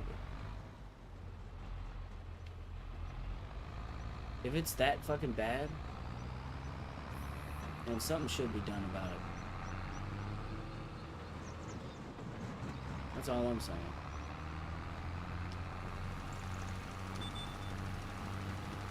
But then again, not everyone thinks like me. But, all this political theater is why people are divided. And I remember a long time ago when I was kind of starting to, lean on the right side of the aisle. A friend of mine set me down one time and told me, he's like, I know you might, support this person, but they're kind of, in a way, a piece of the puzzle as to why some of this division and stuff is going on, and it didn't make sense to me until recently. It didn't. It does now. But again, there will always be people on either side that will be loyal, like, to the bitter end, to whatever party they're affiliated with, just for the simple fact that that is their party.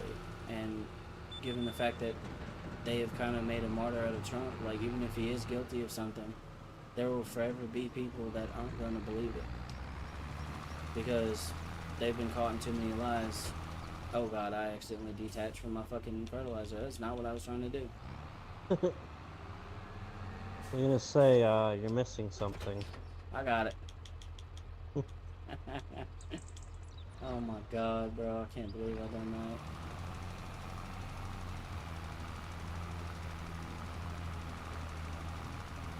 Ugh, but no, for real, dude. It's, again, like I said earlier, it goes back to the boy who cried wolf. Like, what if any of that is true? Again, there's going to be people who aren't on his, side of the aisle that aren't going to believe you.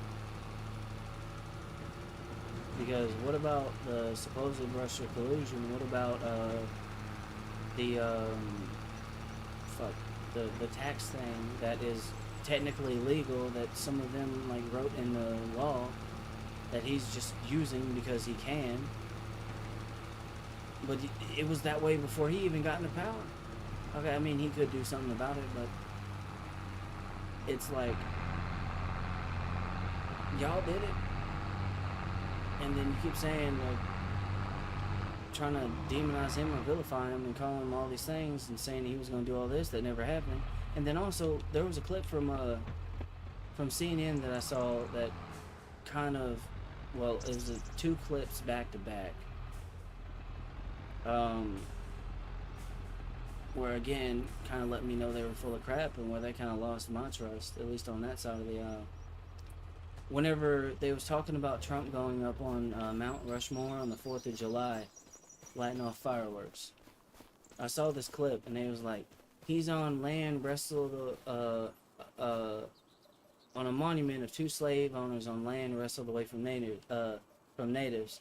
But then Bernie Sanders goes and does it, and then they're like a monument of 4 great presidents. So I'm like, which one is it? Why the narrative flip now?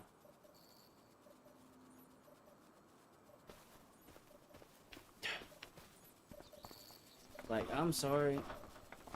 Being dishonest and lying or flipping the script just because a certain political person is in charge that you don't really like or they're not affiliated with your party is just fucking diabolical across the board.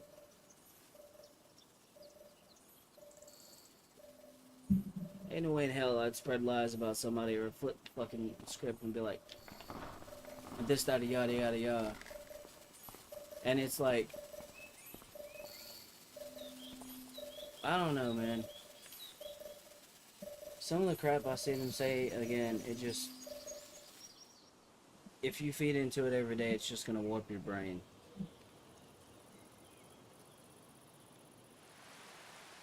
It'll straight up warp your mind and have you looking at people sideways, thinking that just because they vote one way that they're like this or that or whatever. And that's why I tell people to turn this shit off sometimes.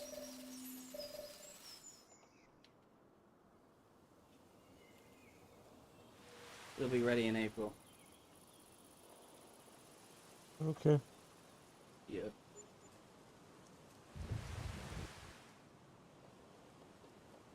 But no, the reason I stepped away from the modern political scene in general is just because of the simple fact that I feel like they just divide people. Everything they say is like, oh, this happened because of this person's fault, or this. Sometimes it might be true, but then again, it's like, okay, but what if it was because of these factors or whatever that happened before they took over? And what if that played a role in it? You just gonna blame them for that? Like, it wasn't their fault that this or that happened, or... And then there's the, oh, if you're on this side, then you're that, or if you're on this side, then you're that, and then people will start to view other people that way, and it's just, it's not doing us any favors. So I chose to basically, I think the next time I do, if I do vote again, I think I'm going to register as an independent voter. I'm not voting for red or blue again. Nope.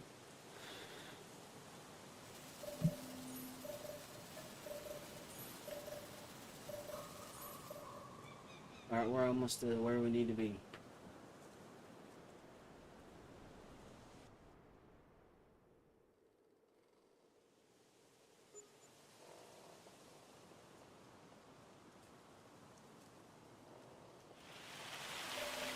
You still with me, cowboy? Yeah. Sound like you're getting sleepy, man. No. Just listening. Oh. But yeah, that's... Like I said, man, you take a step back and you look at things. Also, another thing that kind of, like, turned me off on Trump was, like, whenever... You remember when he was talking about that stuff that happened in Hill Country, and someone asked him about Epstein, right? They asked him about the Yeah. files, like, when is he going to release them? And then, like, I can understand him being like, we're not here to talk about that. We can discuss that another time. I don't have enough information on that right now at this moment to give to you, or I would. Yada, yada, yada. But he was like, oh my God, y'all are still talking about that creep? And I'm like, really? Like, basically, like, oh, y'all are still on that? That's your response? That's crazy. I gotta run to the bathroom really quick. Alright, man. Yeah, I do too. The field is the field ready yet? Yeah, it is. Okay, so I don't have to skip or anything. So Nope. if you got back before me, then you could Okay. actually go harvest then. Alright. I'm probably gonna get back before you because I just gotta go walk this way and... Yeah. Alright. Yeah, that's enough talking about that shit.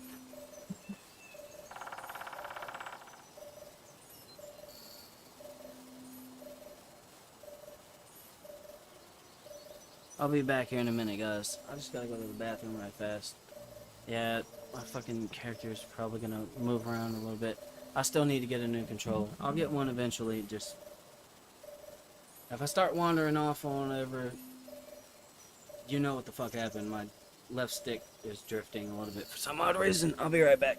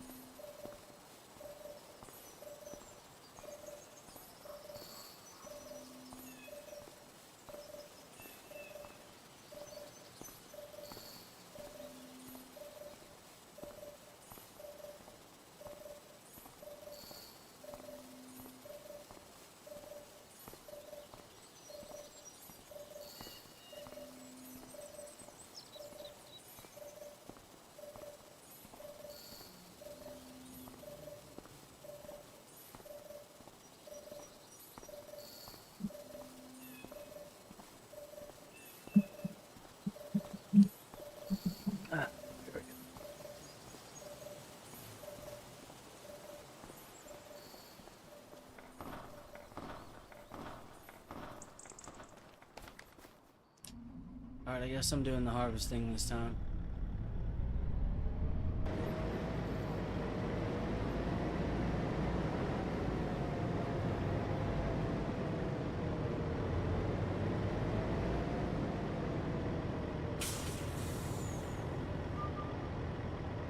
April, hold up. April, May, June, July, August, September, October, November. Oh, it'll be ready. It'll be ready. So we'll have 3 harvesting before it's time to sell again. Nice.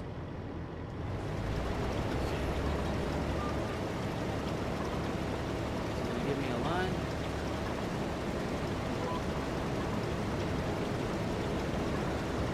Take this line.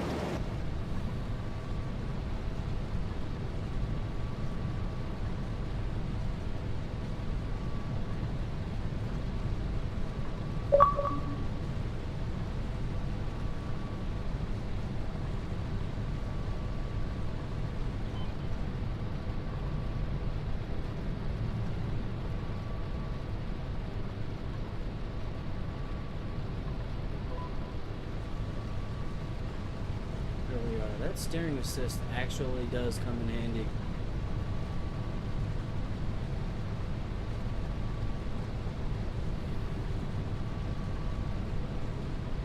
Especially when you're doing something like this.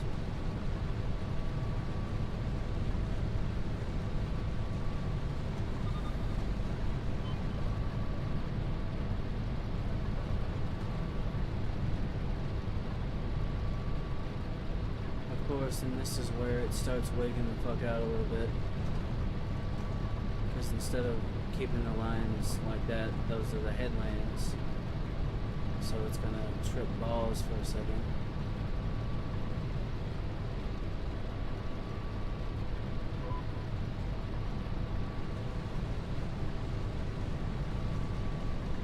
Alright, I'm gonna smooth out this edge right here. Then I guess I'm gonna hop around to the other side, smooth that out. We'll go from there.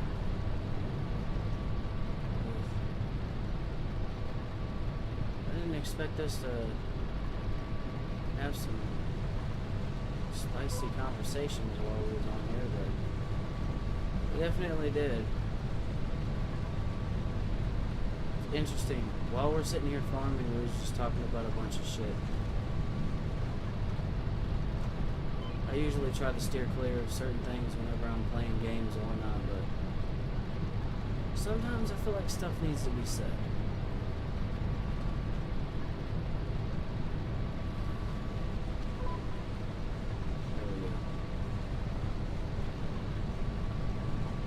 I mean, so far we've made a pretty good amount of money off this. I think the last time we sold, we had like 3 harvests in. We made bank. Like, yeah, I know I don't have access to this land. I'm not trying to harvest in this land. I'm trying to turn around. There we go. I'm glad I can activate the line before I get in the field. That's a nice feature. When you're using a piece of equipment like this, it's really good to have this. I don't usually use the auto steer assist, but for this, it's nice.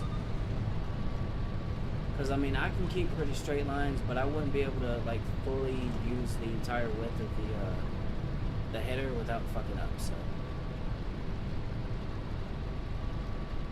there we go. Activate the line. There we go.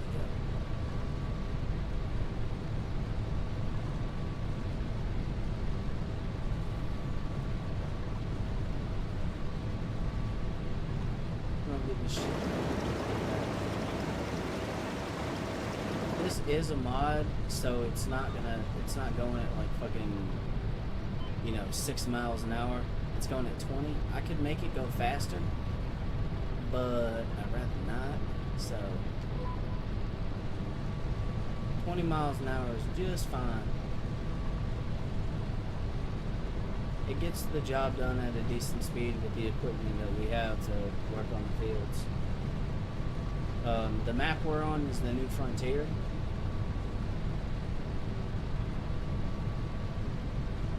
pretty big map, but there's not a whole lot of fields and contracts and stuff here, so you kind of have to create your own fields and whatnot, which is why we have that red tractor over there with the plow hooked up to it. We had to manually make this field. It yields over 200,000 liters of sugar beets per harvest. Pretty fucking good. Usually around 250 some thousand liters.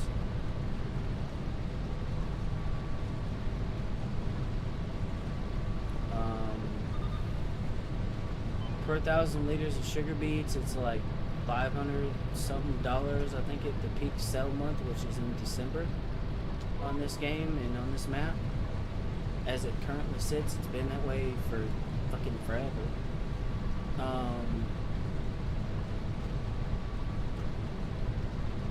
Let's see. What was I gonna say? Man, I done lost my train of thought. Last time we had like half of the field that we have now, and we sold 3 harvests, but 2 were on this size of the field.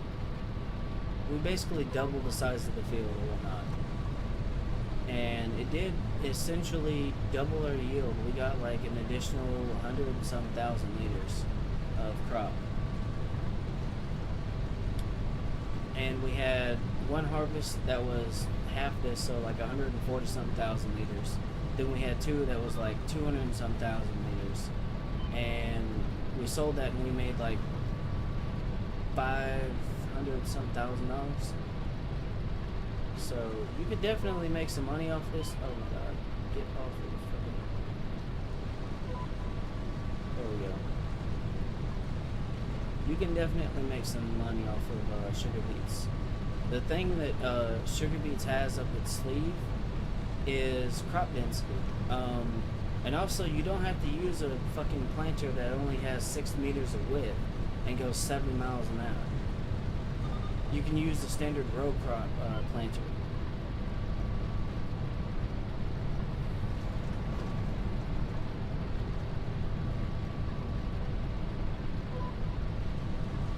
But, let's see, what other... I think you can do parsnips and stuff with that one too. I'm not 100% sure on that. I think you can plant parsnips with the planters we have. And I believe this thing will also harvest it. But the mod is the, for this harvester is the Lizard Colossus pack.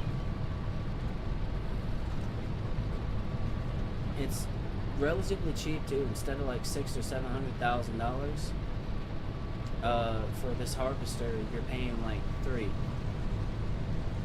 and then like I think 20 grand or so for the head. So think about it. Think about it. You pay, instead of $600,000 or $700,000, you're paying $300 and some thousand for a useful piece of equipment that has 5 million liters of capacity, by the way. The reason you need that is because, well, crop density. Crop density with sugar beets is a lot, so you definitely don't want to run out of capacity. Like, with the amount of crop I have in my machine right now, I would have already had to have dumped the base game one out like 3 times. And to me, that's just annoying. So with this one, you can pretty much harvest your entire field without stopping. Doesn't cost as much, and you can make this thing go really fucking fast, actually. It has an option to get like 3,500 horsepower as well. This one has 800, and it only goes to 20 because that's what I set the header to. But I think you can set it up to like 80 or 90, and it'll fucking zoom across the field. But 20 is fast enough.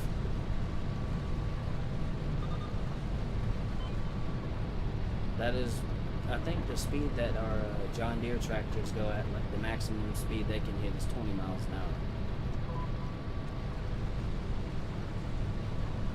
Already got half the field done. We're at like 120 some thousand liters. Our next sale will be in December, so we'll have one more harvest ready in November. then we'll get that done. And then from that point forward, we just kind of go from there. We'll find out how much money you can actually make with getting multiple rounds of like 200 and something plus 1,000 liters of crop. So if it's 250 some thousand liters times 3, 246, it's gonna be like probably 750 some thousand liters that we'll have to sell. Also, pro tip with this thing, it can double as a like a mobile silo because it has such a large capacity. And also, you can use it as your kind of like how you would have a grain trailer for a harvester. You can do that with this. This thing is pretty much like a trailer to haul your crops as well. So it's a 2-in-1 tool essentially. It'll harvest the crops, and it'll also allow you to load crop into it out of a silo.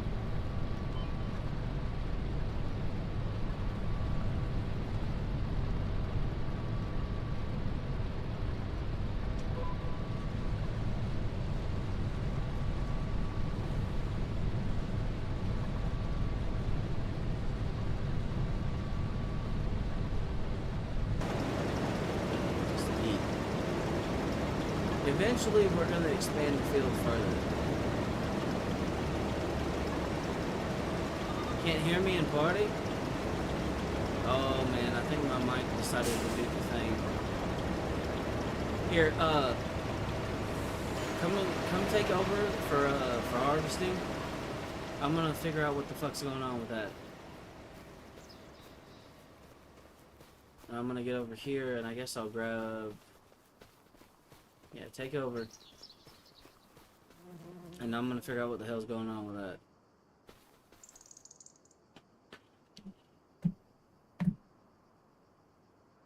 Figure out why my fucking party audio is tweaking out so hard. It always fucking does that shit.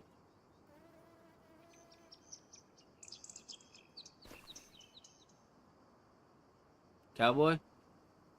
Oh, there you go. Yeah, I just did a little trick where I went into the audio settings and I changed the audio devices and then switched it back.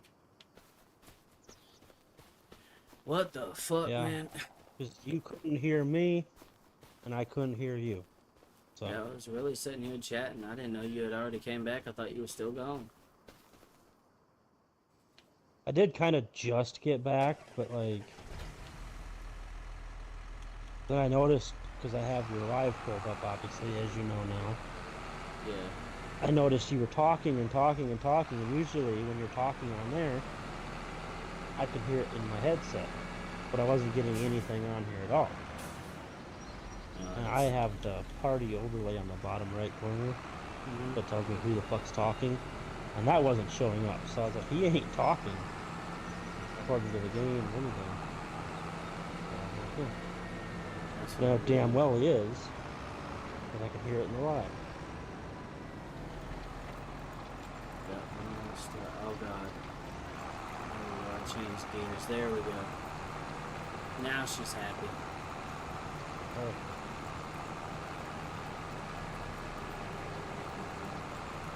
You know what? I got an idea. Let me set this down over here. This is not bad. This is not bad decision. But I think I know what I'm gonna do. Okay.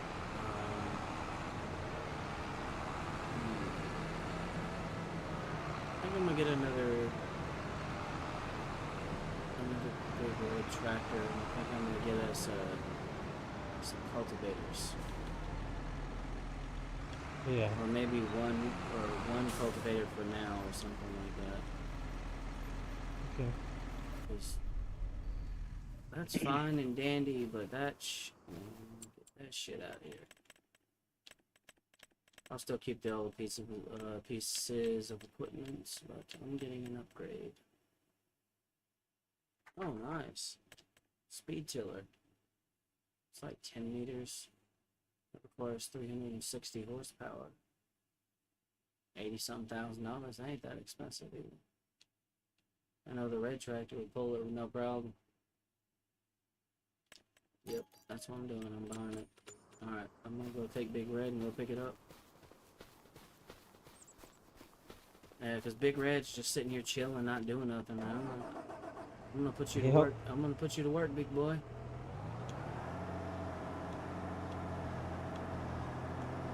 We got this fucking giant ass machine over here that's literally doing nothing. Can't have that.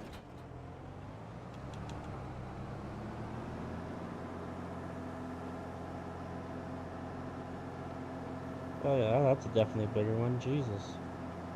Yeah, 10 meters of width instead of 6. God damn. Yeah, 360 horses required to pull it, and as you know, this one has like 620. This thing is an absolute unit. Absolute beast mode, bro. Oh yeah. I hate how many fucking gears this thing has, though. I wish that the gear set was a little bit simpler, kind of like the other tractors. That would be nice, but...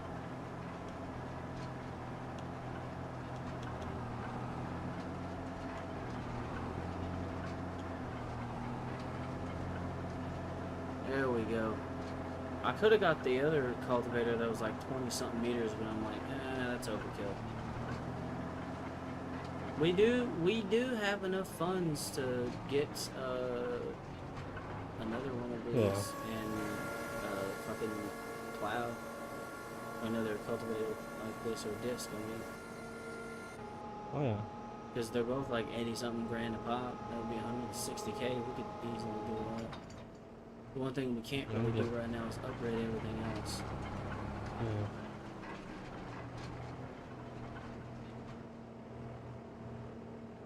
God fucking damn it. I forgot I was in fucking manual mode.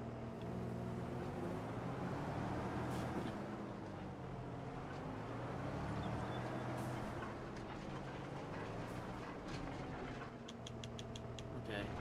I know we don't have access to this land. I'm not trying to access your fucking land, you retard.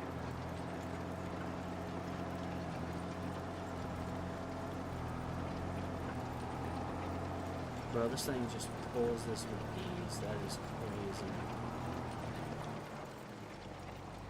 I need to zoom out a little bit so I can, there we go, I can see where it's going, where we're going now.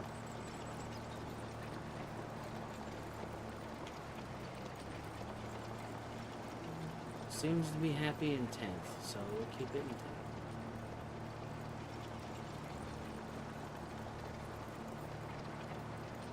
He's pulling.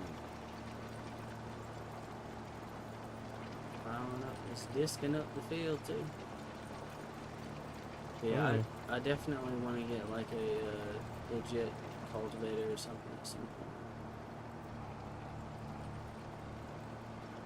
Because I mean, the discs, they work good, but like, if we decide that we're gonna get,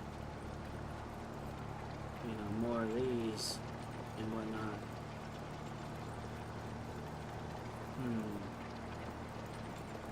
Oh yeah, that looks a lot better already. The best part is it's a case pulling a piece of case equipment. Heck yeah. So The only freaking way to do it. exactly, this thing is gonna pull it just fine. But I figured, man, like Big Red, like I said, has been sitting there chilling. We haven't used him. Like, man, he needs some action. Yeah. We gotta show Big Red some love. Yeah, oh, it definitely didn't like binding up right there. That's for damn sure. Oh god, that. Doing it again. Stop it. Wait a minute, I didn't miss a little strip right there, did We got like what, 250-some thousand liters of sugar beets again? I did, yeah. Alright. Bro, this thing is it just effortlessly pulls. There is one tractor I was looking at getting at some point, which was another John Deere, but that thing was fucking expensive as shit. It's got like tracks on it, but it's got like, you know, it steers like a regular tractor. So the way it would drive, the way it would pull, it would drive like the John Deeres we have, but it would have like an overkill amount of horsepower for the equipment. So, I'm gonna wait until later. I'm gonna pick this bad boy up. Time this bitch around.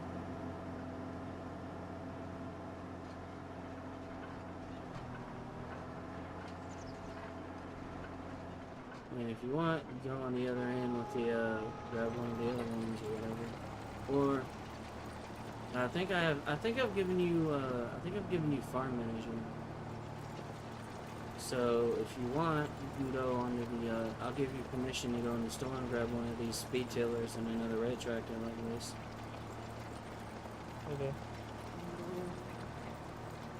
Okay, we have the funds for it, so do it. We need to start getting some upgrades anyway. Start putting the big red tractors to use. Probably wouldn't be a bad idea for you to also grab another plow too, like not just a cultivator, a plow. Okay. You might have to make some down and back trips, but if we're gonna start, you know, getting serious about some expansion and shit like that, like we definitely need the equipment. Later on, we're gonna have that big ass fucking 20-something meter fucking thing. I wish there was a bigger fucking planter that we could get besides the fucking Kinsey planter though. I wonder if they have one in the mod hub. Because if they do and they have one that you can paint and, you know, we can like change around, we can make it match whatever equipment we got, that would be sick.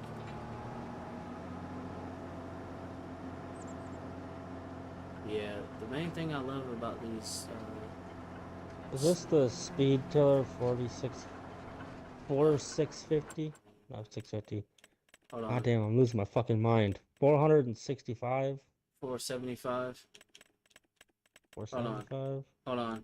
No, I think I had the 465, not the 475. Although we could at some point get those, and that would be like 12.8 meters of fucking width. The 475 is 12.8. I have the 465. That's the one I So purchased. that's the one you want me to get? Yep.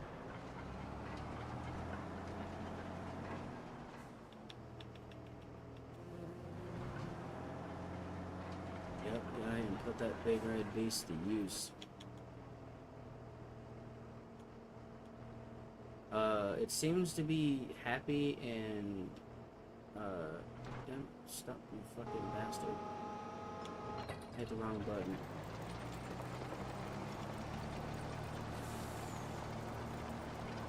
But yeah, that's that thing. See, we still got a good chunk of cash. Like, we're doing good. Yeah, definitely wanted to upgrade this fucking process, because I don't mind, you know, tilling up the fields, doing this, that, and yada, yada, yada, but I was getting really tired of fucking shit taking 20 goddamn years to get done. And then the lizard, for the plows, the lizard, I think it's a 12 MT, you'll have to select it. Because I believe that's what I have, or the first one I bought for the plow. Yeah, make sure to grab MT. 12 meter. 12 meter. Go ahead and grab one of those too. Because these are the only tractors that we have that can pull them. And it's red, so it's perfect.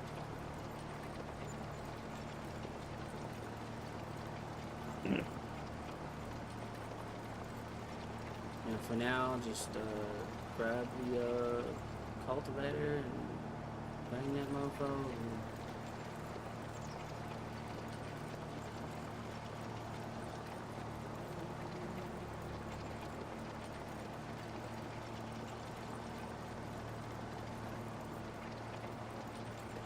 because I know you want to play with the new tool. Shit.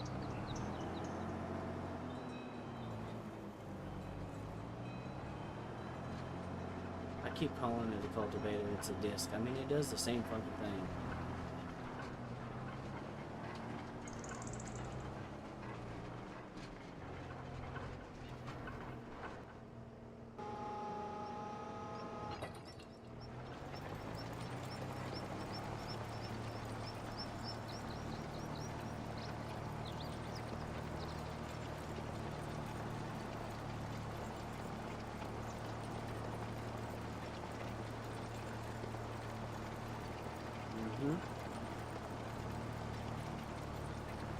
Just start playing.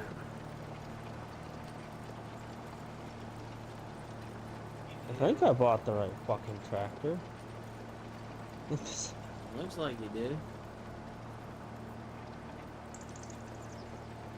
Hold on, I know how to find out if we have the same horsepower. I feel like yours looks older than mine. Yeah, because it's been used. Oh. Yeah, 9390. Yeah, mine's Okay, a so 9390. You just got different tires. Okay. And a front weight or whatever. And yeah, I went with wide tires, I guess. yeah, I stuck with whatever tires it had. Also, when I bought this thing, we didn't really have the funds to lodge and flash. I was like, yeah.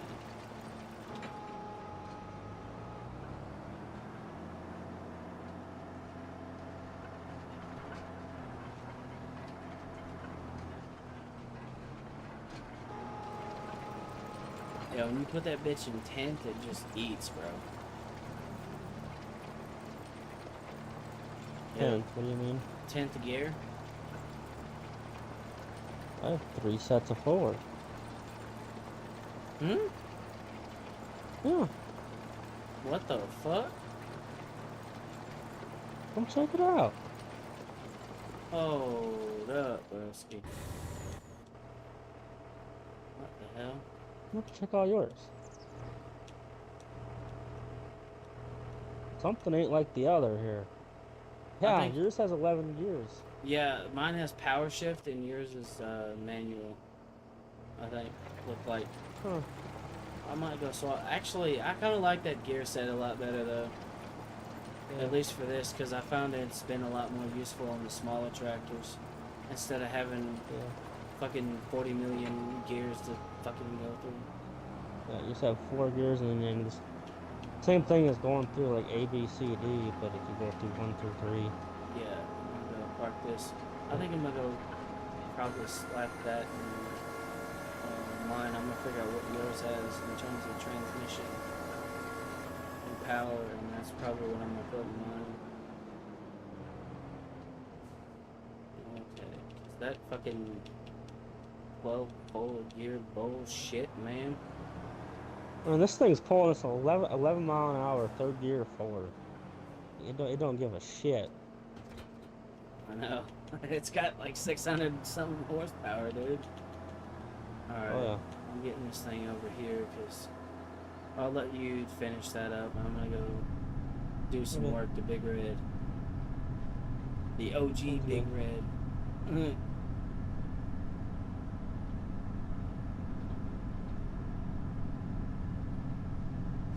I think it's about time we give him a good service. He's been plowing up the fields and shit for us. Oh, yeah. If it wasn't for this damn tractor, we wouldn't have no farm. No. So I'm gonna show Big Red some love. Probably give him a good old shakedown. Some repair. You know what? I'll go ahead and repaint it too. Why not? Power shift, synchro shift. I think you have synchro shift. Hold on. I think so. I'm gonna slap it 7 grand for that, so let's see if that's it. Ugh.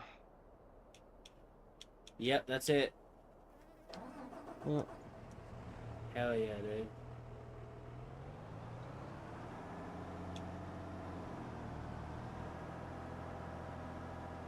Doesn't really bog down that much either. No. It doesn't have as much, from what I can see, it doesn't have as much forward speed, but No. nah, that's okay. Yeah, but it's when it gets out in the field though, it really just don't give a shit. Mm-hmm. I mean, I don't know how fast you were pulling yours, but No, it was pulling it at 11, which is the speed it's yeah. supposed to be. I But can literally sit here at top speed for everything, and it doesn't. Actually, if I shift down, it actually gets mad at me. yeah, Be dead ass honest with you. It gets pissed off when you go down below top gear. yeah, but having that shift, It loses like 2 miles an hour, and it starts screaming at you. If you go down to yeah, 3.3, it likes 3.4. yeah, I'm gonna park this thing right here. Here we go. Gave him a good old paint job and got it cleaned up a little bit. Yeah, the thing's ready to work again. We still got the old John Deere. Oh yeah. Still got the Massey. I think this thing is gonna probably stick around for a little while. I don't know. Probably. And it's a good tractor. Yeah, it's got the ABCD gear range and shit. This thing is screaming.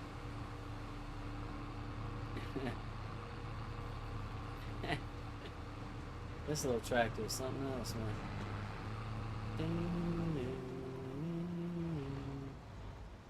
Oh, it don't have any lines. What the hell? Alright, whatever. Oh, this thing is struggling to get up to speed, though. Come on!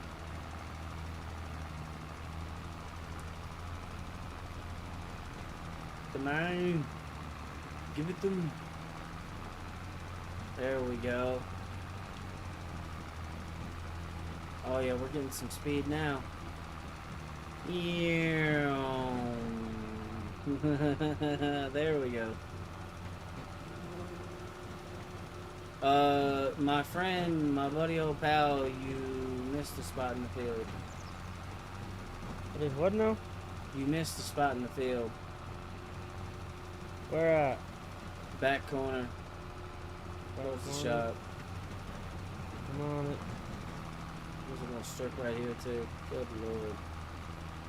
What the fuck? God dang it, cowboy. What is this bullshit?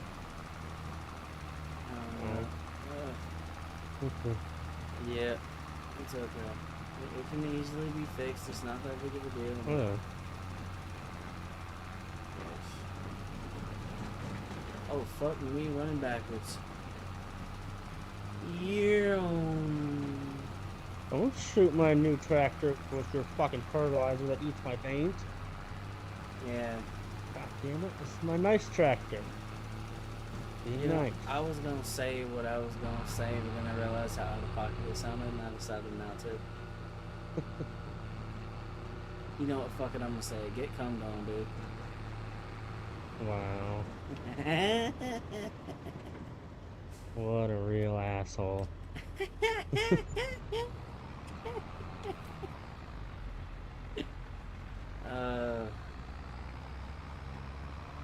Dude, this tractor's engine is screaming for help. Yeah, okay.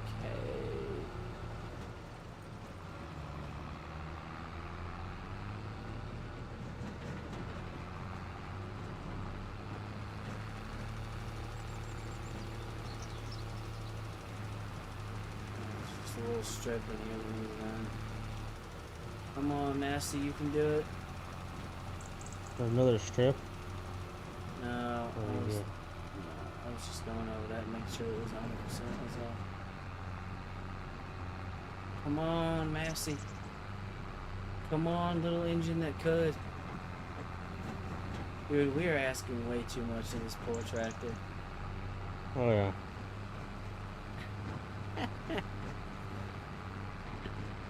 Oh, it's so funny though. It is so funny, dude. I mean, it does though. It doesn't really fight or fuss like that, so I can't complain. Little 170 horsepower Massey Ferguson pulling 10,000 liters of fertilizer behind it. I think the John Deere would probably have an easier time pulling it, but I don't think it would make that much of a difference. No. I just don't see it. Oh yeah, this is my baby boy right here.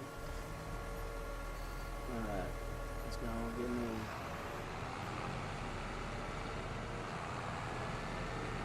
Oh my god.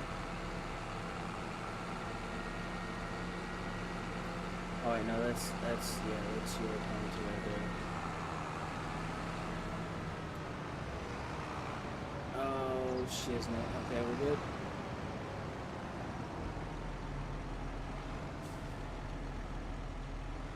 Yeah.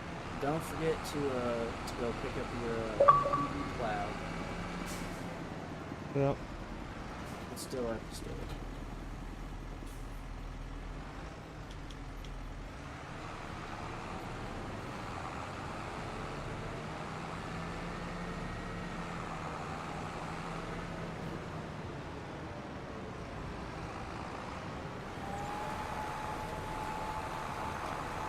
There we go. I'm a level beat.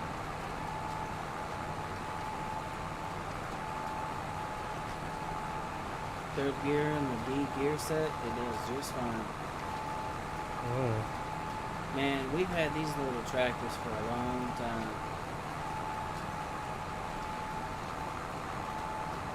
Kind of sucks that one day we're gonna have to retire them. I know, I've kind of gotten attached to this little thing. I mean, it was here whenever we started the farm, and shit, who knows, we make enough money, I might just keep them just to have them. Have a little shed or something where we have like a, kind of like a little fucking farm museum type thing. Oh yeah.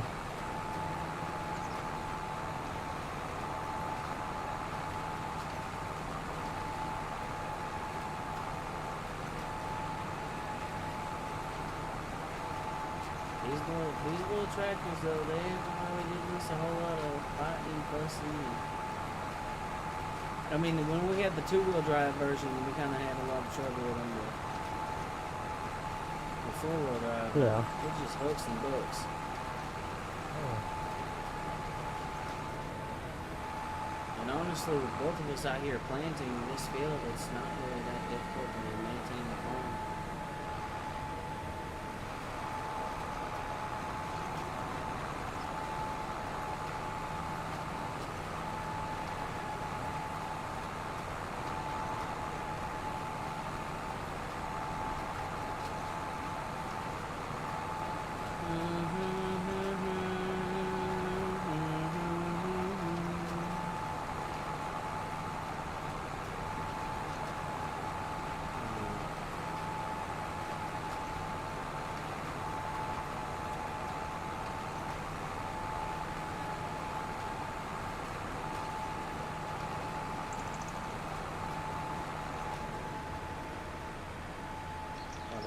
Back up. Almost a little strip right there. Sit down. Oh, wrong gear. There we go. Yeehaw.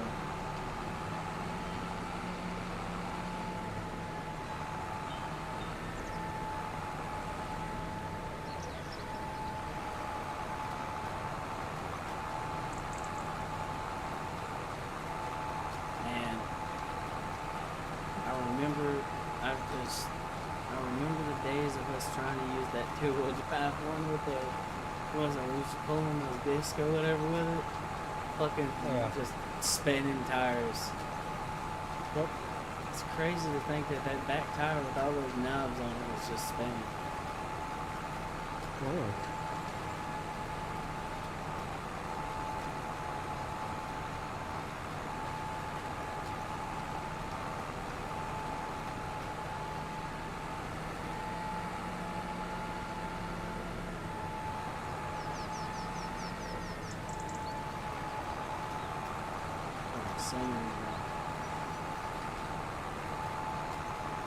We're gonna make some cash today.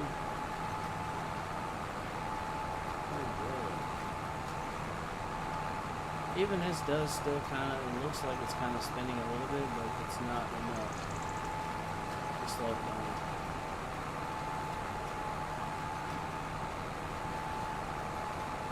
The tires are biting just enough that it's just freight train. Oh.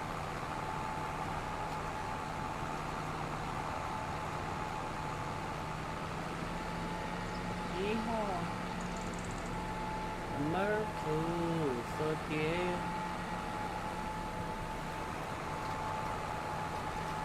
We came to Europe spreading all of our freedom around. I don't know why me singing that fucking song made me think of a clip I saw where a fucking semi-truck hit a car, and then right when it hit the car, that song, America, fuck yeah, started playing.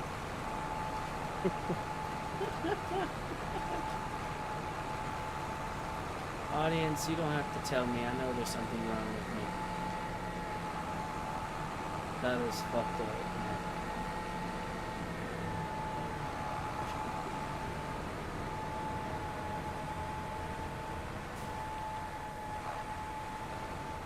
America, fuck yeah. It's just so funny, man. Like, I hope the person in the vehicle's okay, but whoever fucking made that video, you're gonna be in the furnace with me, bud. You made the video. I was watching a, like, Try Not to Laugh car edition video, and that's when I saw that. Oh. Oh man, my favorite videos are like the "You Laugh, You Go to Hell" challenges. Definitely. Just because there's some stuff in there that's really spicy and just stuff you probably shouldn't laugh at, but is also kind of funny.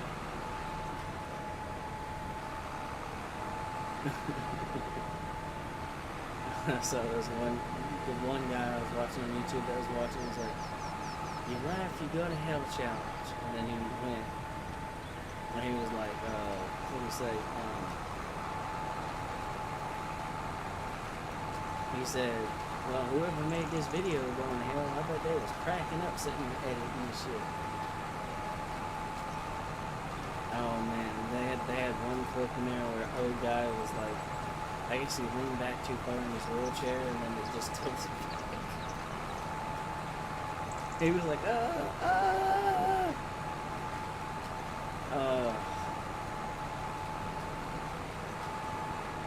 like I'd be the first one helping him, but I'd be laughing my ass off. Oh yeah. I was like, oh shit, are you alright, man? We trying to lift him up, put him back on forward. Like, I would be laughing. Well, definitely, yeah. I don't know. It's better to laugh than to cry. I don't know why this reminded me of this story, but I got another story time for you. This one I know for a fact I've not told you about. I don't think I've talked about this in like 6 to 7 months. So, another car story. We're talking about cars, so.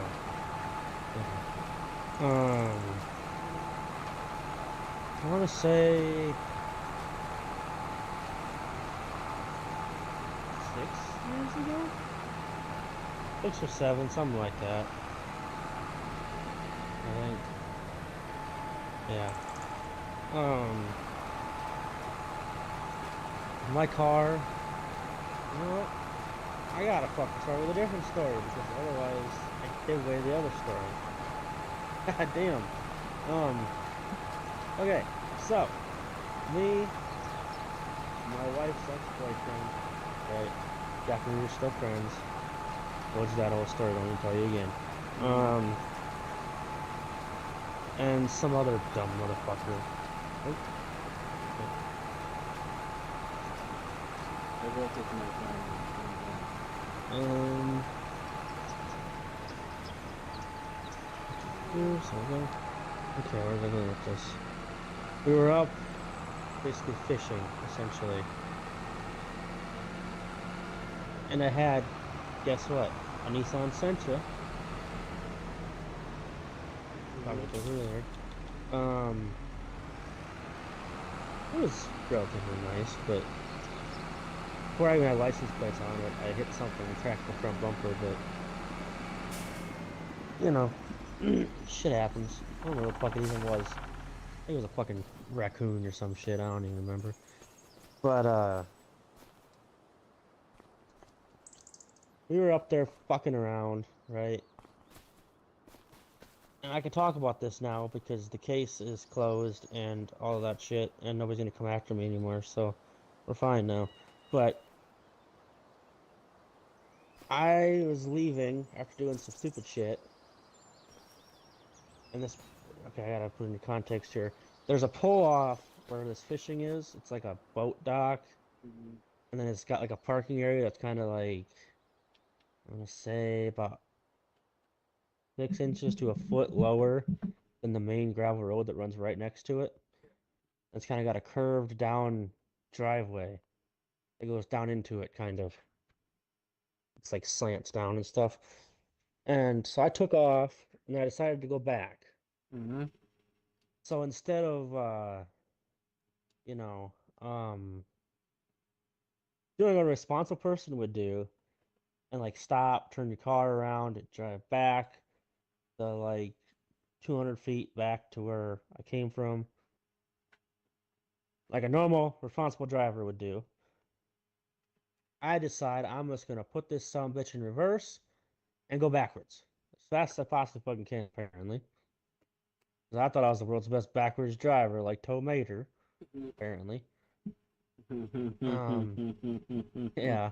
So I come flying backwards. I didn't account for the fact that that road that goes down into there is slanted, Mm-hmm. and I'm on gravel. Mm. So as I go back, it kind of throws my front end over a little bit. So my whole car starts to kind of turn to the right, but it's traveling left, you know? Mm-hmm. My wheels are straight. But and I want to say I slammed into the side of, at this point it was in like 2019, I want to say, when this happened. It was probably like a 2015 Ram 2500, Mm. probably 2017. Was in there.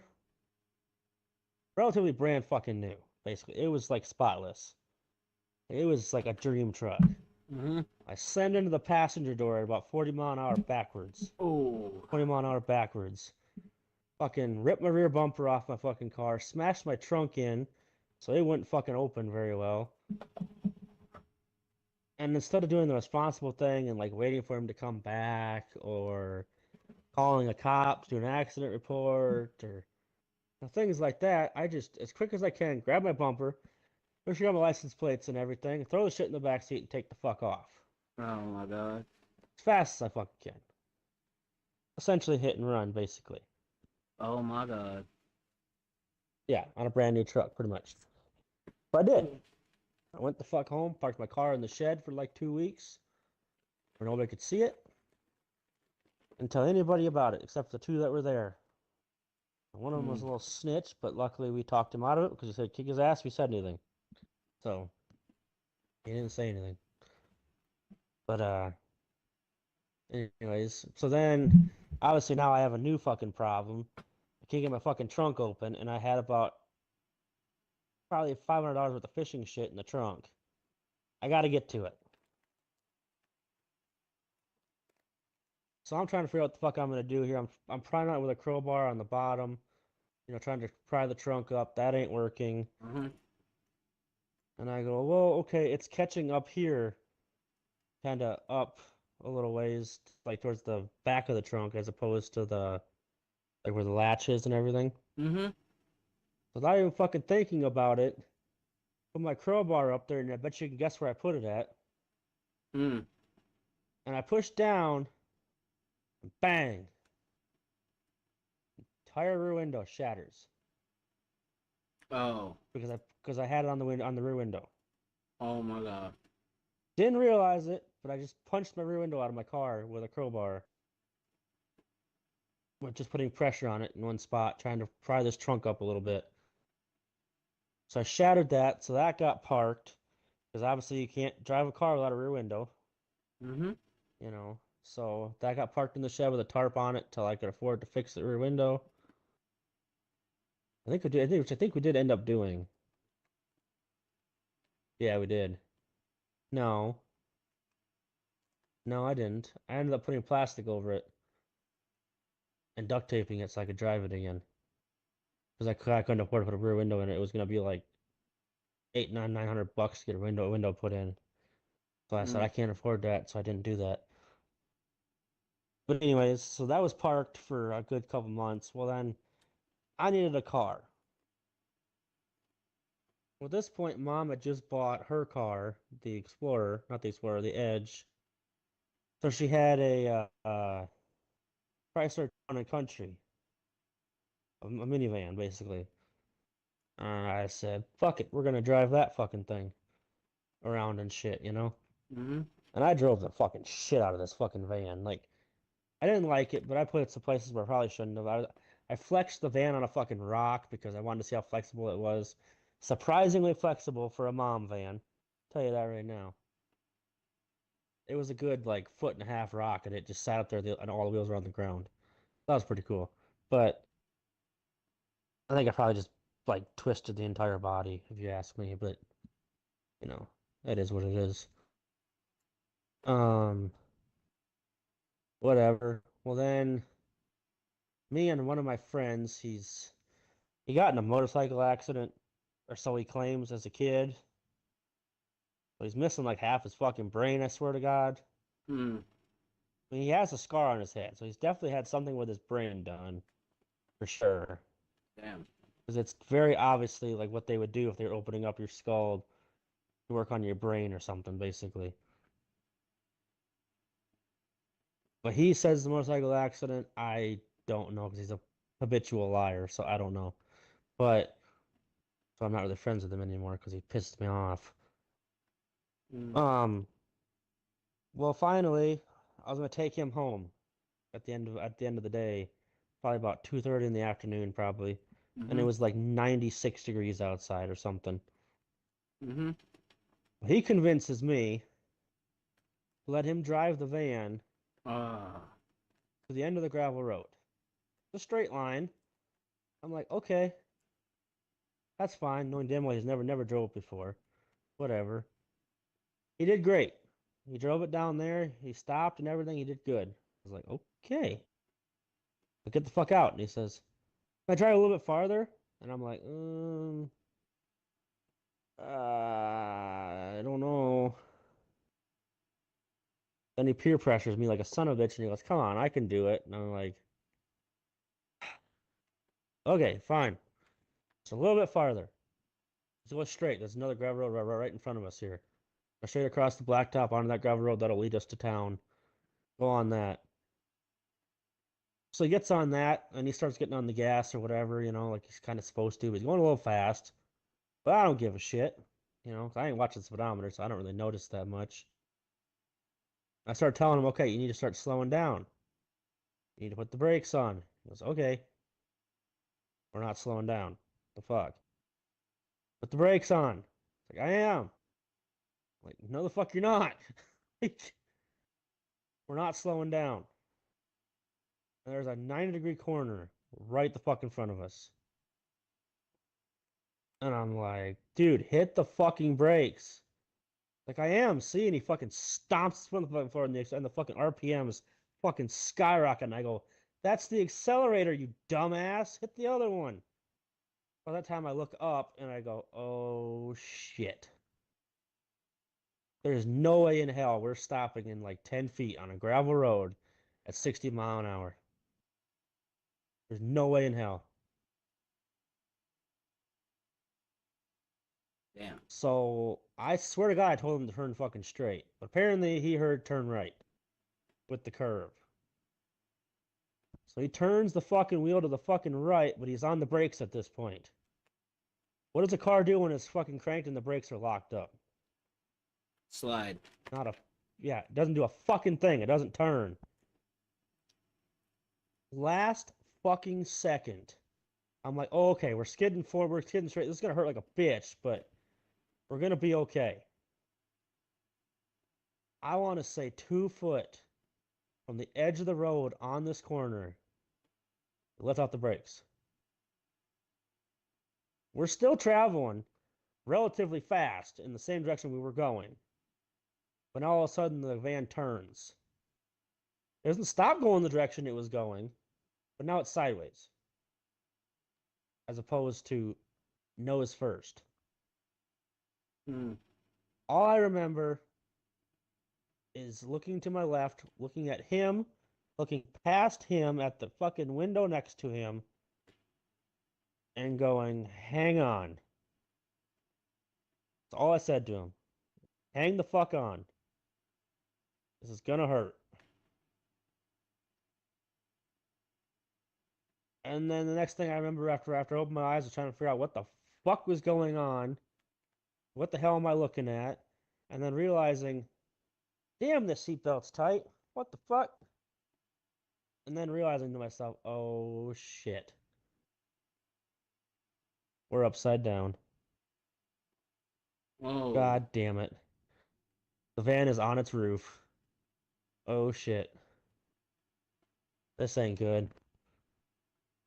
So I'm thinking to myself, well, it doesn't look that bad from in here. And the windshield's fucked. Like it's broken.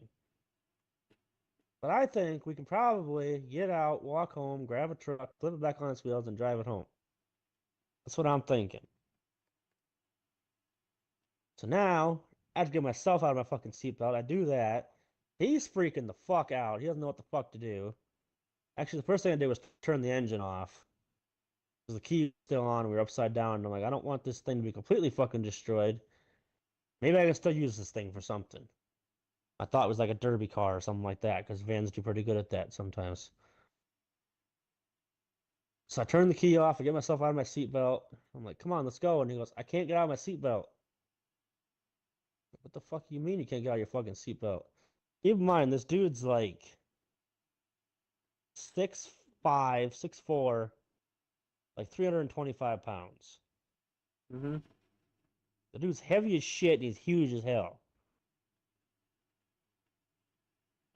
I just remember looking at him and saying, push the damn button.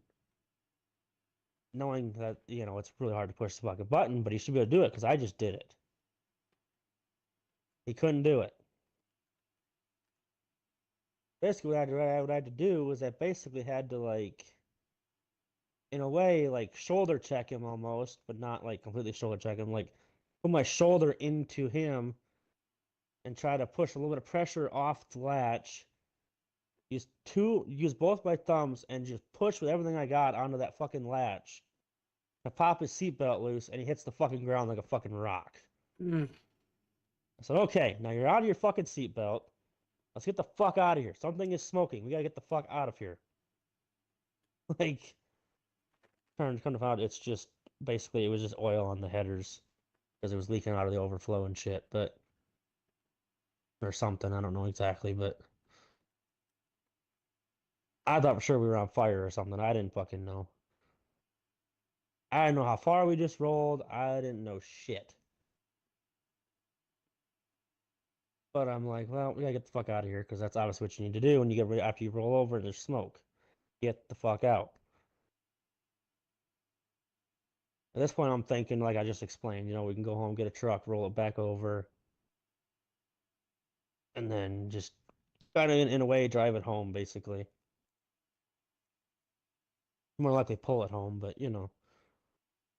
So I slide out of the fucking passenger window because his window is still up somehow.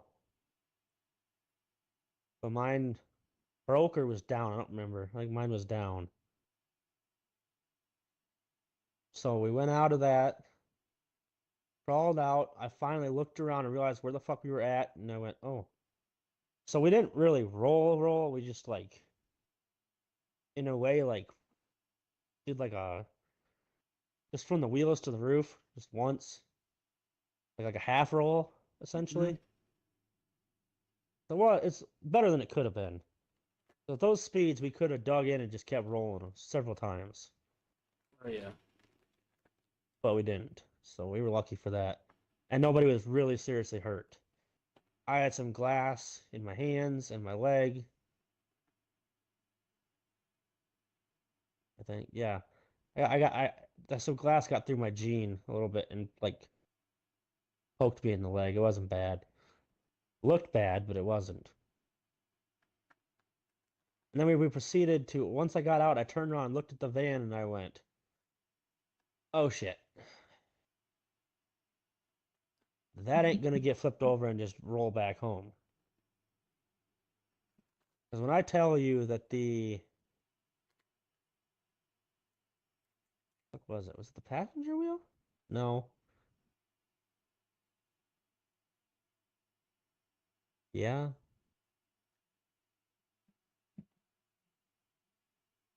I have to look at the pictures again, but I think it was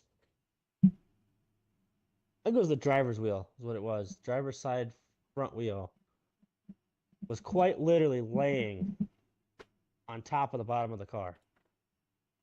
Like it snapped the shock in half, it popped the ball joint out of the top, and just laid the wheel over and bent the A-arm and just laid it right on top of the bottom of the car.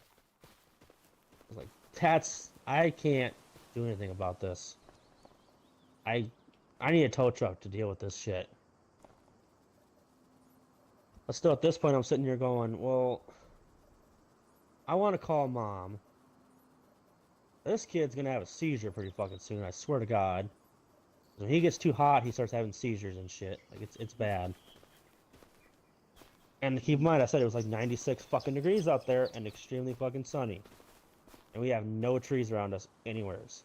Mm. I mean, I guess like a quarter mile across the fucking field there was some trees, but like whatever. So we decide we're just gonna walk the like mile that it is back home, basically. So I can call mom, figure out what the fuck we're gonna do, get a hold of grandpa, see what the fuck he says, everything like that. Well, they had just got off work at about 3. This was about 3:10 that I finally made it back to the house. But about halfway there, um, he started not feeling so good. Oh shit. He said, I feel like I'm gonna pass out. Like I don't think I can keep going." And I'm like, "Well, you have to." Basically, is what I told him. And he pushed himself like another quarter mile after that. He said, I can't go anymore. I'm too damn hot. I can't do this. I'm gonna have a fucking seizure." And I'm like, at this point, I'm standing in the middle of this gravel road with the beating heat on me, going, "What the fuck am I gonna do? Like, how the fuck do I get this big son of a bitch back to the house?" Finally, I started thinking, and I went, "It's the sun's over there. That ditch actually looks kind of shady." I said, "Okay, I need you to go down there and sit in the bottom of that ditch down there, because it wasn't very far down, but it was just far enough that he kind of sat down and leaned up against the road ditch side, up against the road. Yeah. He would somewhat be out of the sun. I need you to just sit down, breathe, try to get your blood pressure and everything like that back down, best you can, obviously. I mean, There's only so much you can do in this situation, but you know, just do your best. I'm gonna finish the rest of the mile, which is like half mile I have left. Back to the house, and I'm gonna figure something out. Well, about halfway back there, I go, oh yeah, I have that Nissan still sitting in the shed. Put a Mm. tarp on it, but I think that might work. So I start running to the house, run down to the fucking shed, realize I don't have keys in the fucking car, they're in the house. Why the fuck are they in the house? The car's down here. Nobody's gonna steal it. I live in the middle of fucking nowhere, like, I shouldn't need to worry about that, but whatever. I had to run back to the house, grab the fucking keys, run back down to the shed, rip the tarp off, start the car, drive it half a mile down the road, pick him up, drive him back to the house. I got him in a chair in the kitchen where the air conditioner was at, basically. The house was nice and cold, so I had the air conditioner still running. I was gonna come right back again. So it was probably a good, like, 68, 70 degrees in the house. So, like, it was a nice, you know, compared to 96 and hot fucking sun, it was just fucking amazing. I sat him down, I called him mom, and I said, hey, where is everybody, you know, like, how close are you? This is what's going on. This is bad. Like, I don't know what the fuck to do. I need help, essentially. 'Cause I'm in over my head at this point. There's nothing I can do to fix this. Like, I'm only one guy. I can't flip a van over, figure out how to get on a fucking trailer and everything like that all by myself. They said, well, we're about 5 miles from home. I'm like, okay. I just sat there for a few minutes. I gave him some water. I got an ice pack, basically, to kind of help. I told him, don't go too fast at cooling yourself down, but, like, and he was doing it way too damn fast, so I had to start doing it for him, basically. He kind of started passing out on me after I finally got him home. Like, what the fuck? Okay. So I was doing my best to kind of somewhat take care of him, try to keep him alive, basically, you know. I'm calling his mom, trying to explain to her what the hell's going on. You know, she's not anywhere so she can help me. She's like an hour from home, so like she can't do a whole lot. Said she'd be home as fast as she could at her house. She made it in about 45 minutes, so that was pretty nice. But then finally he comes out of it a little bit and he goes, I need my phone. I don't know where my phone is. Well, it's probably in the fucking van that's upside down in a ditch, probably. If I had to guess. So then we talk. And he needs to go home, essentially, is what he needs to do. He needs to go get some medicine or shit like that. Okay, we'll just. So I look at my mom and my grandma and I go, hey, can you guys take him home? Me and grandpa are gonna figure out what the fuck to do with this van. And they said, yeah, okay. His mom knew where he lived, so she knew how to get there and everything, so I didn't have to explain anything. Um, they all stopped by the van. He said, let me crawl down there and go find my phone. And I said, no. Your ass is staying in that fucking seat in the air conditioning. You are in no shape to be crawling back in that fucking van. I'm gonna go down there and find that fucking thing. I'll bring it back to you. That fucking simple. Because he was still, at this point, kind of somewhat in and out of it. And he was talking to me, but he wasn't all there. You know? But whatever. So I gave him his phone. Sent him on his way to his house. Grandpa looked at it and went, huh, we can't do anything with this. Like, we're gonna have to call a tow truck. What I was not aware of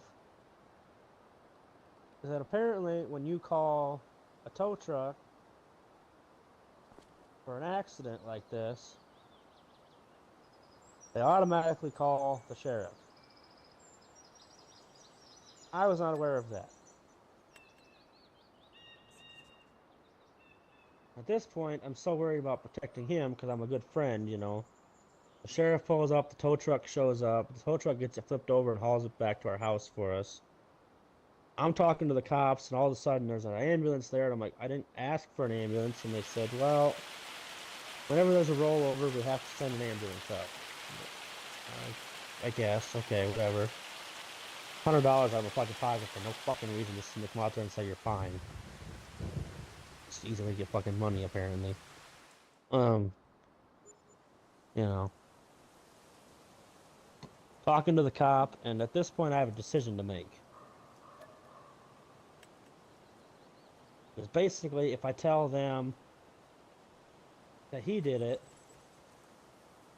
he's gonna get a ticket for driving without a license, failure to maintain, fleeing the scene of an accident, like all these things like that. And I'm like, well, I don't want to fuck him over like that, you know. I'm a good friend. Thinking about it now, I probably shouldn't have done that, but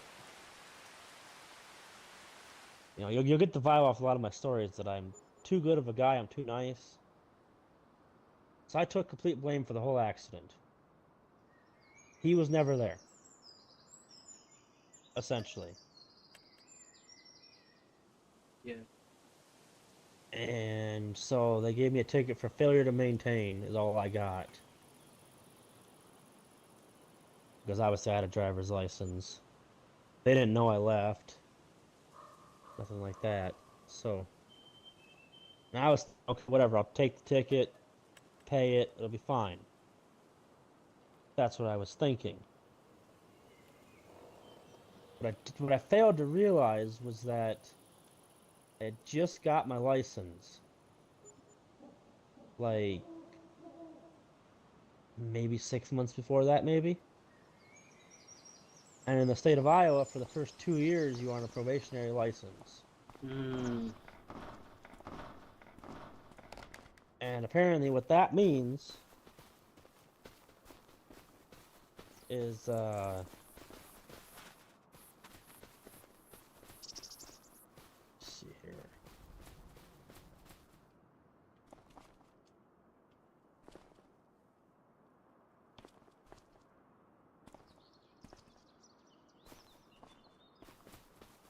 Okay. Anyways, so what that means with the probationary license is that it's almost an immediate suspension of your license. Oh. I was not aware of that. In a way, I fucked myself over for a month because I took a license for a month. Something I didn't even fucking do. Yeah. The van ended up being locked up too, so it was basically junk. But Yeah. it did pay off though to have that thing still here, because we ended up paying for an entire year of snow removal by giving the guy the van because he wanted it, Okay. I guess. I still to this day don't know what the fuck he used it for, but like, yeah, He probably parted it out and sold it. Sold the parts. probably. If there's anything in there that was intact or still good, you could sell it. I mean, all of the interior seats were fine. Dash, the airbags didn't go off, so technically steering wheel and all that shit was still good. Um, a lot of the body panels were actually still okay. Yep. It's just, let me see.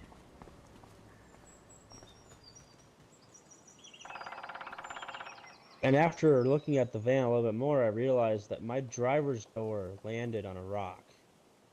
Or not my driver's door, my passenger door, where I was sitting at, like 6 inches below my window, was a rock that was big enough that it could have came in and smashed my head open. Had my window been 6 inches farther down. Jesus, dude. Like that was a terrifying realization. I'll tell you that right now. Hmm. Once you realize how close to like being way more injured than you were, it's yeah, fucking scary. But yeah, basically, I took the blame for it, and yeah,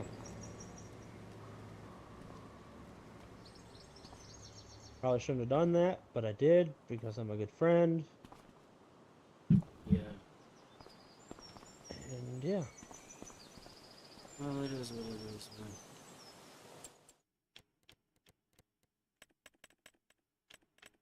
Um, oh yeah, I think Do you like my story timers, or do I drive you nuts with me talking so fucking much? no, it doesn't. Sometimes, we're sitting here farming, doing this, that, and yada, yada, yada, and there's not a whole Yeah. lot to talk about, so I don't mind it. It gives people something interesting to, Oh think yeah. stories, and then me telling that story about whatever.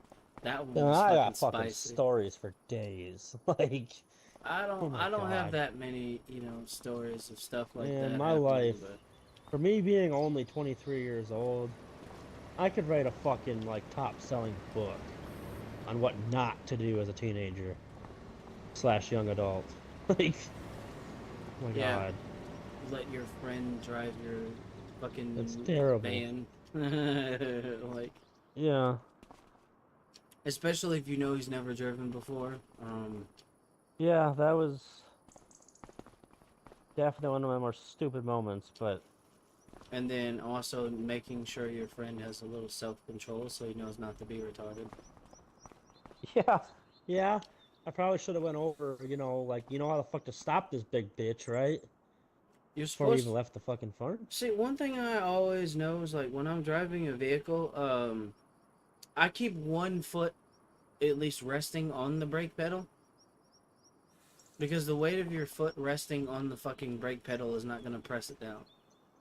No. Like, it's not going to. It's not going to press it down. It's not going to, cause any pressure or anything like that. Now, if you rest your foot on the gas, that's one thing you definitely don't want to do. But like the Oh yeah. fucking brake pedal, that's got hydraulic pressure going through it. Like it's Yeah, I was gonna say, I mean, a gas pedal that doesn't have a whole lot of any fucking friction, so like no resistance whatsoever. any weight on that fucking thing is it's gonna go down, Yep. basically. Especially the weight of your foot. Yeah. And me coming from the family I come from, like I definitely know I suffer from the disease known as lead footitis. Yeah, me too.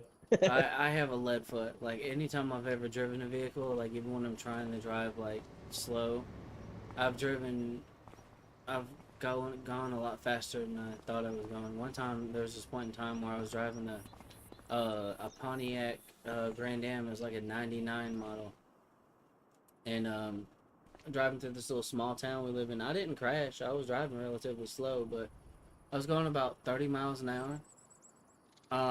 And then there was this V turn that I hit, and I hit it like I kept speed and I fucking turned. It was a Grand Am GT, so the GT version they're pretty solid. They handle really good. Oh yeah. Uh, I fucking whipped it around that fucking V turn really fast at 30. My friends got fucking slung into the fucking door, and they was like, "Man, what the fuck?" I'm like, what? I was like, slow the fuck down. I looked at how fast I was going. I was like, oh, I'm going 35. I'm sorry, y'all. My bad.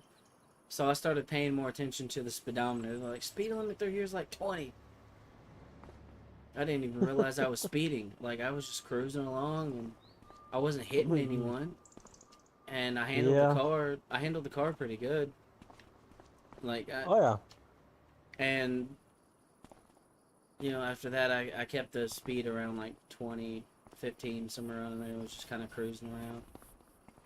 And Yeah. like those things are easy as fuck to drive. They really are. Oh yeah. It's not that hard to get one of them moving or drive them. And then there was that one. Oh man, the most sketchy shit I ever done in a vehicle was when I took my mom for a joyride in her '99 Ford Expedition. Yeah. Oh So she wanted to try to teach me how to drive on the highway. So when she said highway, she like my mom was from Gen X, so like she was like, we're not going down the highway that's like 55. We're going down the one that requires you to do 70. And I'm like, okay. And now, see, the night prior, she thought it was funny because we had been up for a long ass time or whatever to constantly brake check me and my brother or whatever and make us kind of fling forward, and we kept hitting our freaking head on the back of the seat. And so whenever she was talking about doing this, my brother took me out for like a little test rip in the truck to kind of get me familiar with it, and he showed me how to do what's called a neutral drop. Yeah. And he also taught me how to like throttle control it because we was in like a parking lot somewhere, just kind of like I was sliding it around. He taught me how to like control the throttle and do like a controlled slide and take off while still burning out and then not lose control. Um, Thankfully this parking lot was completely empty and there was no like poles or anything there because I for sure would have hit something in the beginning learning. But Oh yeah. once I got comfortable with the vehicle and I had some seat time in it, I fucking took that thing out for, the rip on the road. Whenever we was driving, I was doing, the regular, speed limit, this, that, and yada, yada, yada. Just driving. And then whenever we got up onto the interstate, I, pulled onto the on-ramp and then I pulled onto the side of the highway. And I put it in neutral and I come to a stop. And I just go, I just kind of like grip the wheel, kind of like how some of those race car drivers do in the movies. They fucking grip it and they just, Yeah. and then I just go, vroom, and my mom gives me a look, and she's like, I swear to fucking God, you better not. I'm not playing with you right now. And I go, vroom. I do it again, and mind you, this thing had like it was basically straight pipe, so it roared. It had a 5.4 Triton in it. Yeah. Fucking, vroom. And I was like, sitting there, I'm like, just getting excited, sitting there gripping the fucking wheel, like moving my hands around as I'm like gripping it, getting a good firm grip on it. And Yeah. as we're sitting there doing that, I rev it a couple more times. She says my whole like government name and is like, "You do this? I swear to fucking God, you're dead." And then at that moment when she said that, I was like, "Vroom, vroom, vroom, vroom." Vroom vroom, and then I just fucking floored it, and it started pegging off the rave limiter. I had the brake down. I fucking switched it in the fucking drive, let off the brake, and skirt. Fucking left a trail of smoke behind us, man. Then we're going down the fucking interstate. I get that, like, the speedometer on that thing has a max speed of 100. I hit that. I hit that speed. I Jesus. was waving through fucking traffic and everything. Oh my God. There wasn't a whole lot of traffic, but there was traffic. And I was just bobbing and weaving through them.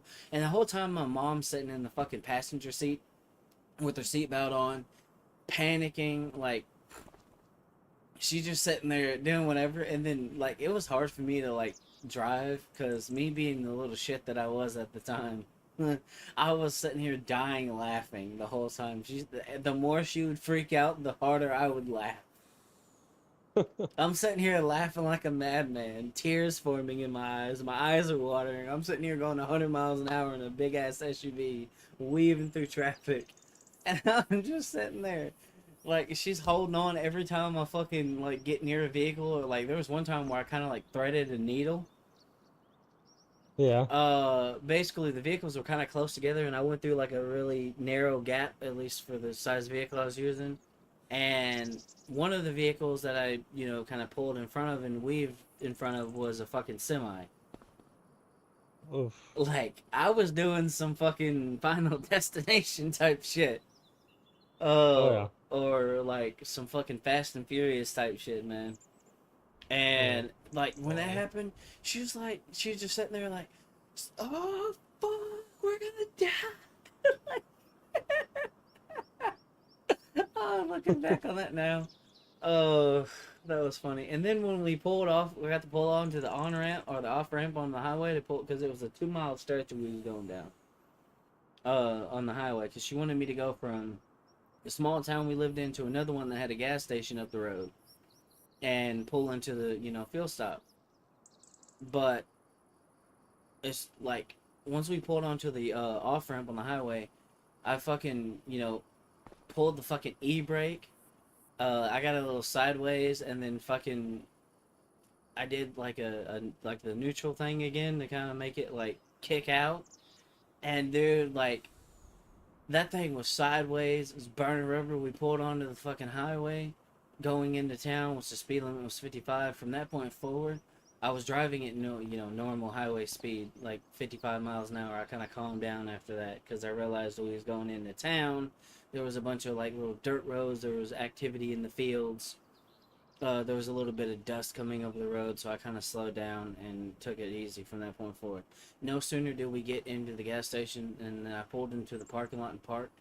She reached over, grabbed the fucking keys, turned the ignition off, pulled them out, and said, "Get the fuck out of my driver's seat."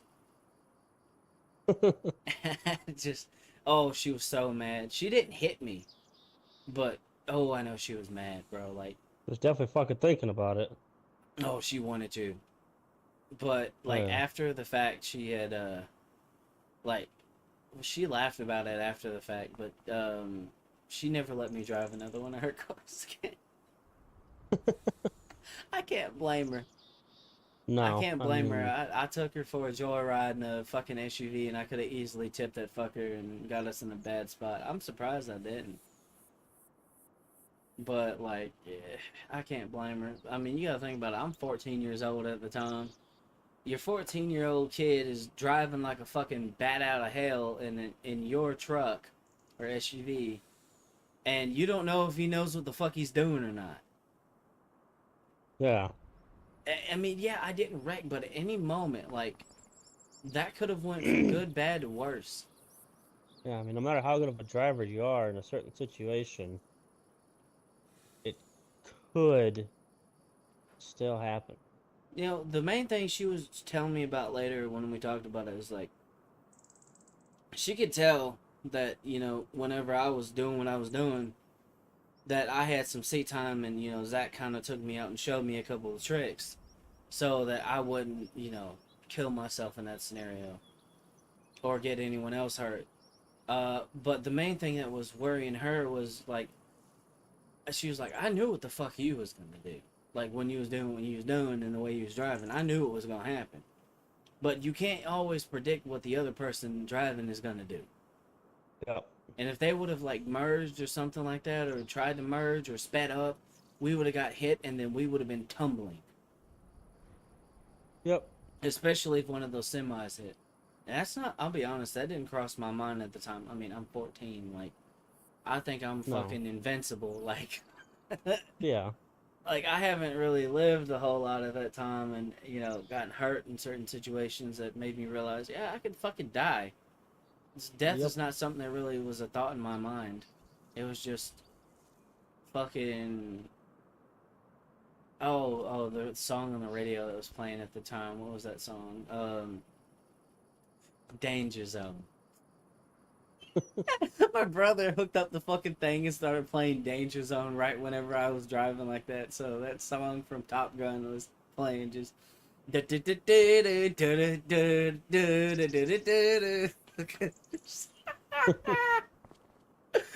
Oh, Danger Zone. Oh man, revving up your engine, listen to a howling roar. Just fucking bombing it, fucking jamming out, and laughing my ass off because my fucking mom is fucking freaking out, bro. That was some funny shit, man. Uh, and she was like, at first I was mad, but then I had to remember, like, I raised you. So, like, you rode in the back of a pickup truck while we was doing 80 down a fucking gravel road, holding on to, like, it was a 94 Dodge Ram. She was bombing it Yeah. down the fucking gravel road with me in the bed, like I was using my knees as suspension so I didn't get flung the fuck out, and I had my hand in between the cabin and the bed, holding on to that right there, basically riding it like a fucking bull. Um, and then she said, and then there was that one time where we basically jumped a bridge or whatever, in a small town or whatever, trying to hurry up and get you to school. And all the other times I've took you on joy rides, so I kind of made you a speed demon, and that was my fault. But she looked at me and she said, "You're not allowed to drive any of my vehicles ever again." And I'm like, fair, worth it, because that memory will last a lifetime. Being able to take your mom for a fucking joyride, I mean, that's every teenager's wet fucking dream.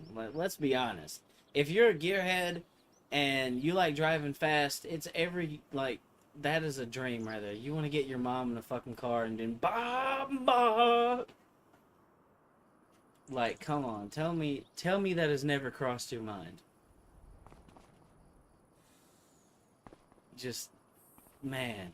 But It definitely has, yeah. Then there's my grandfather, who took me for a ride in a 66 Buick Skylark that had a 4-speed on a fucking gravel road.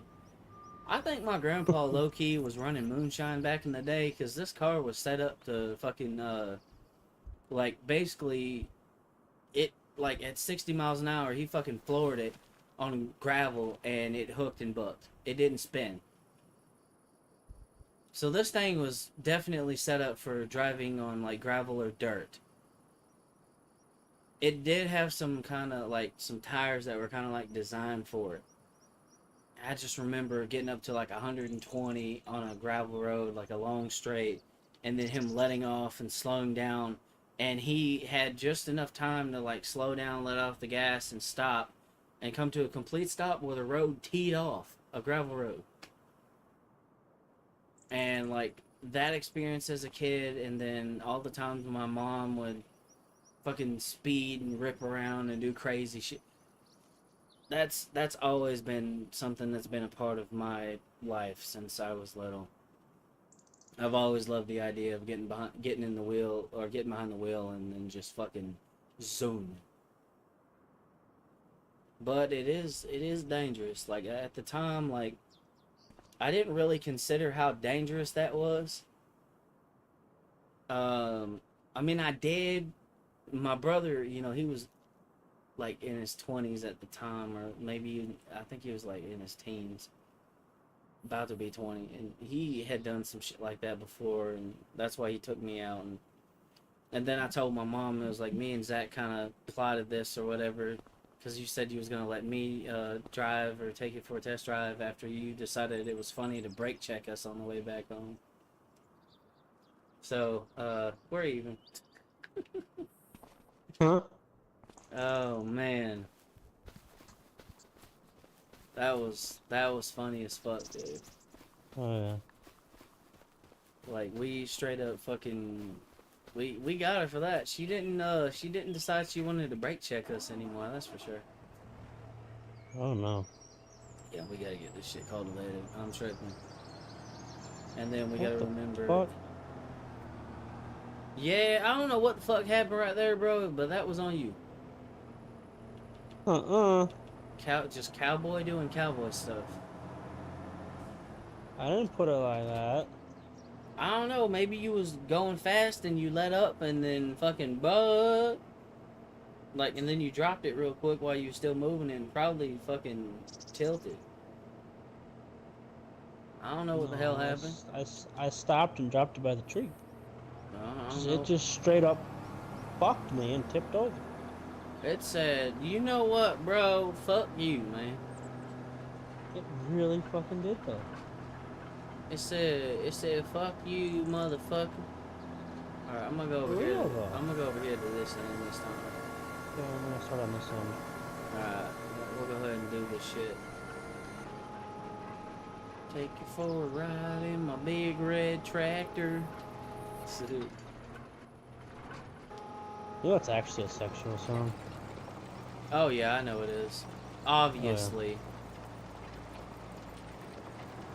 I mean, yeah. I mean, Pretty. you're talking about taking a girl out on a fucking pasture in a tractor, talking about climb up in my lap. Like, come on, man. It's like some country romance type shit, is what it is. Oh, definitely, yeah. I mean, if you've ever been in the country, then you know what that is. Like, you know, the whole, like, under the oak tree type shit. Like, yeah, I know exactly what the fuck that is. I ain't stupid. Like, she got, man.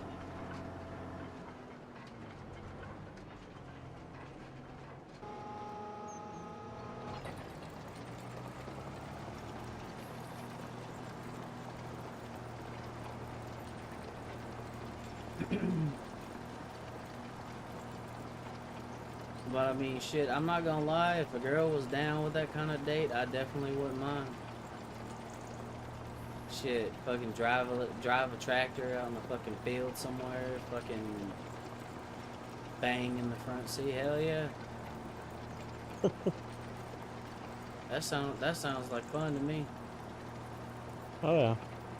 Or going in the fucking barn up in the fucking hayloft and bang, bang. I've never done that, but if I ever got the chance to, I can't say that I would say no, because I definitely wouldn't. Man, if I, Definitely bring a blanket, that's for sure. yeah, gotta have something for a little bit of comfort. And say, don't go bare ass on hay bales. No, Not fun. no, I fell on a hay bale with my shirt off and it hurt. Yep. Like that shit is like fucking pine, like, or like needles and shit. It just pokes you. Oh, yeah. Yeah, I know that. Sometimes there's there might be fucking thorns or something in it. Oh no. Yeah, sometimes.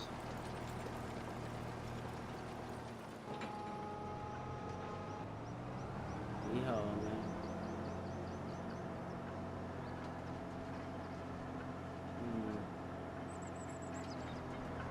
When do we gotta sell next? What month is that? Literally next month. Okay. We'll make a big amount of money. It'll be fine. But we definitely will, yeah.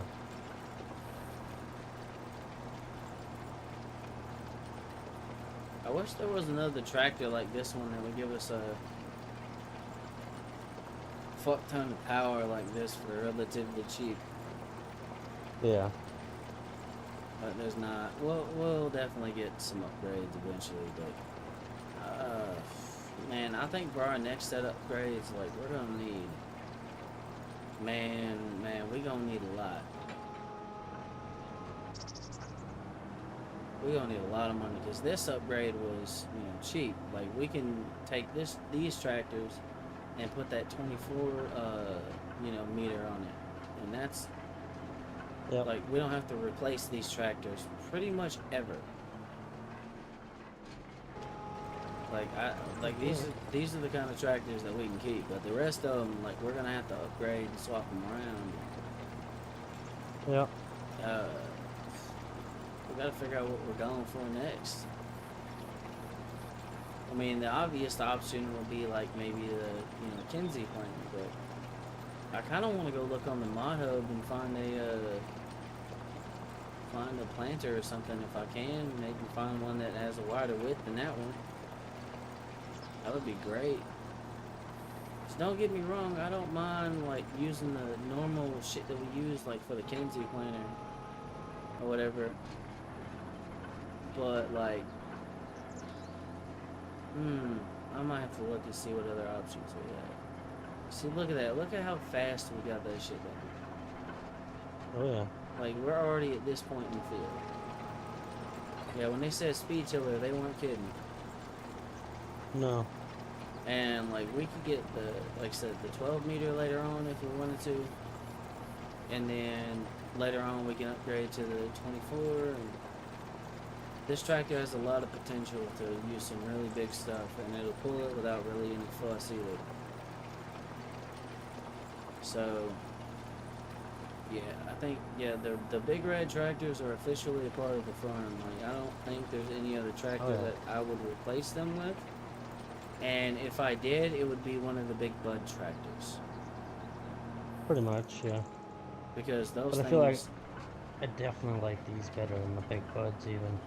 To yeah, be I do. honest with you, I do. 'cause I mean the big buds have a shit ton of power, but like they're fucking huge. Like they're a pain in the ass to work with sometimes. And like I like to do a lot of this in first person. Well, you can't really see a whole lot of shit out of the fucking hood of those fucking things. Mm-mm. Yeah, these have great visibility, and for what we need them for, they got plenty of power. So, and only you know what? Actually, I take that back. If I upgrade these, I'm getting the fucking quadra tracks. Yeah.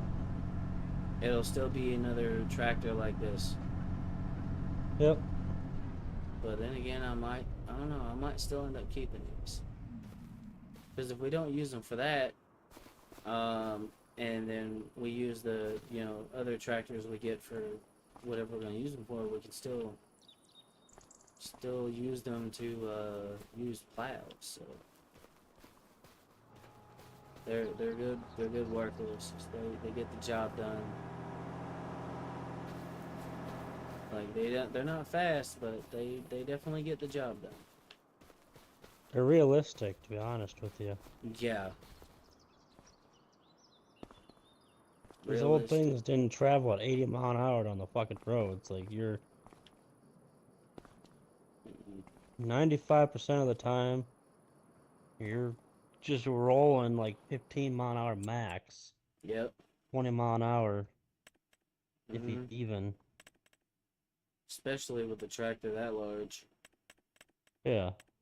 Yeah, they don't really go that fast. They're not designed for speed. They're just designed to pull Oh. shit. I mean, I've seen some people that have built these things and they've tuned them to the point where they can go really fucking fast, but like they don't. They still don't go fast, even though the tractor can. Yeah, because you get a Because a fucking tractor of this size at that fucking speed, I mean, you start doing this shit down the fucking road in seconds. Like, you don't want that. mm, You want to be able to just fucking lock it in straight and just cruise. You don't want to be sitting here fighting the fucking steering wheel for mm-hmm. fucking 30 miles. It's No, gonna piss you definitely. off, and then you're just gonna not want to use the tractor anymore. Yep. Like, you know, Mm-hmm. usability is very important in my opinion, Yeah, I agree.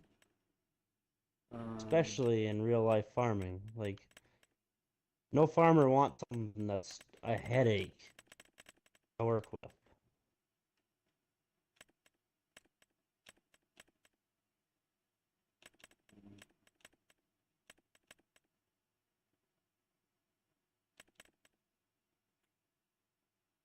mm. Well, if we really wanted to, instead of going for like a 18 point whatever meter, we could go for a 17.8. It would only go like 9, but it's a John Deere one. We could switch it up this time and Yeah. get some John Deeres. I think that's the route we'll go. It's also like a little bit cheaper for that one. Still $200,000 for that. And bare minimum, we need 360 horsepower. Yeah, and it can plant sugar beets. So now we just need to figure out what John Deere is gonna have that kind of power rating. I think I have an idea, but yeah, we'll look. Alright. So basically, to get the kind of power we would need to pull that, my scalp is itchy like crazy right now for some odd reason. Um, these tractors right here look really cool. Well, we can get all the way up to like 458 horse out of them, but that's gonna be like 500 some $1,000. But if we just needed, we wanted to get like, uh, say maybe 420 horsepower, pretty much we need $1 million essentially, or just over, like 1.1 million, like $1,000 for two of those. Or if we wanted to just get like 388 horsepower, it would be 491 a pop for the tractor I'm looking at. Anything else that would be more cost effective? Let's see. There's one we can get for like 300 some thousand that'll have 388 horsepower. But I kind of like the way the 8RX series tractor looks. I don't know why, it kind of looks badass to me. Instead of the tires, it has like 4 tracks on it. Like, it doesn't have that swivel shit. Like, don't get me wrong, like, I don't mind the tractors that have that like bend and swivel, but like when you're trying to steer a planter, it's kind of a fucking pain in the ass. It doesn't really matter that much when you're pulling a cultivator behind you, because like you can fix that relatively easy. But and of course, well, if we wanted 360 horsepower for relatively cheap right off the rip, fucking big bud tractor for 180,500. Like, there's options. We got choices. But I did want to get a John Deere, so bare minimum, if we're gonna get the amount of power we need for relatively cheap. Hold on, I need to put that away. Hold on. God damn. That thing looks like an animal. Yeah, that's 12 point some tons. I need to go to the planters. How heavy is the planter? 12.6. Okay. So it needs to be heavier than that. Because if not, the planter is just gonna fucking shove the tractor. Yeah, see that one right there, the 8RX series with the 4 tracks on it. That's fucking 18 point something ton. That's a good. That would be a good option for that. What about this bad boy right here? 360 horse right off rip for the big bud. It's 17.4. Oh my god, my stick's doing the weird shit again. Then there's that one with like, 1100 horsepower, like 14 or 41.2 ton. Goddamn. That would definitely pull that shit with ease. I mean, we could probably get another case, but 600, I mean, oh, look at this thing. That's got a swivel though. That's kind of what I'm trying to avoid here. Then there's the JCB tractors. Let's see what kind of power rating. So if we can get 400 horsepower with this one. Oh, that right there that is a relatively cheap option. 400 horsepower, and it's under $300,000 compared to everything else. But then there's this. What about this? Yeah, see, that's too light. How heavy is this one? Yeah, see, that's too light. It would just get shoved. So it looks like this thing right here is going to be our best bet, I guess. It's heavy, doesn't have a swivel, and I think it would pull it just fine. And it's a John Deere. And that one's slightly heavier, but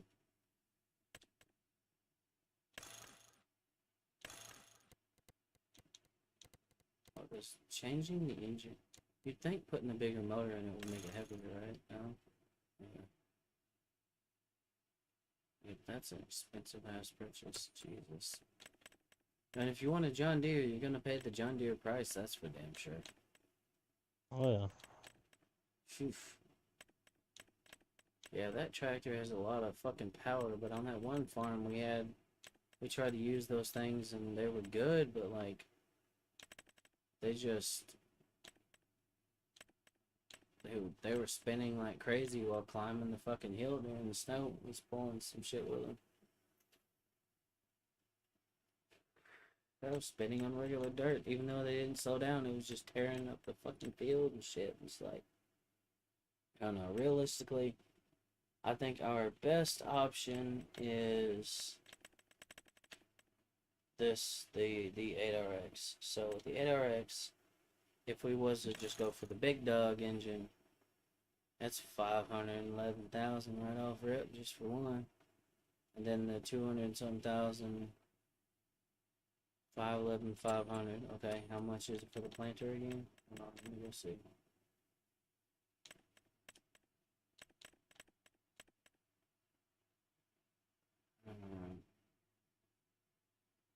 Let me pull out a calculator because I need to figure out how much it would cost to like get one set of these piece of equipment. So 511, 500 plus 234, 500.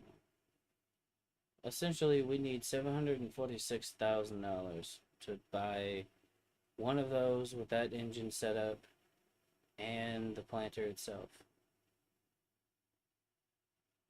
That's how much we need, just for one. But I mean, if you go into the tractors, like the large tractors, and you look at that thing, tell me that thing doesn't look good, man. That thing would be a good tractor to replace our, oh, we haven't, oh, we already got the cultivator thing situated. Fertilizer is pretty much good to go. I guess we can probably keep one of the, other tractors running for that.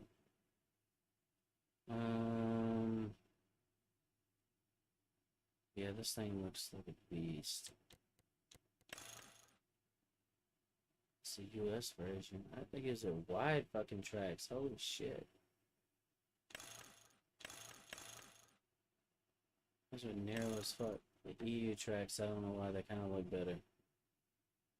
But is there any benefit to having a, like, the US tracks? Like, they're narrower, the track width is wider. I don't know if there'd be any benefit to that. I don't really see it. That big boy right there. Oh yeah, definitely. We get two of those in our fleet. So is that thing still pulled up on my calculator? Times 2. Essentially 1.5 million. That's how much we need. Just to make that happen. What the fuck?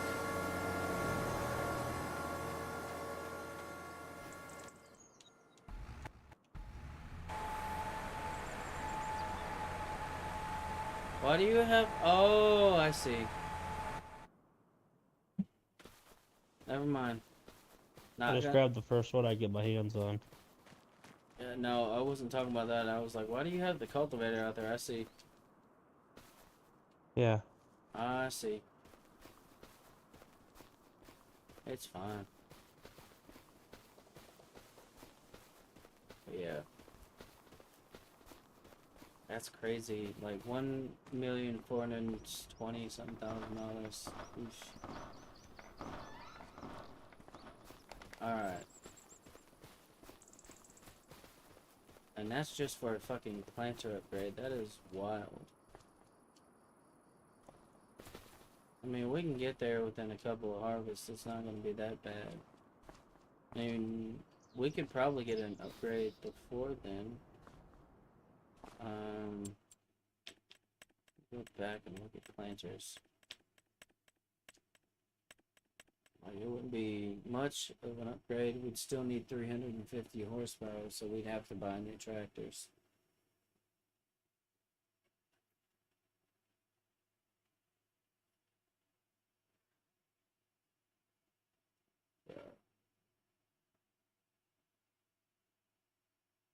I don't know, man.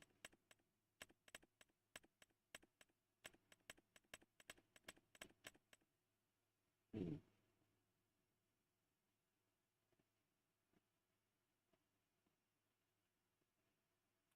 At 350, well, yeah, and that's also 208,000 a piece. God damn.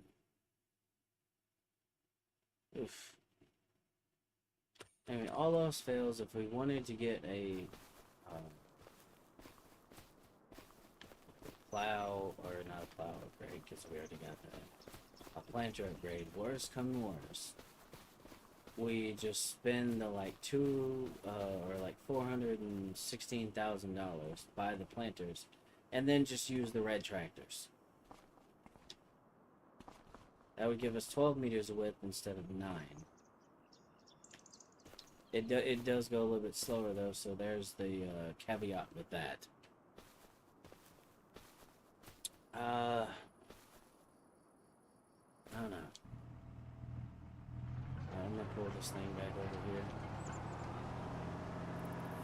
But these tractors, they're equipped with 600 horsepower, 625, so pretty much anything we can buy, we can pull. If we had to temporarily use the red ones, I mean, we can. It's just gonna depend on like how soon do we want to upgrade the planter. As soon as possible.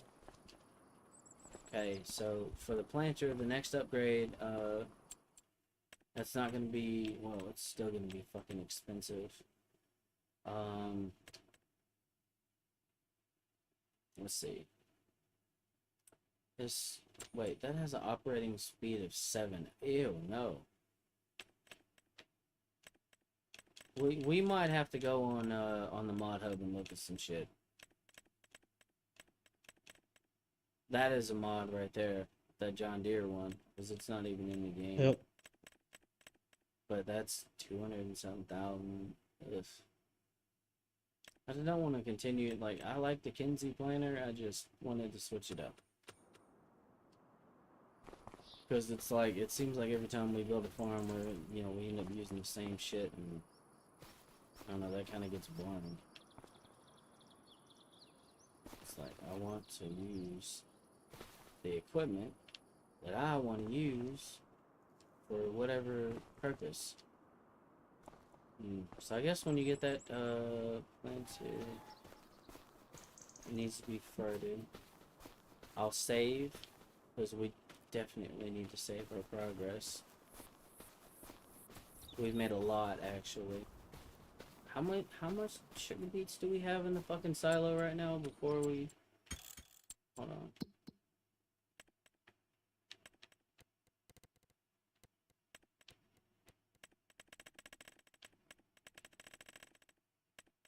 Oh my god.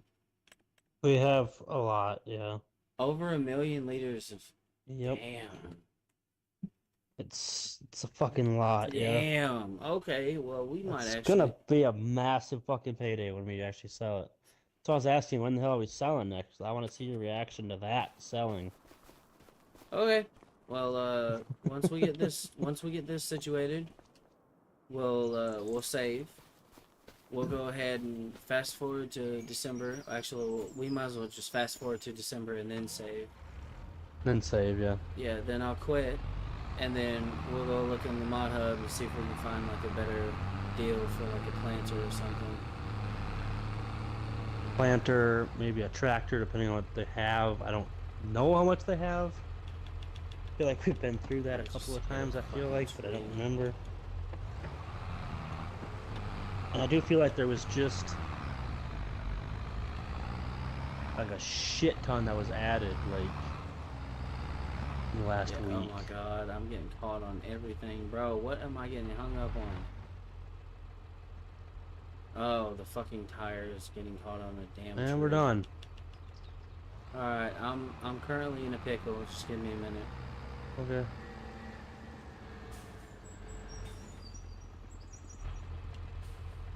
Where the fuck did you end up at? In the Oh, you're over fucking here. forest. Wow. Why the fuck are you in the forest? Well, I was trying to get the fucking Massey out, and I fucked around and got stuck. Oh. I see.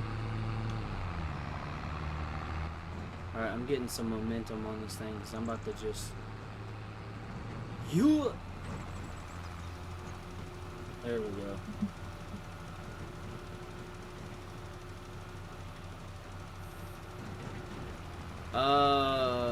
Was there a strip right here that wasn't planted? I didn't think so. What the fuck happened? Hold on. Yeah, there is like a little strip over here on this back part. It's fine. Just grab the plant. No. It's already been fertilized, so you should be able to just drop the... Oh, I gotta get all that momentum again. The strip right along the edge, or is it off the edge a little bit? It's in that back corner. It's not on the edge.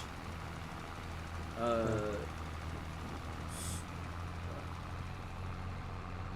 on. I need to get this thing moving. This poor Massey is carrying so much weight behind it. Come on, Massey Ferguson. Yeah.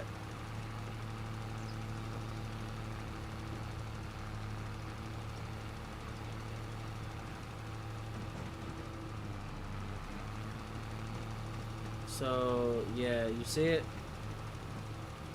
No. Bruh, are you blind? Hold on, man. Let me finish this and... I don't see anything over here. Hold on. Oh. There you Here? go. Yeah. Now you got it. Yeah, it's like right in this little area right here. Let's see if hitting up this thing right here.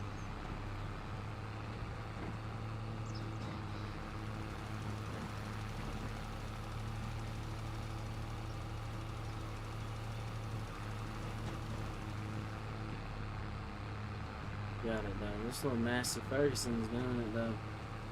I can definitely tell this engine is screaming for help,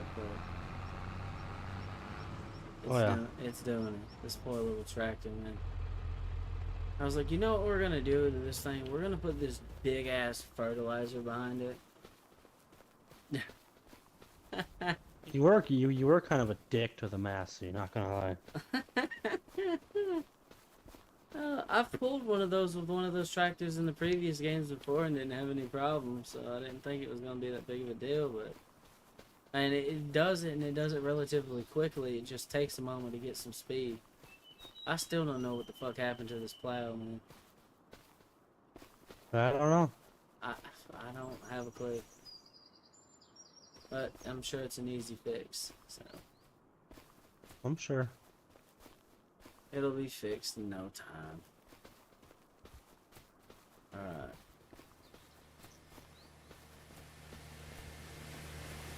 Yeah, my tractor did kind of get covered in doo-doo, didn't it? Yep.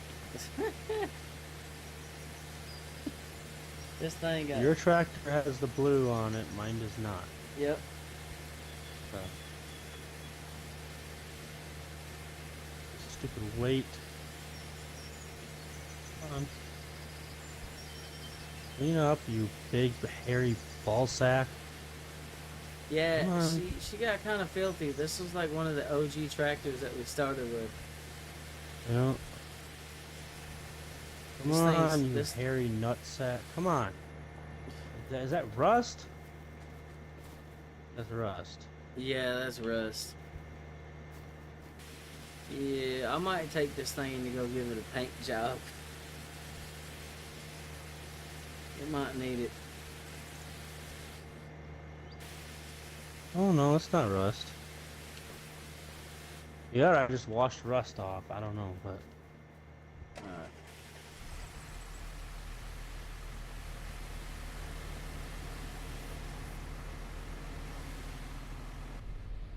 By the way, it looks solid.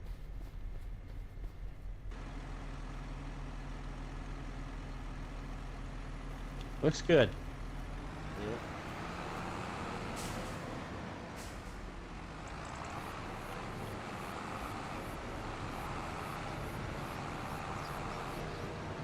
Alright, I'm gonna try my hardest here in a second to... Wait, god damn it, man. I said reverse, you asshole.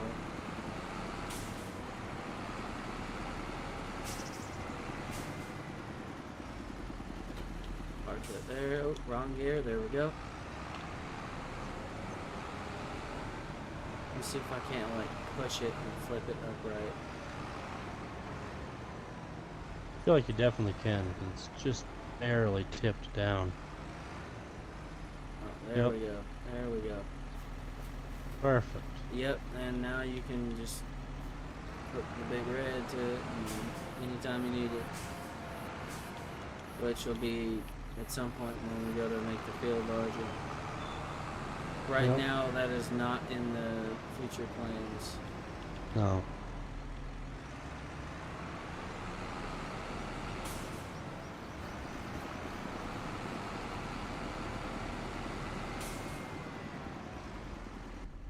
This tractor has been really useful though. Like, I always kind of thought these tractors were dog because I would always drive in auto mode, but once I started using manual and I figured out that they have like different gear ranges, I was like, oh, these things ain't actually that bad at all. No. Well, when you try to let the computer shift the gears on a manual tractor for you, oh my god, it's AIDS. Yep. Like, it bogs so bad. Pro tip, if you're driving an old tractor that has manual or power shift, use manual mode. Yeah. It says manual, use fucking manual. Like, damn. That's obvious. Forgive. That's a given. Yeah, You would but think, but even for me, apparently it wasn't. no, it wasn't. I know a friend of mine who always used manual mode, and like, I never fully understood it, so I never used it, and I was kind of like, you know,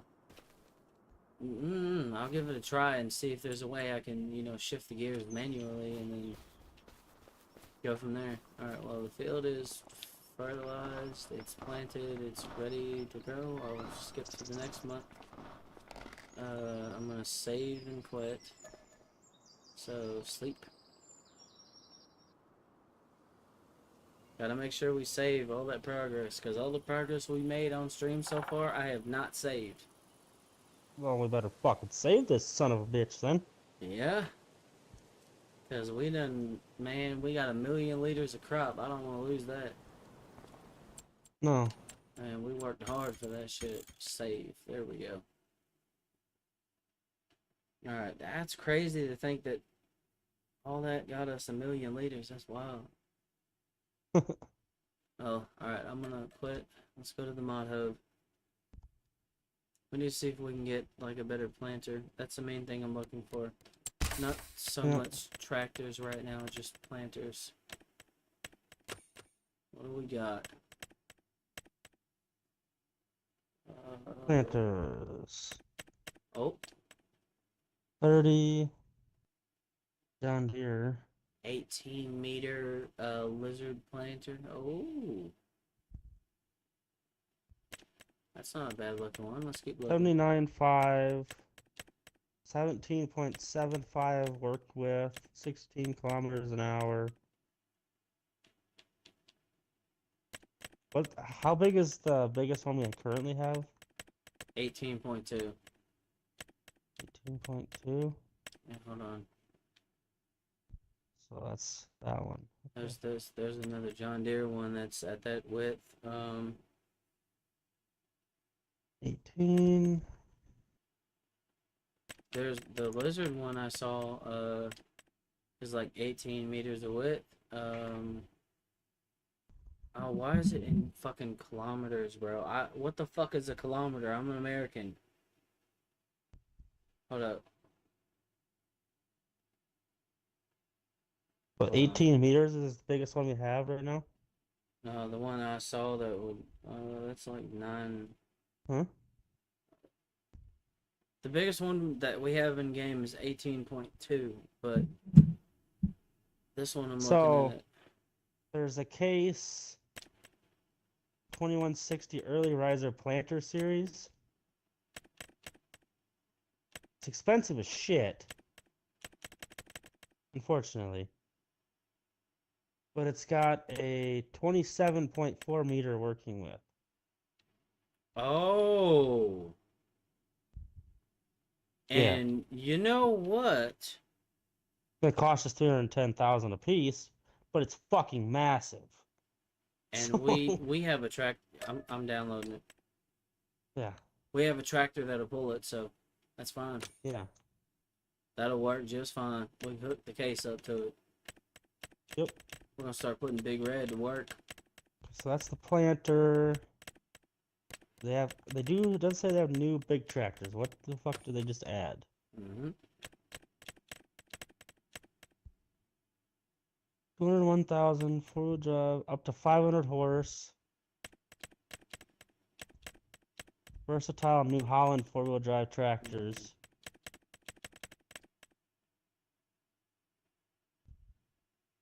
191,000. And they're definitely got more power. No, they don't. No, I'm being an idiot. Never mind.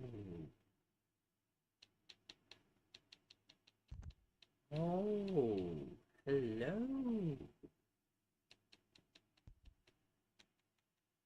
Hello. Yeah, that's pretty Case close. Steiger quad track. Up to 700 horse. Hmm. They're 500,000 a piece, but I mean, holy shit! PSH Steiger quad track large frame is up to 853 horse. Hmm. They're expensive as fucking hell, though. Like, why? Mm. I think I want to have to download that one. It's like,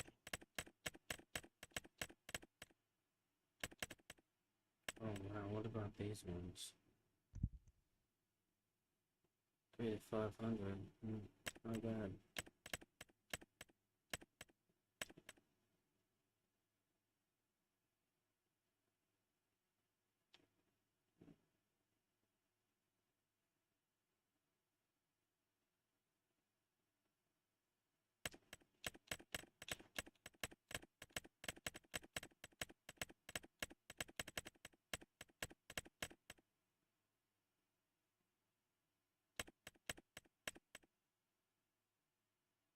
you still there? Yep. Yeah. It got really quiet, so I wasn't sure if I lost you again or not. Mm.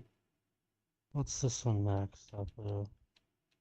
Not any better than what we currently have. What about this one? Oh, a twin turbo version of the 800 and No, any something horsepower. better. Oh my god. So far, I mean, I found this Case IH Steiger Series 2025. They have models that'll go up to 700 horse, Mm. 853 horse. Um, I found a Case IH Magnum 340 400 series. That can get up to 885 horsepower. So it's the Case IH. What is it? 340 400 series special edition. 240, 400. That thing looks like a beast.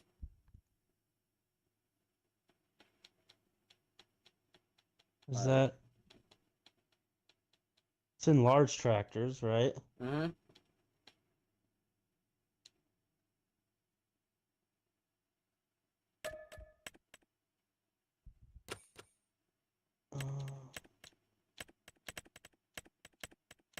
I don't like the.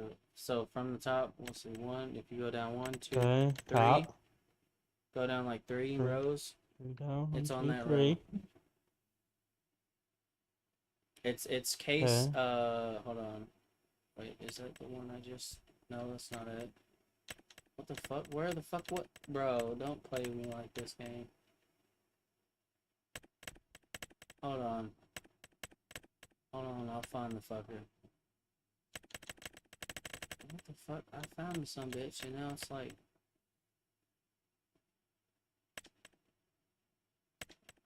What the fuck?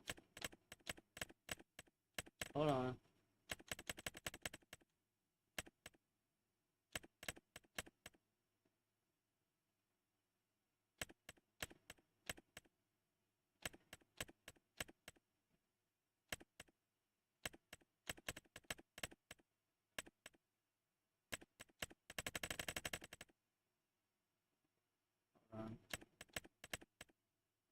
Oh, hold up. Wait, no, it's the second row down, so or the third row down. So if you just click down two, it's 1, there. 2. You'll see it. So you see the 2019 Dudes Series 9 tractor. If you look over too, you'll see it. What?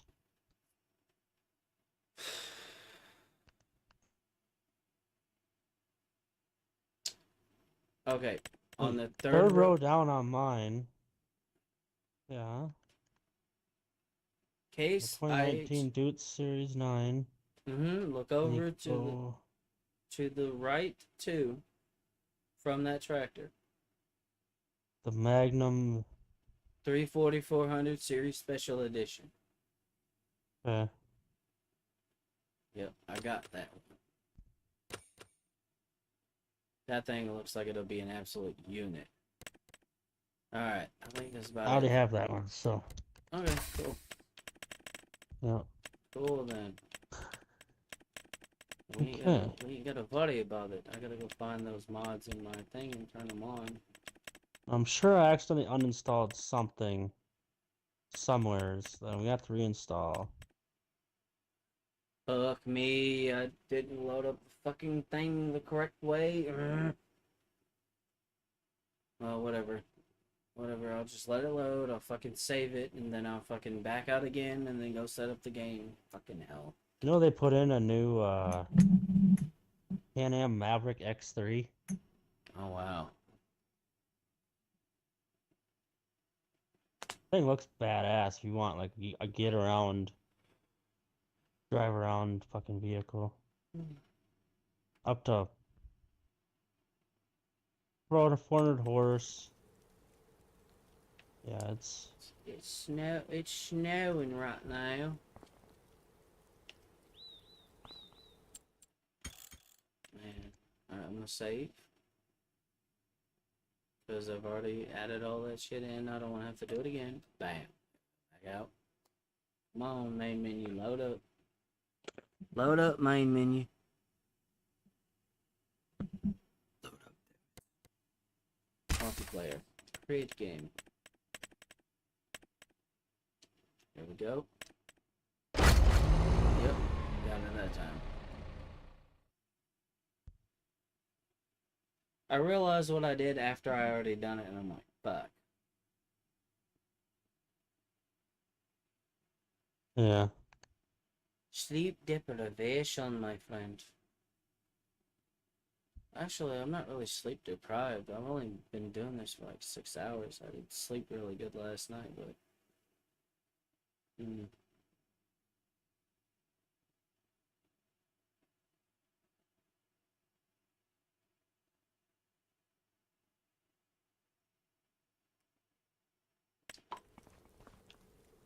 We spent a total of 10 hours and 20 minutes on this. Really? Yep. Huh.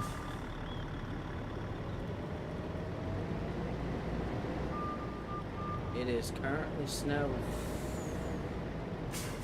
Are you back in now? Yeah. I'll go ahead and get in there. I've already started the process of unloading the beets into the thing. Because we know that's going to take 20 years.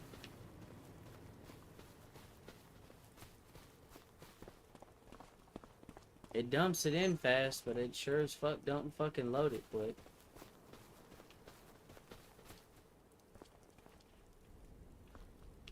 Yeah. Yeah, it takes a good Yeah. couple minutes to do it. Mm-hmm.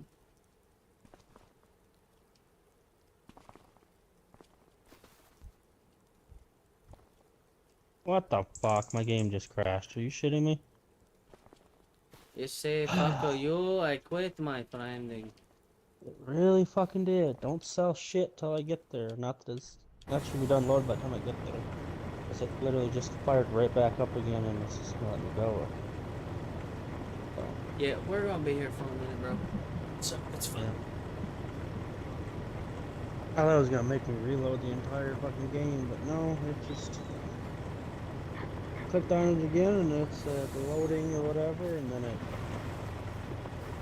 came right back to the your thing where I just push accept and then or join or whatever the fuck I have to push.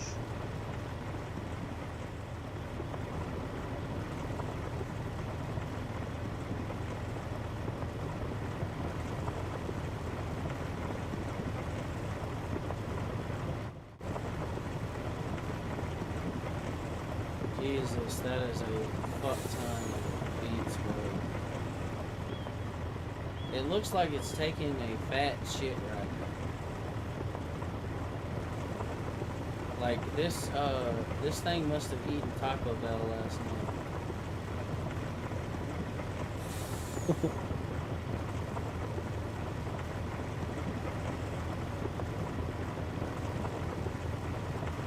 Jeez, it is still unloading. 700 and something thousand liters still left in the silo.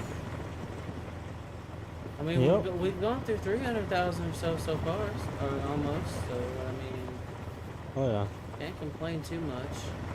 When I loaded this thing earlier, I literally just parked it here and I went off, did some other shit, and then I came back and it was just finishing load. It takes a while. Yeah, well, we mass produced the fuck out of some fucking crops, dude. So. Oh yeah. Well, I guess while I was doing that, I'm gonna go look at some of the new tractor we just got. I want to see what kind of stuff I can do to it. If I decide to get one at some point. You know, I was half-assed thinking to myself, at this moment, we have enough capacity in that fucking harvester that we could do like all of our harvests between cells and never have to dump it in the damn silo. Mm-hmm.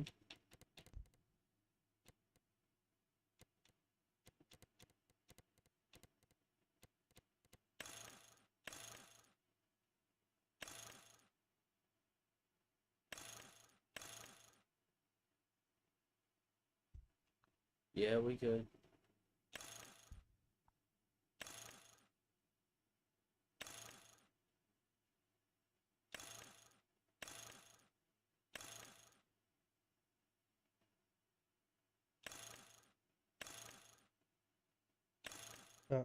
480,000 liters in the combine right now. Jesus.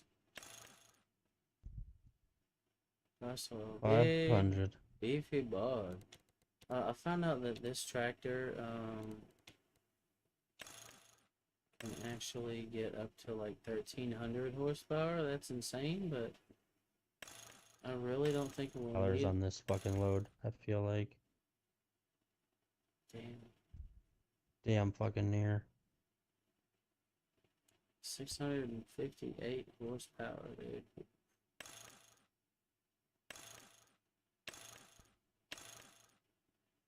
Damn, this thing needs fuel in it too, shit.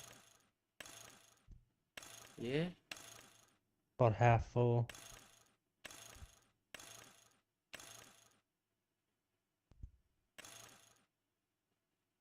We're getting there. 600,000. Took about a minute per 100,000. Yeah. 30 seconds. Like maybe, I don't know. Man, that thing would be an absolute unit.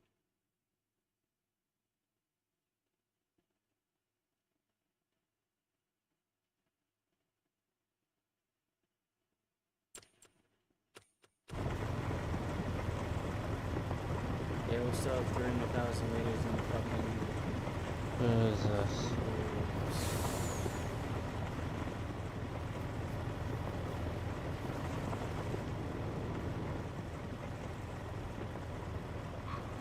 We're still rolling, bro. Oh, yeah.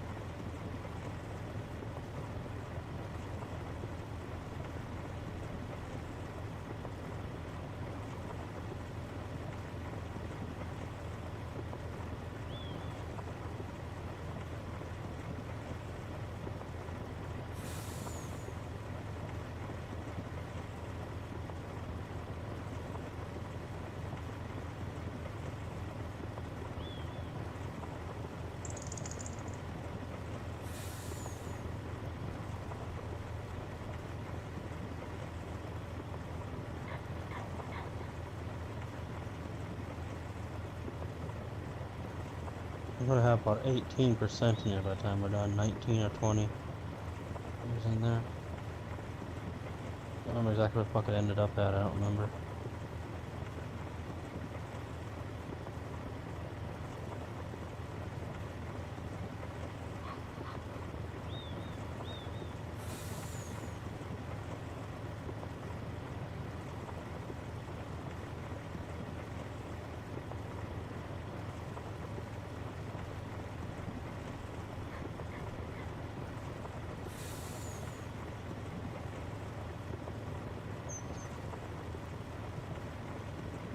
We're almost there.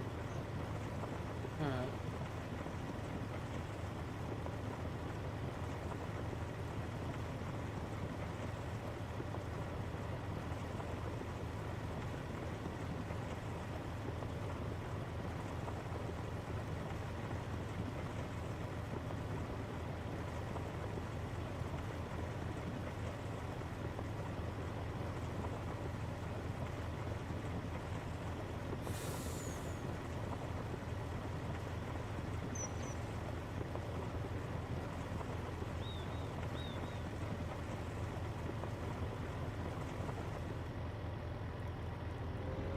There we go. Time to sell.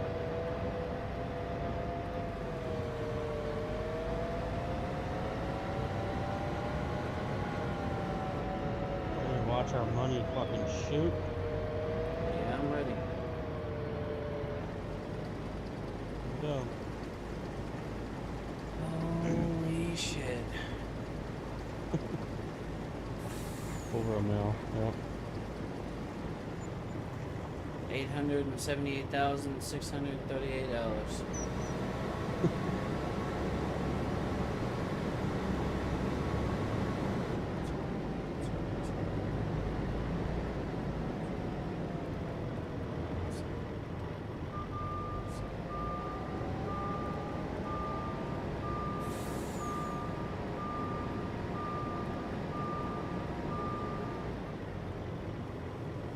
Nice.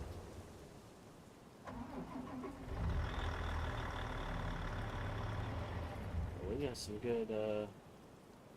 good funds, man. You most certainly did. Hell yeah. That's what I like to see. Alright. Nice. Well. And we got snow. Because of course we did.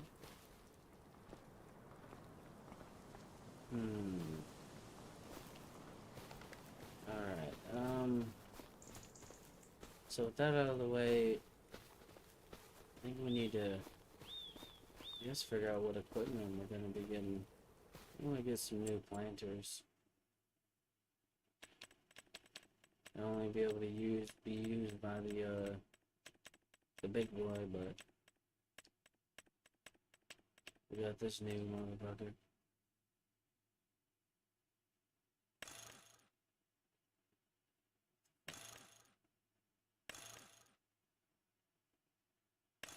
Oh, that is cool.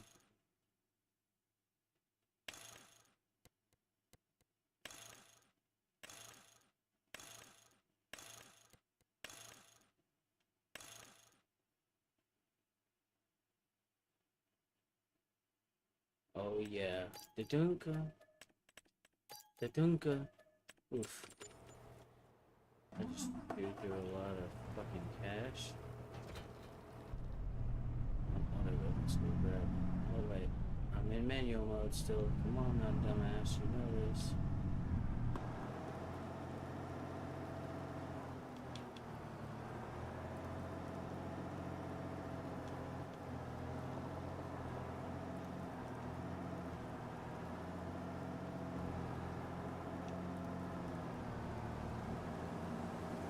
There we go.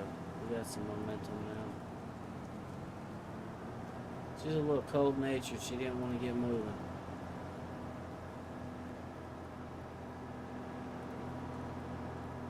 But yeah, we're gonna go pick up these bad boys. We got new planters now. One or two down there. Two. I did that because, well, oh my god, dude, these things are massive. Oh yeah. Oh my god. That's the next thing I need to try to upgrade if I can. Since we're going essentially all in on the red tractors. Oh yeah. I need to go ahead and switch this thing to fucking sugar beet right quick before I forget. Oh my god, dude, this thing is giant. Oh yeah. Oh yeah.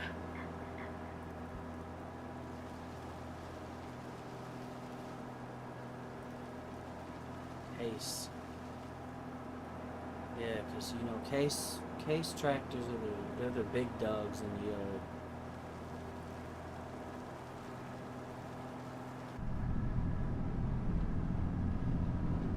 Alright, I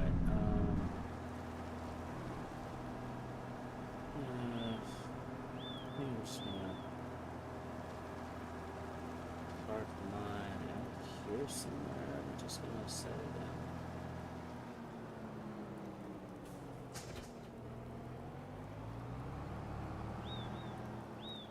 Since we are planning on doing some expansion, let me look at something I could. Oh man. Yeah, I just have to do this just out of curiosity here.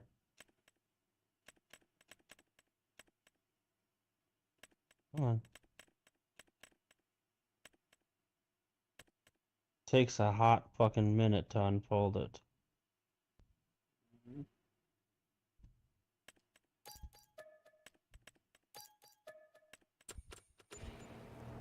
Yep, I'm gonna go pick that up now because I got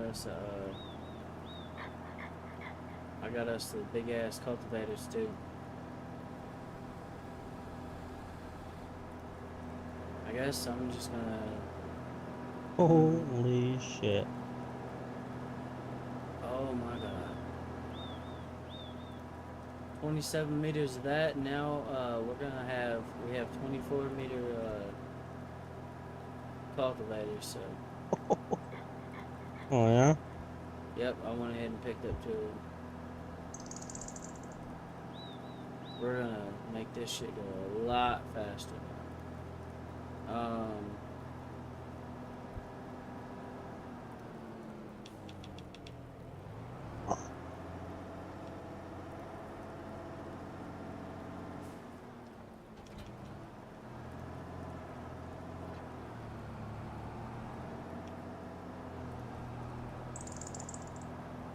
mm-hmm. We got him, buddy boy. I think it's gonna be a good investment for what we're Oh hell planning yeah. for what we're planning on doing in the future. Oh yeah, definitely. We gotta figure out what we're gonna do with the harvester, but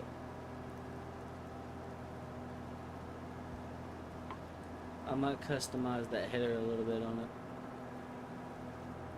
it. Yeah. But yeah, I guess that answers the question. Can you get rich off sugar beets? The answer is yes. Definitely, yeah. You start with some relatively basic shit and make a fortune if you're smart.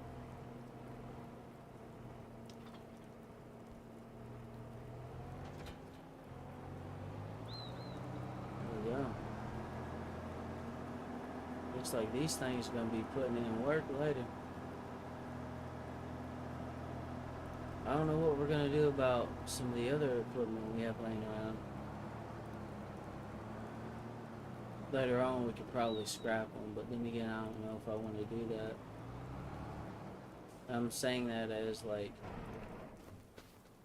at some point we can have like a little barn that we can store these in, because they are like part of the farm's history. Yeah. I would like to, you know, keep some of that history. And these things are still useful, so like, if at some point, which I don't think it'll ever happen, if at some point we have some friends that decide they want to join or something like that, we'll have some fucking tractors for them to use. It may not be as, you know, big as the ones that we have, but they'll get the job done, and we'll be able to put them to work. So, plus, I don't know, I've kind of grown partial to this little John Deere right here, and I really don't want to. I don't want to let it go.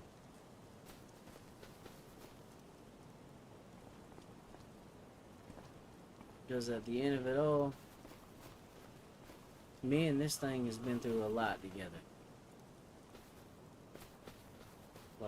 Like these tractors are what got us here. And we must never forget that. This thing too. Eventually when we get an upgrade for it, I still want to keep the Massey. If anything, like I said, we'll park it in the garage. Later on we'll build one. We'll put them in there. But the Massey is going to stay in operation for now.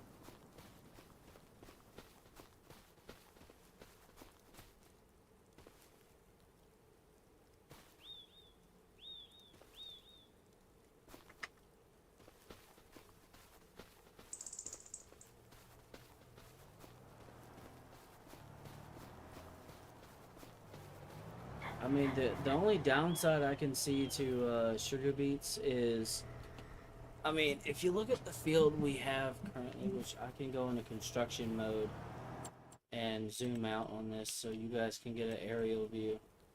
So we had about half of this field in the beginning, and I think we did like 2 harvests of this or 1 or something like that, and we got about like, I think $100,000 just for a field this size, half the size of the field we have currently.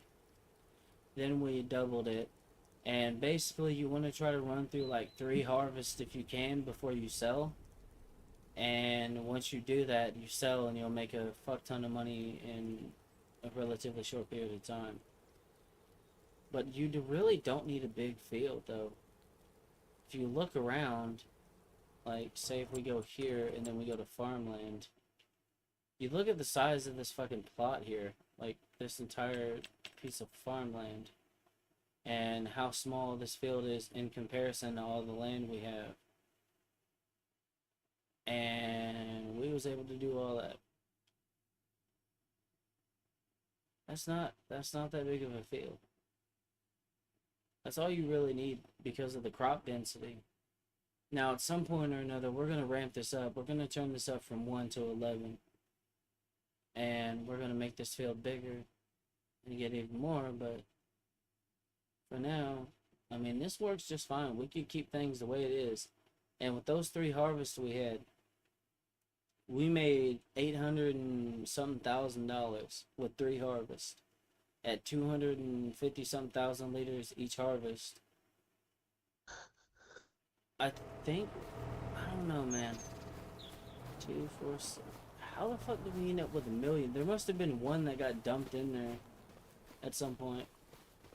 Huh? And what I'm curious is how the fuck we ended up with 1,000,000 liters.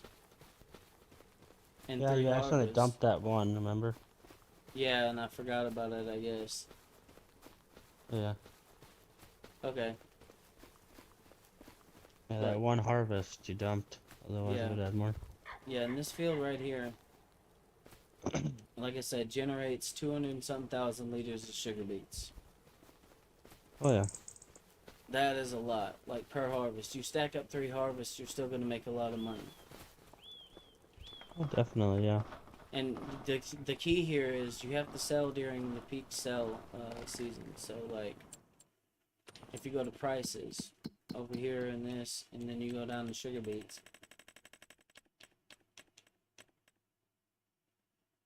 the peak month on this map and on this game right here in particular is in December, which is, it goes from like 600 and something dollars per 1,000 liters a unit to 800 and something dollars per 1,000 liter of unit or whatever. Or yeah, $852 per 1,000 liters versus 684, which is at the lowest point. If you sell during the month, whenever there's, you're at the peak of the, price or selling, you'll make money. But you gotta stack your harvest.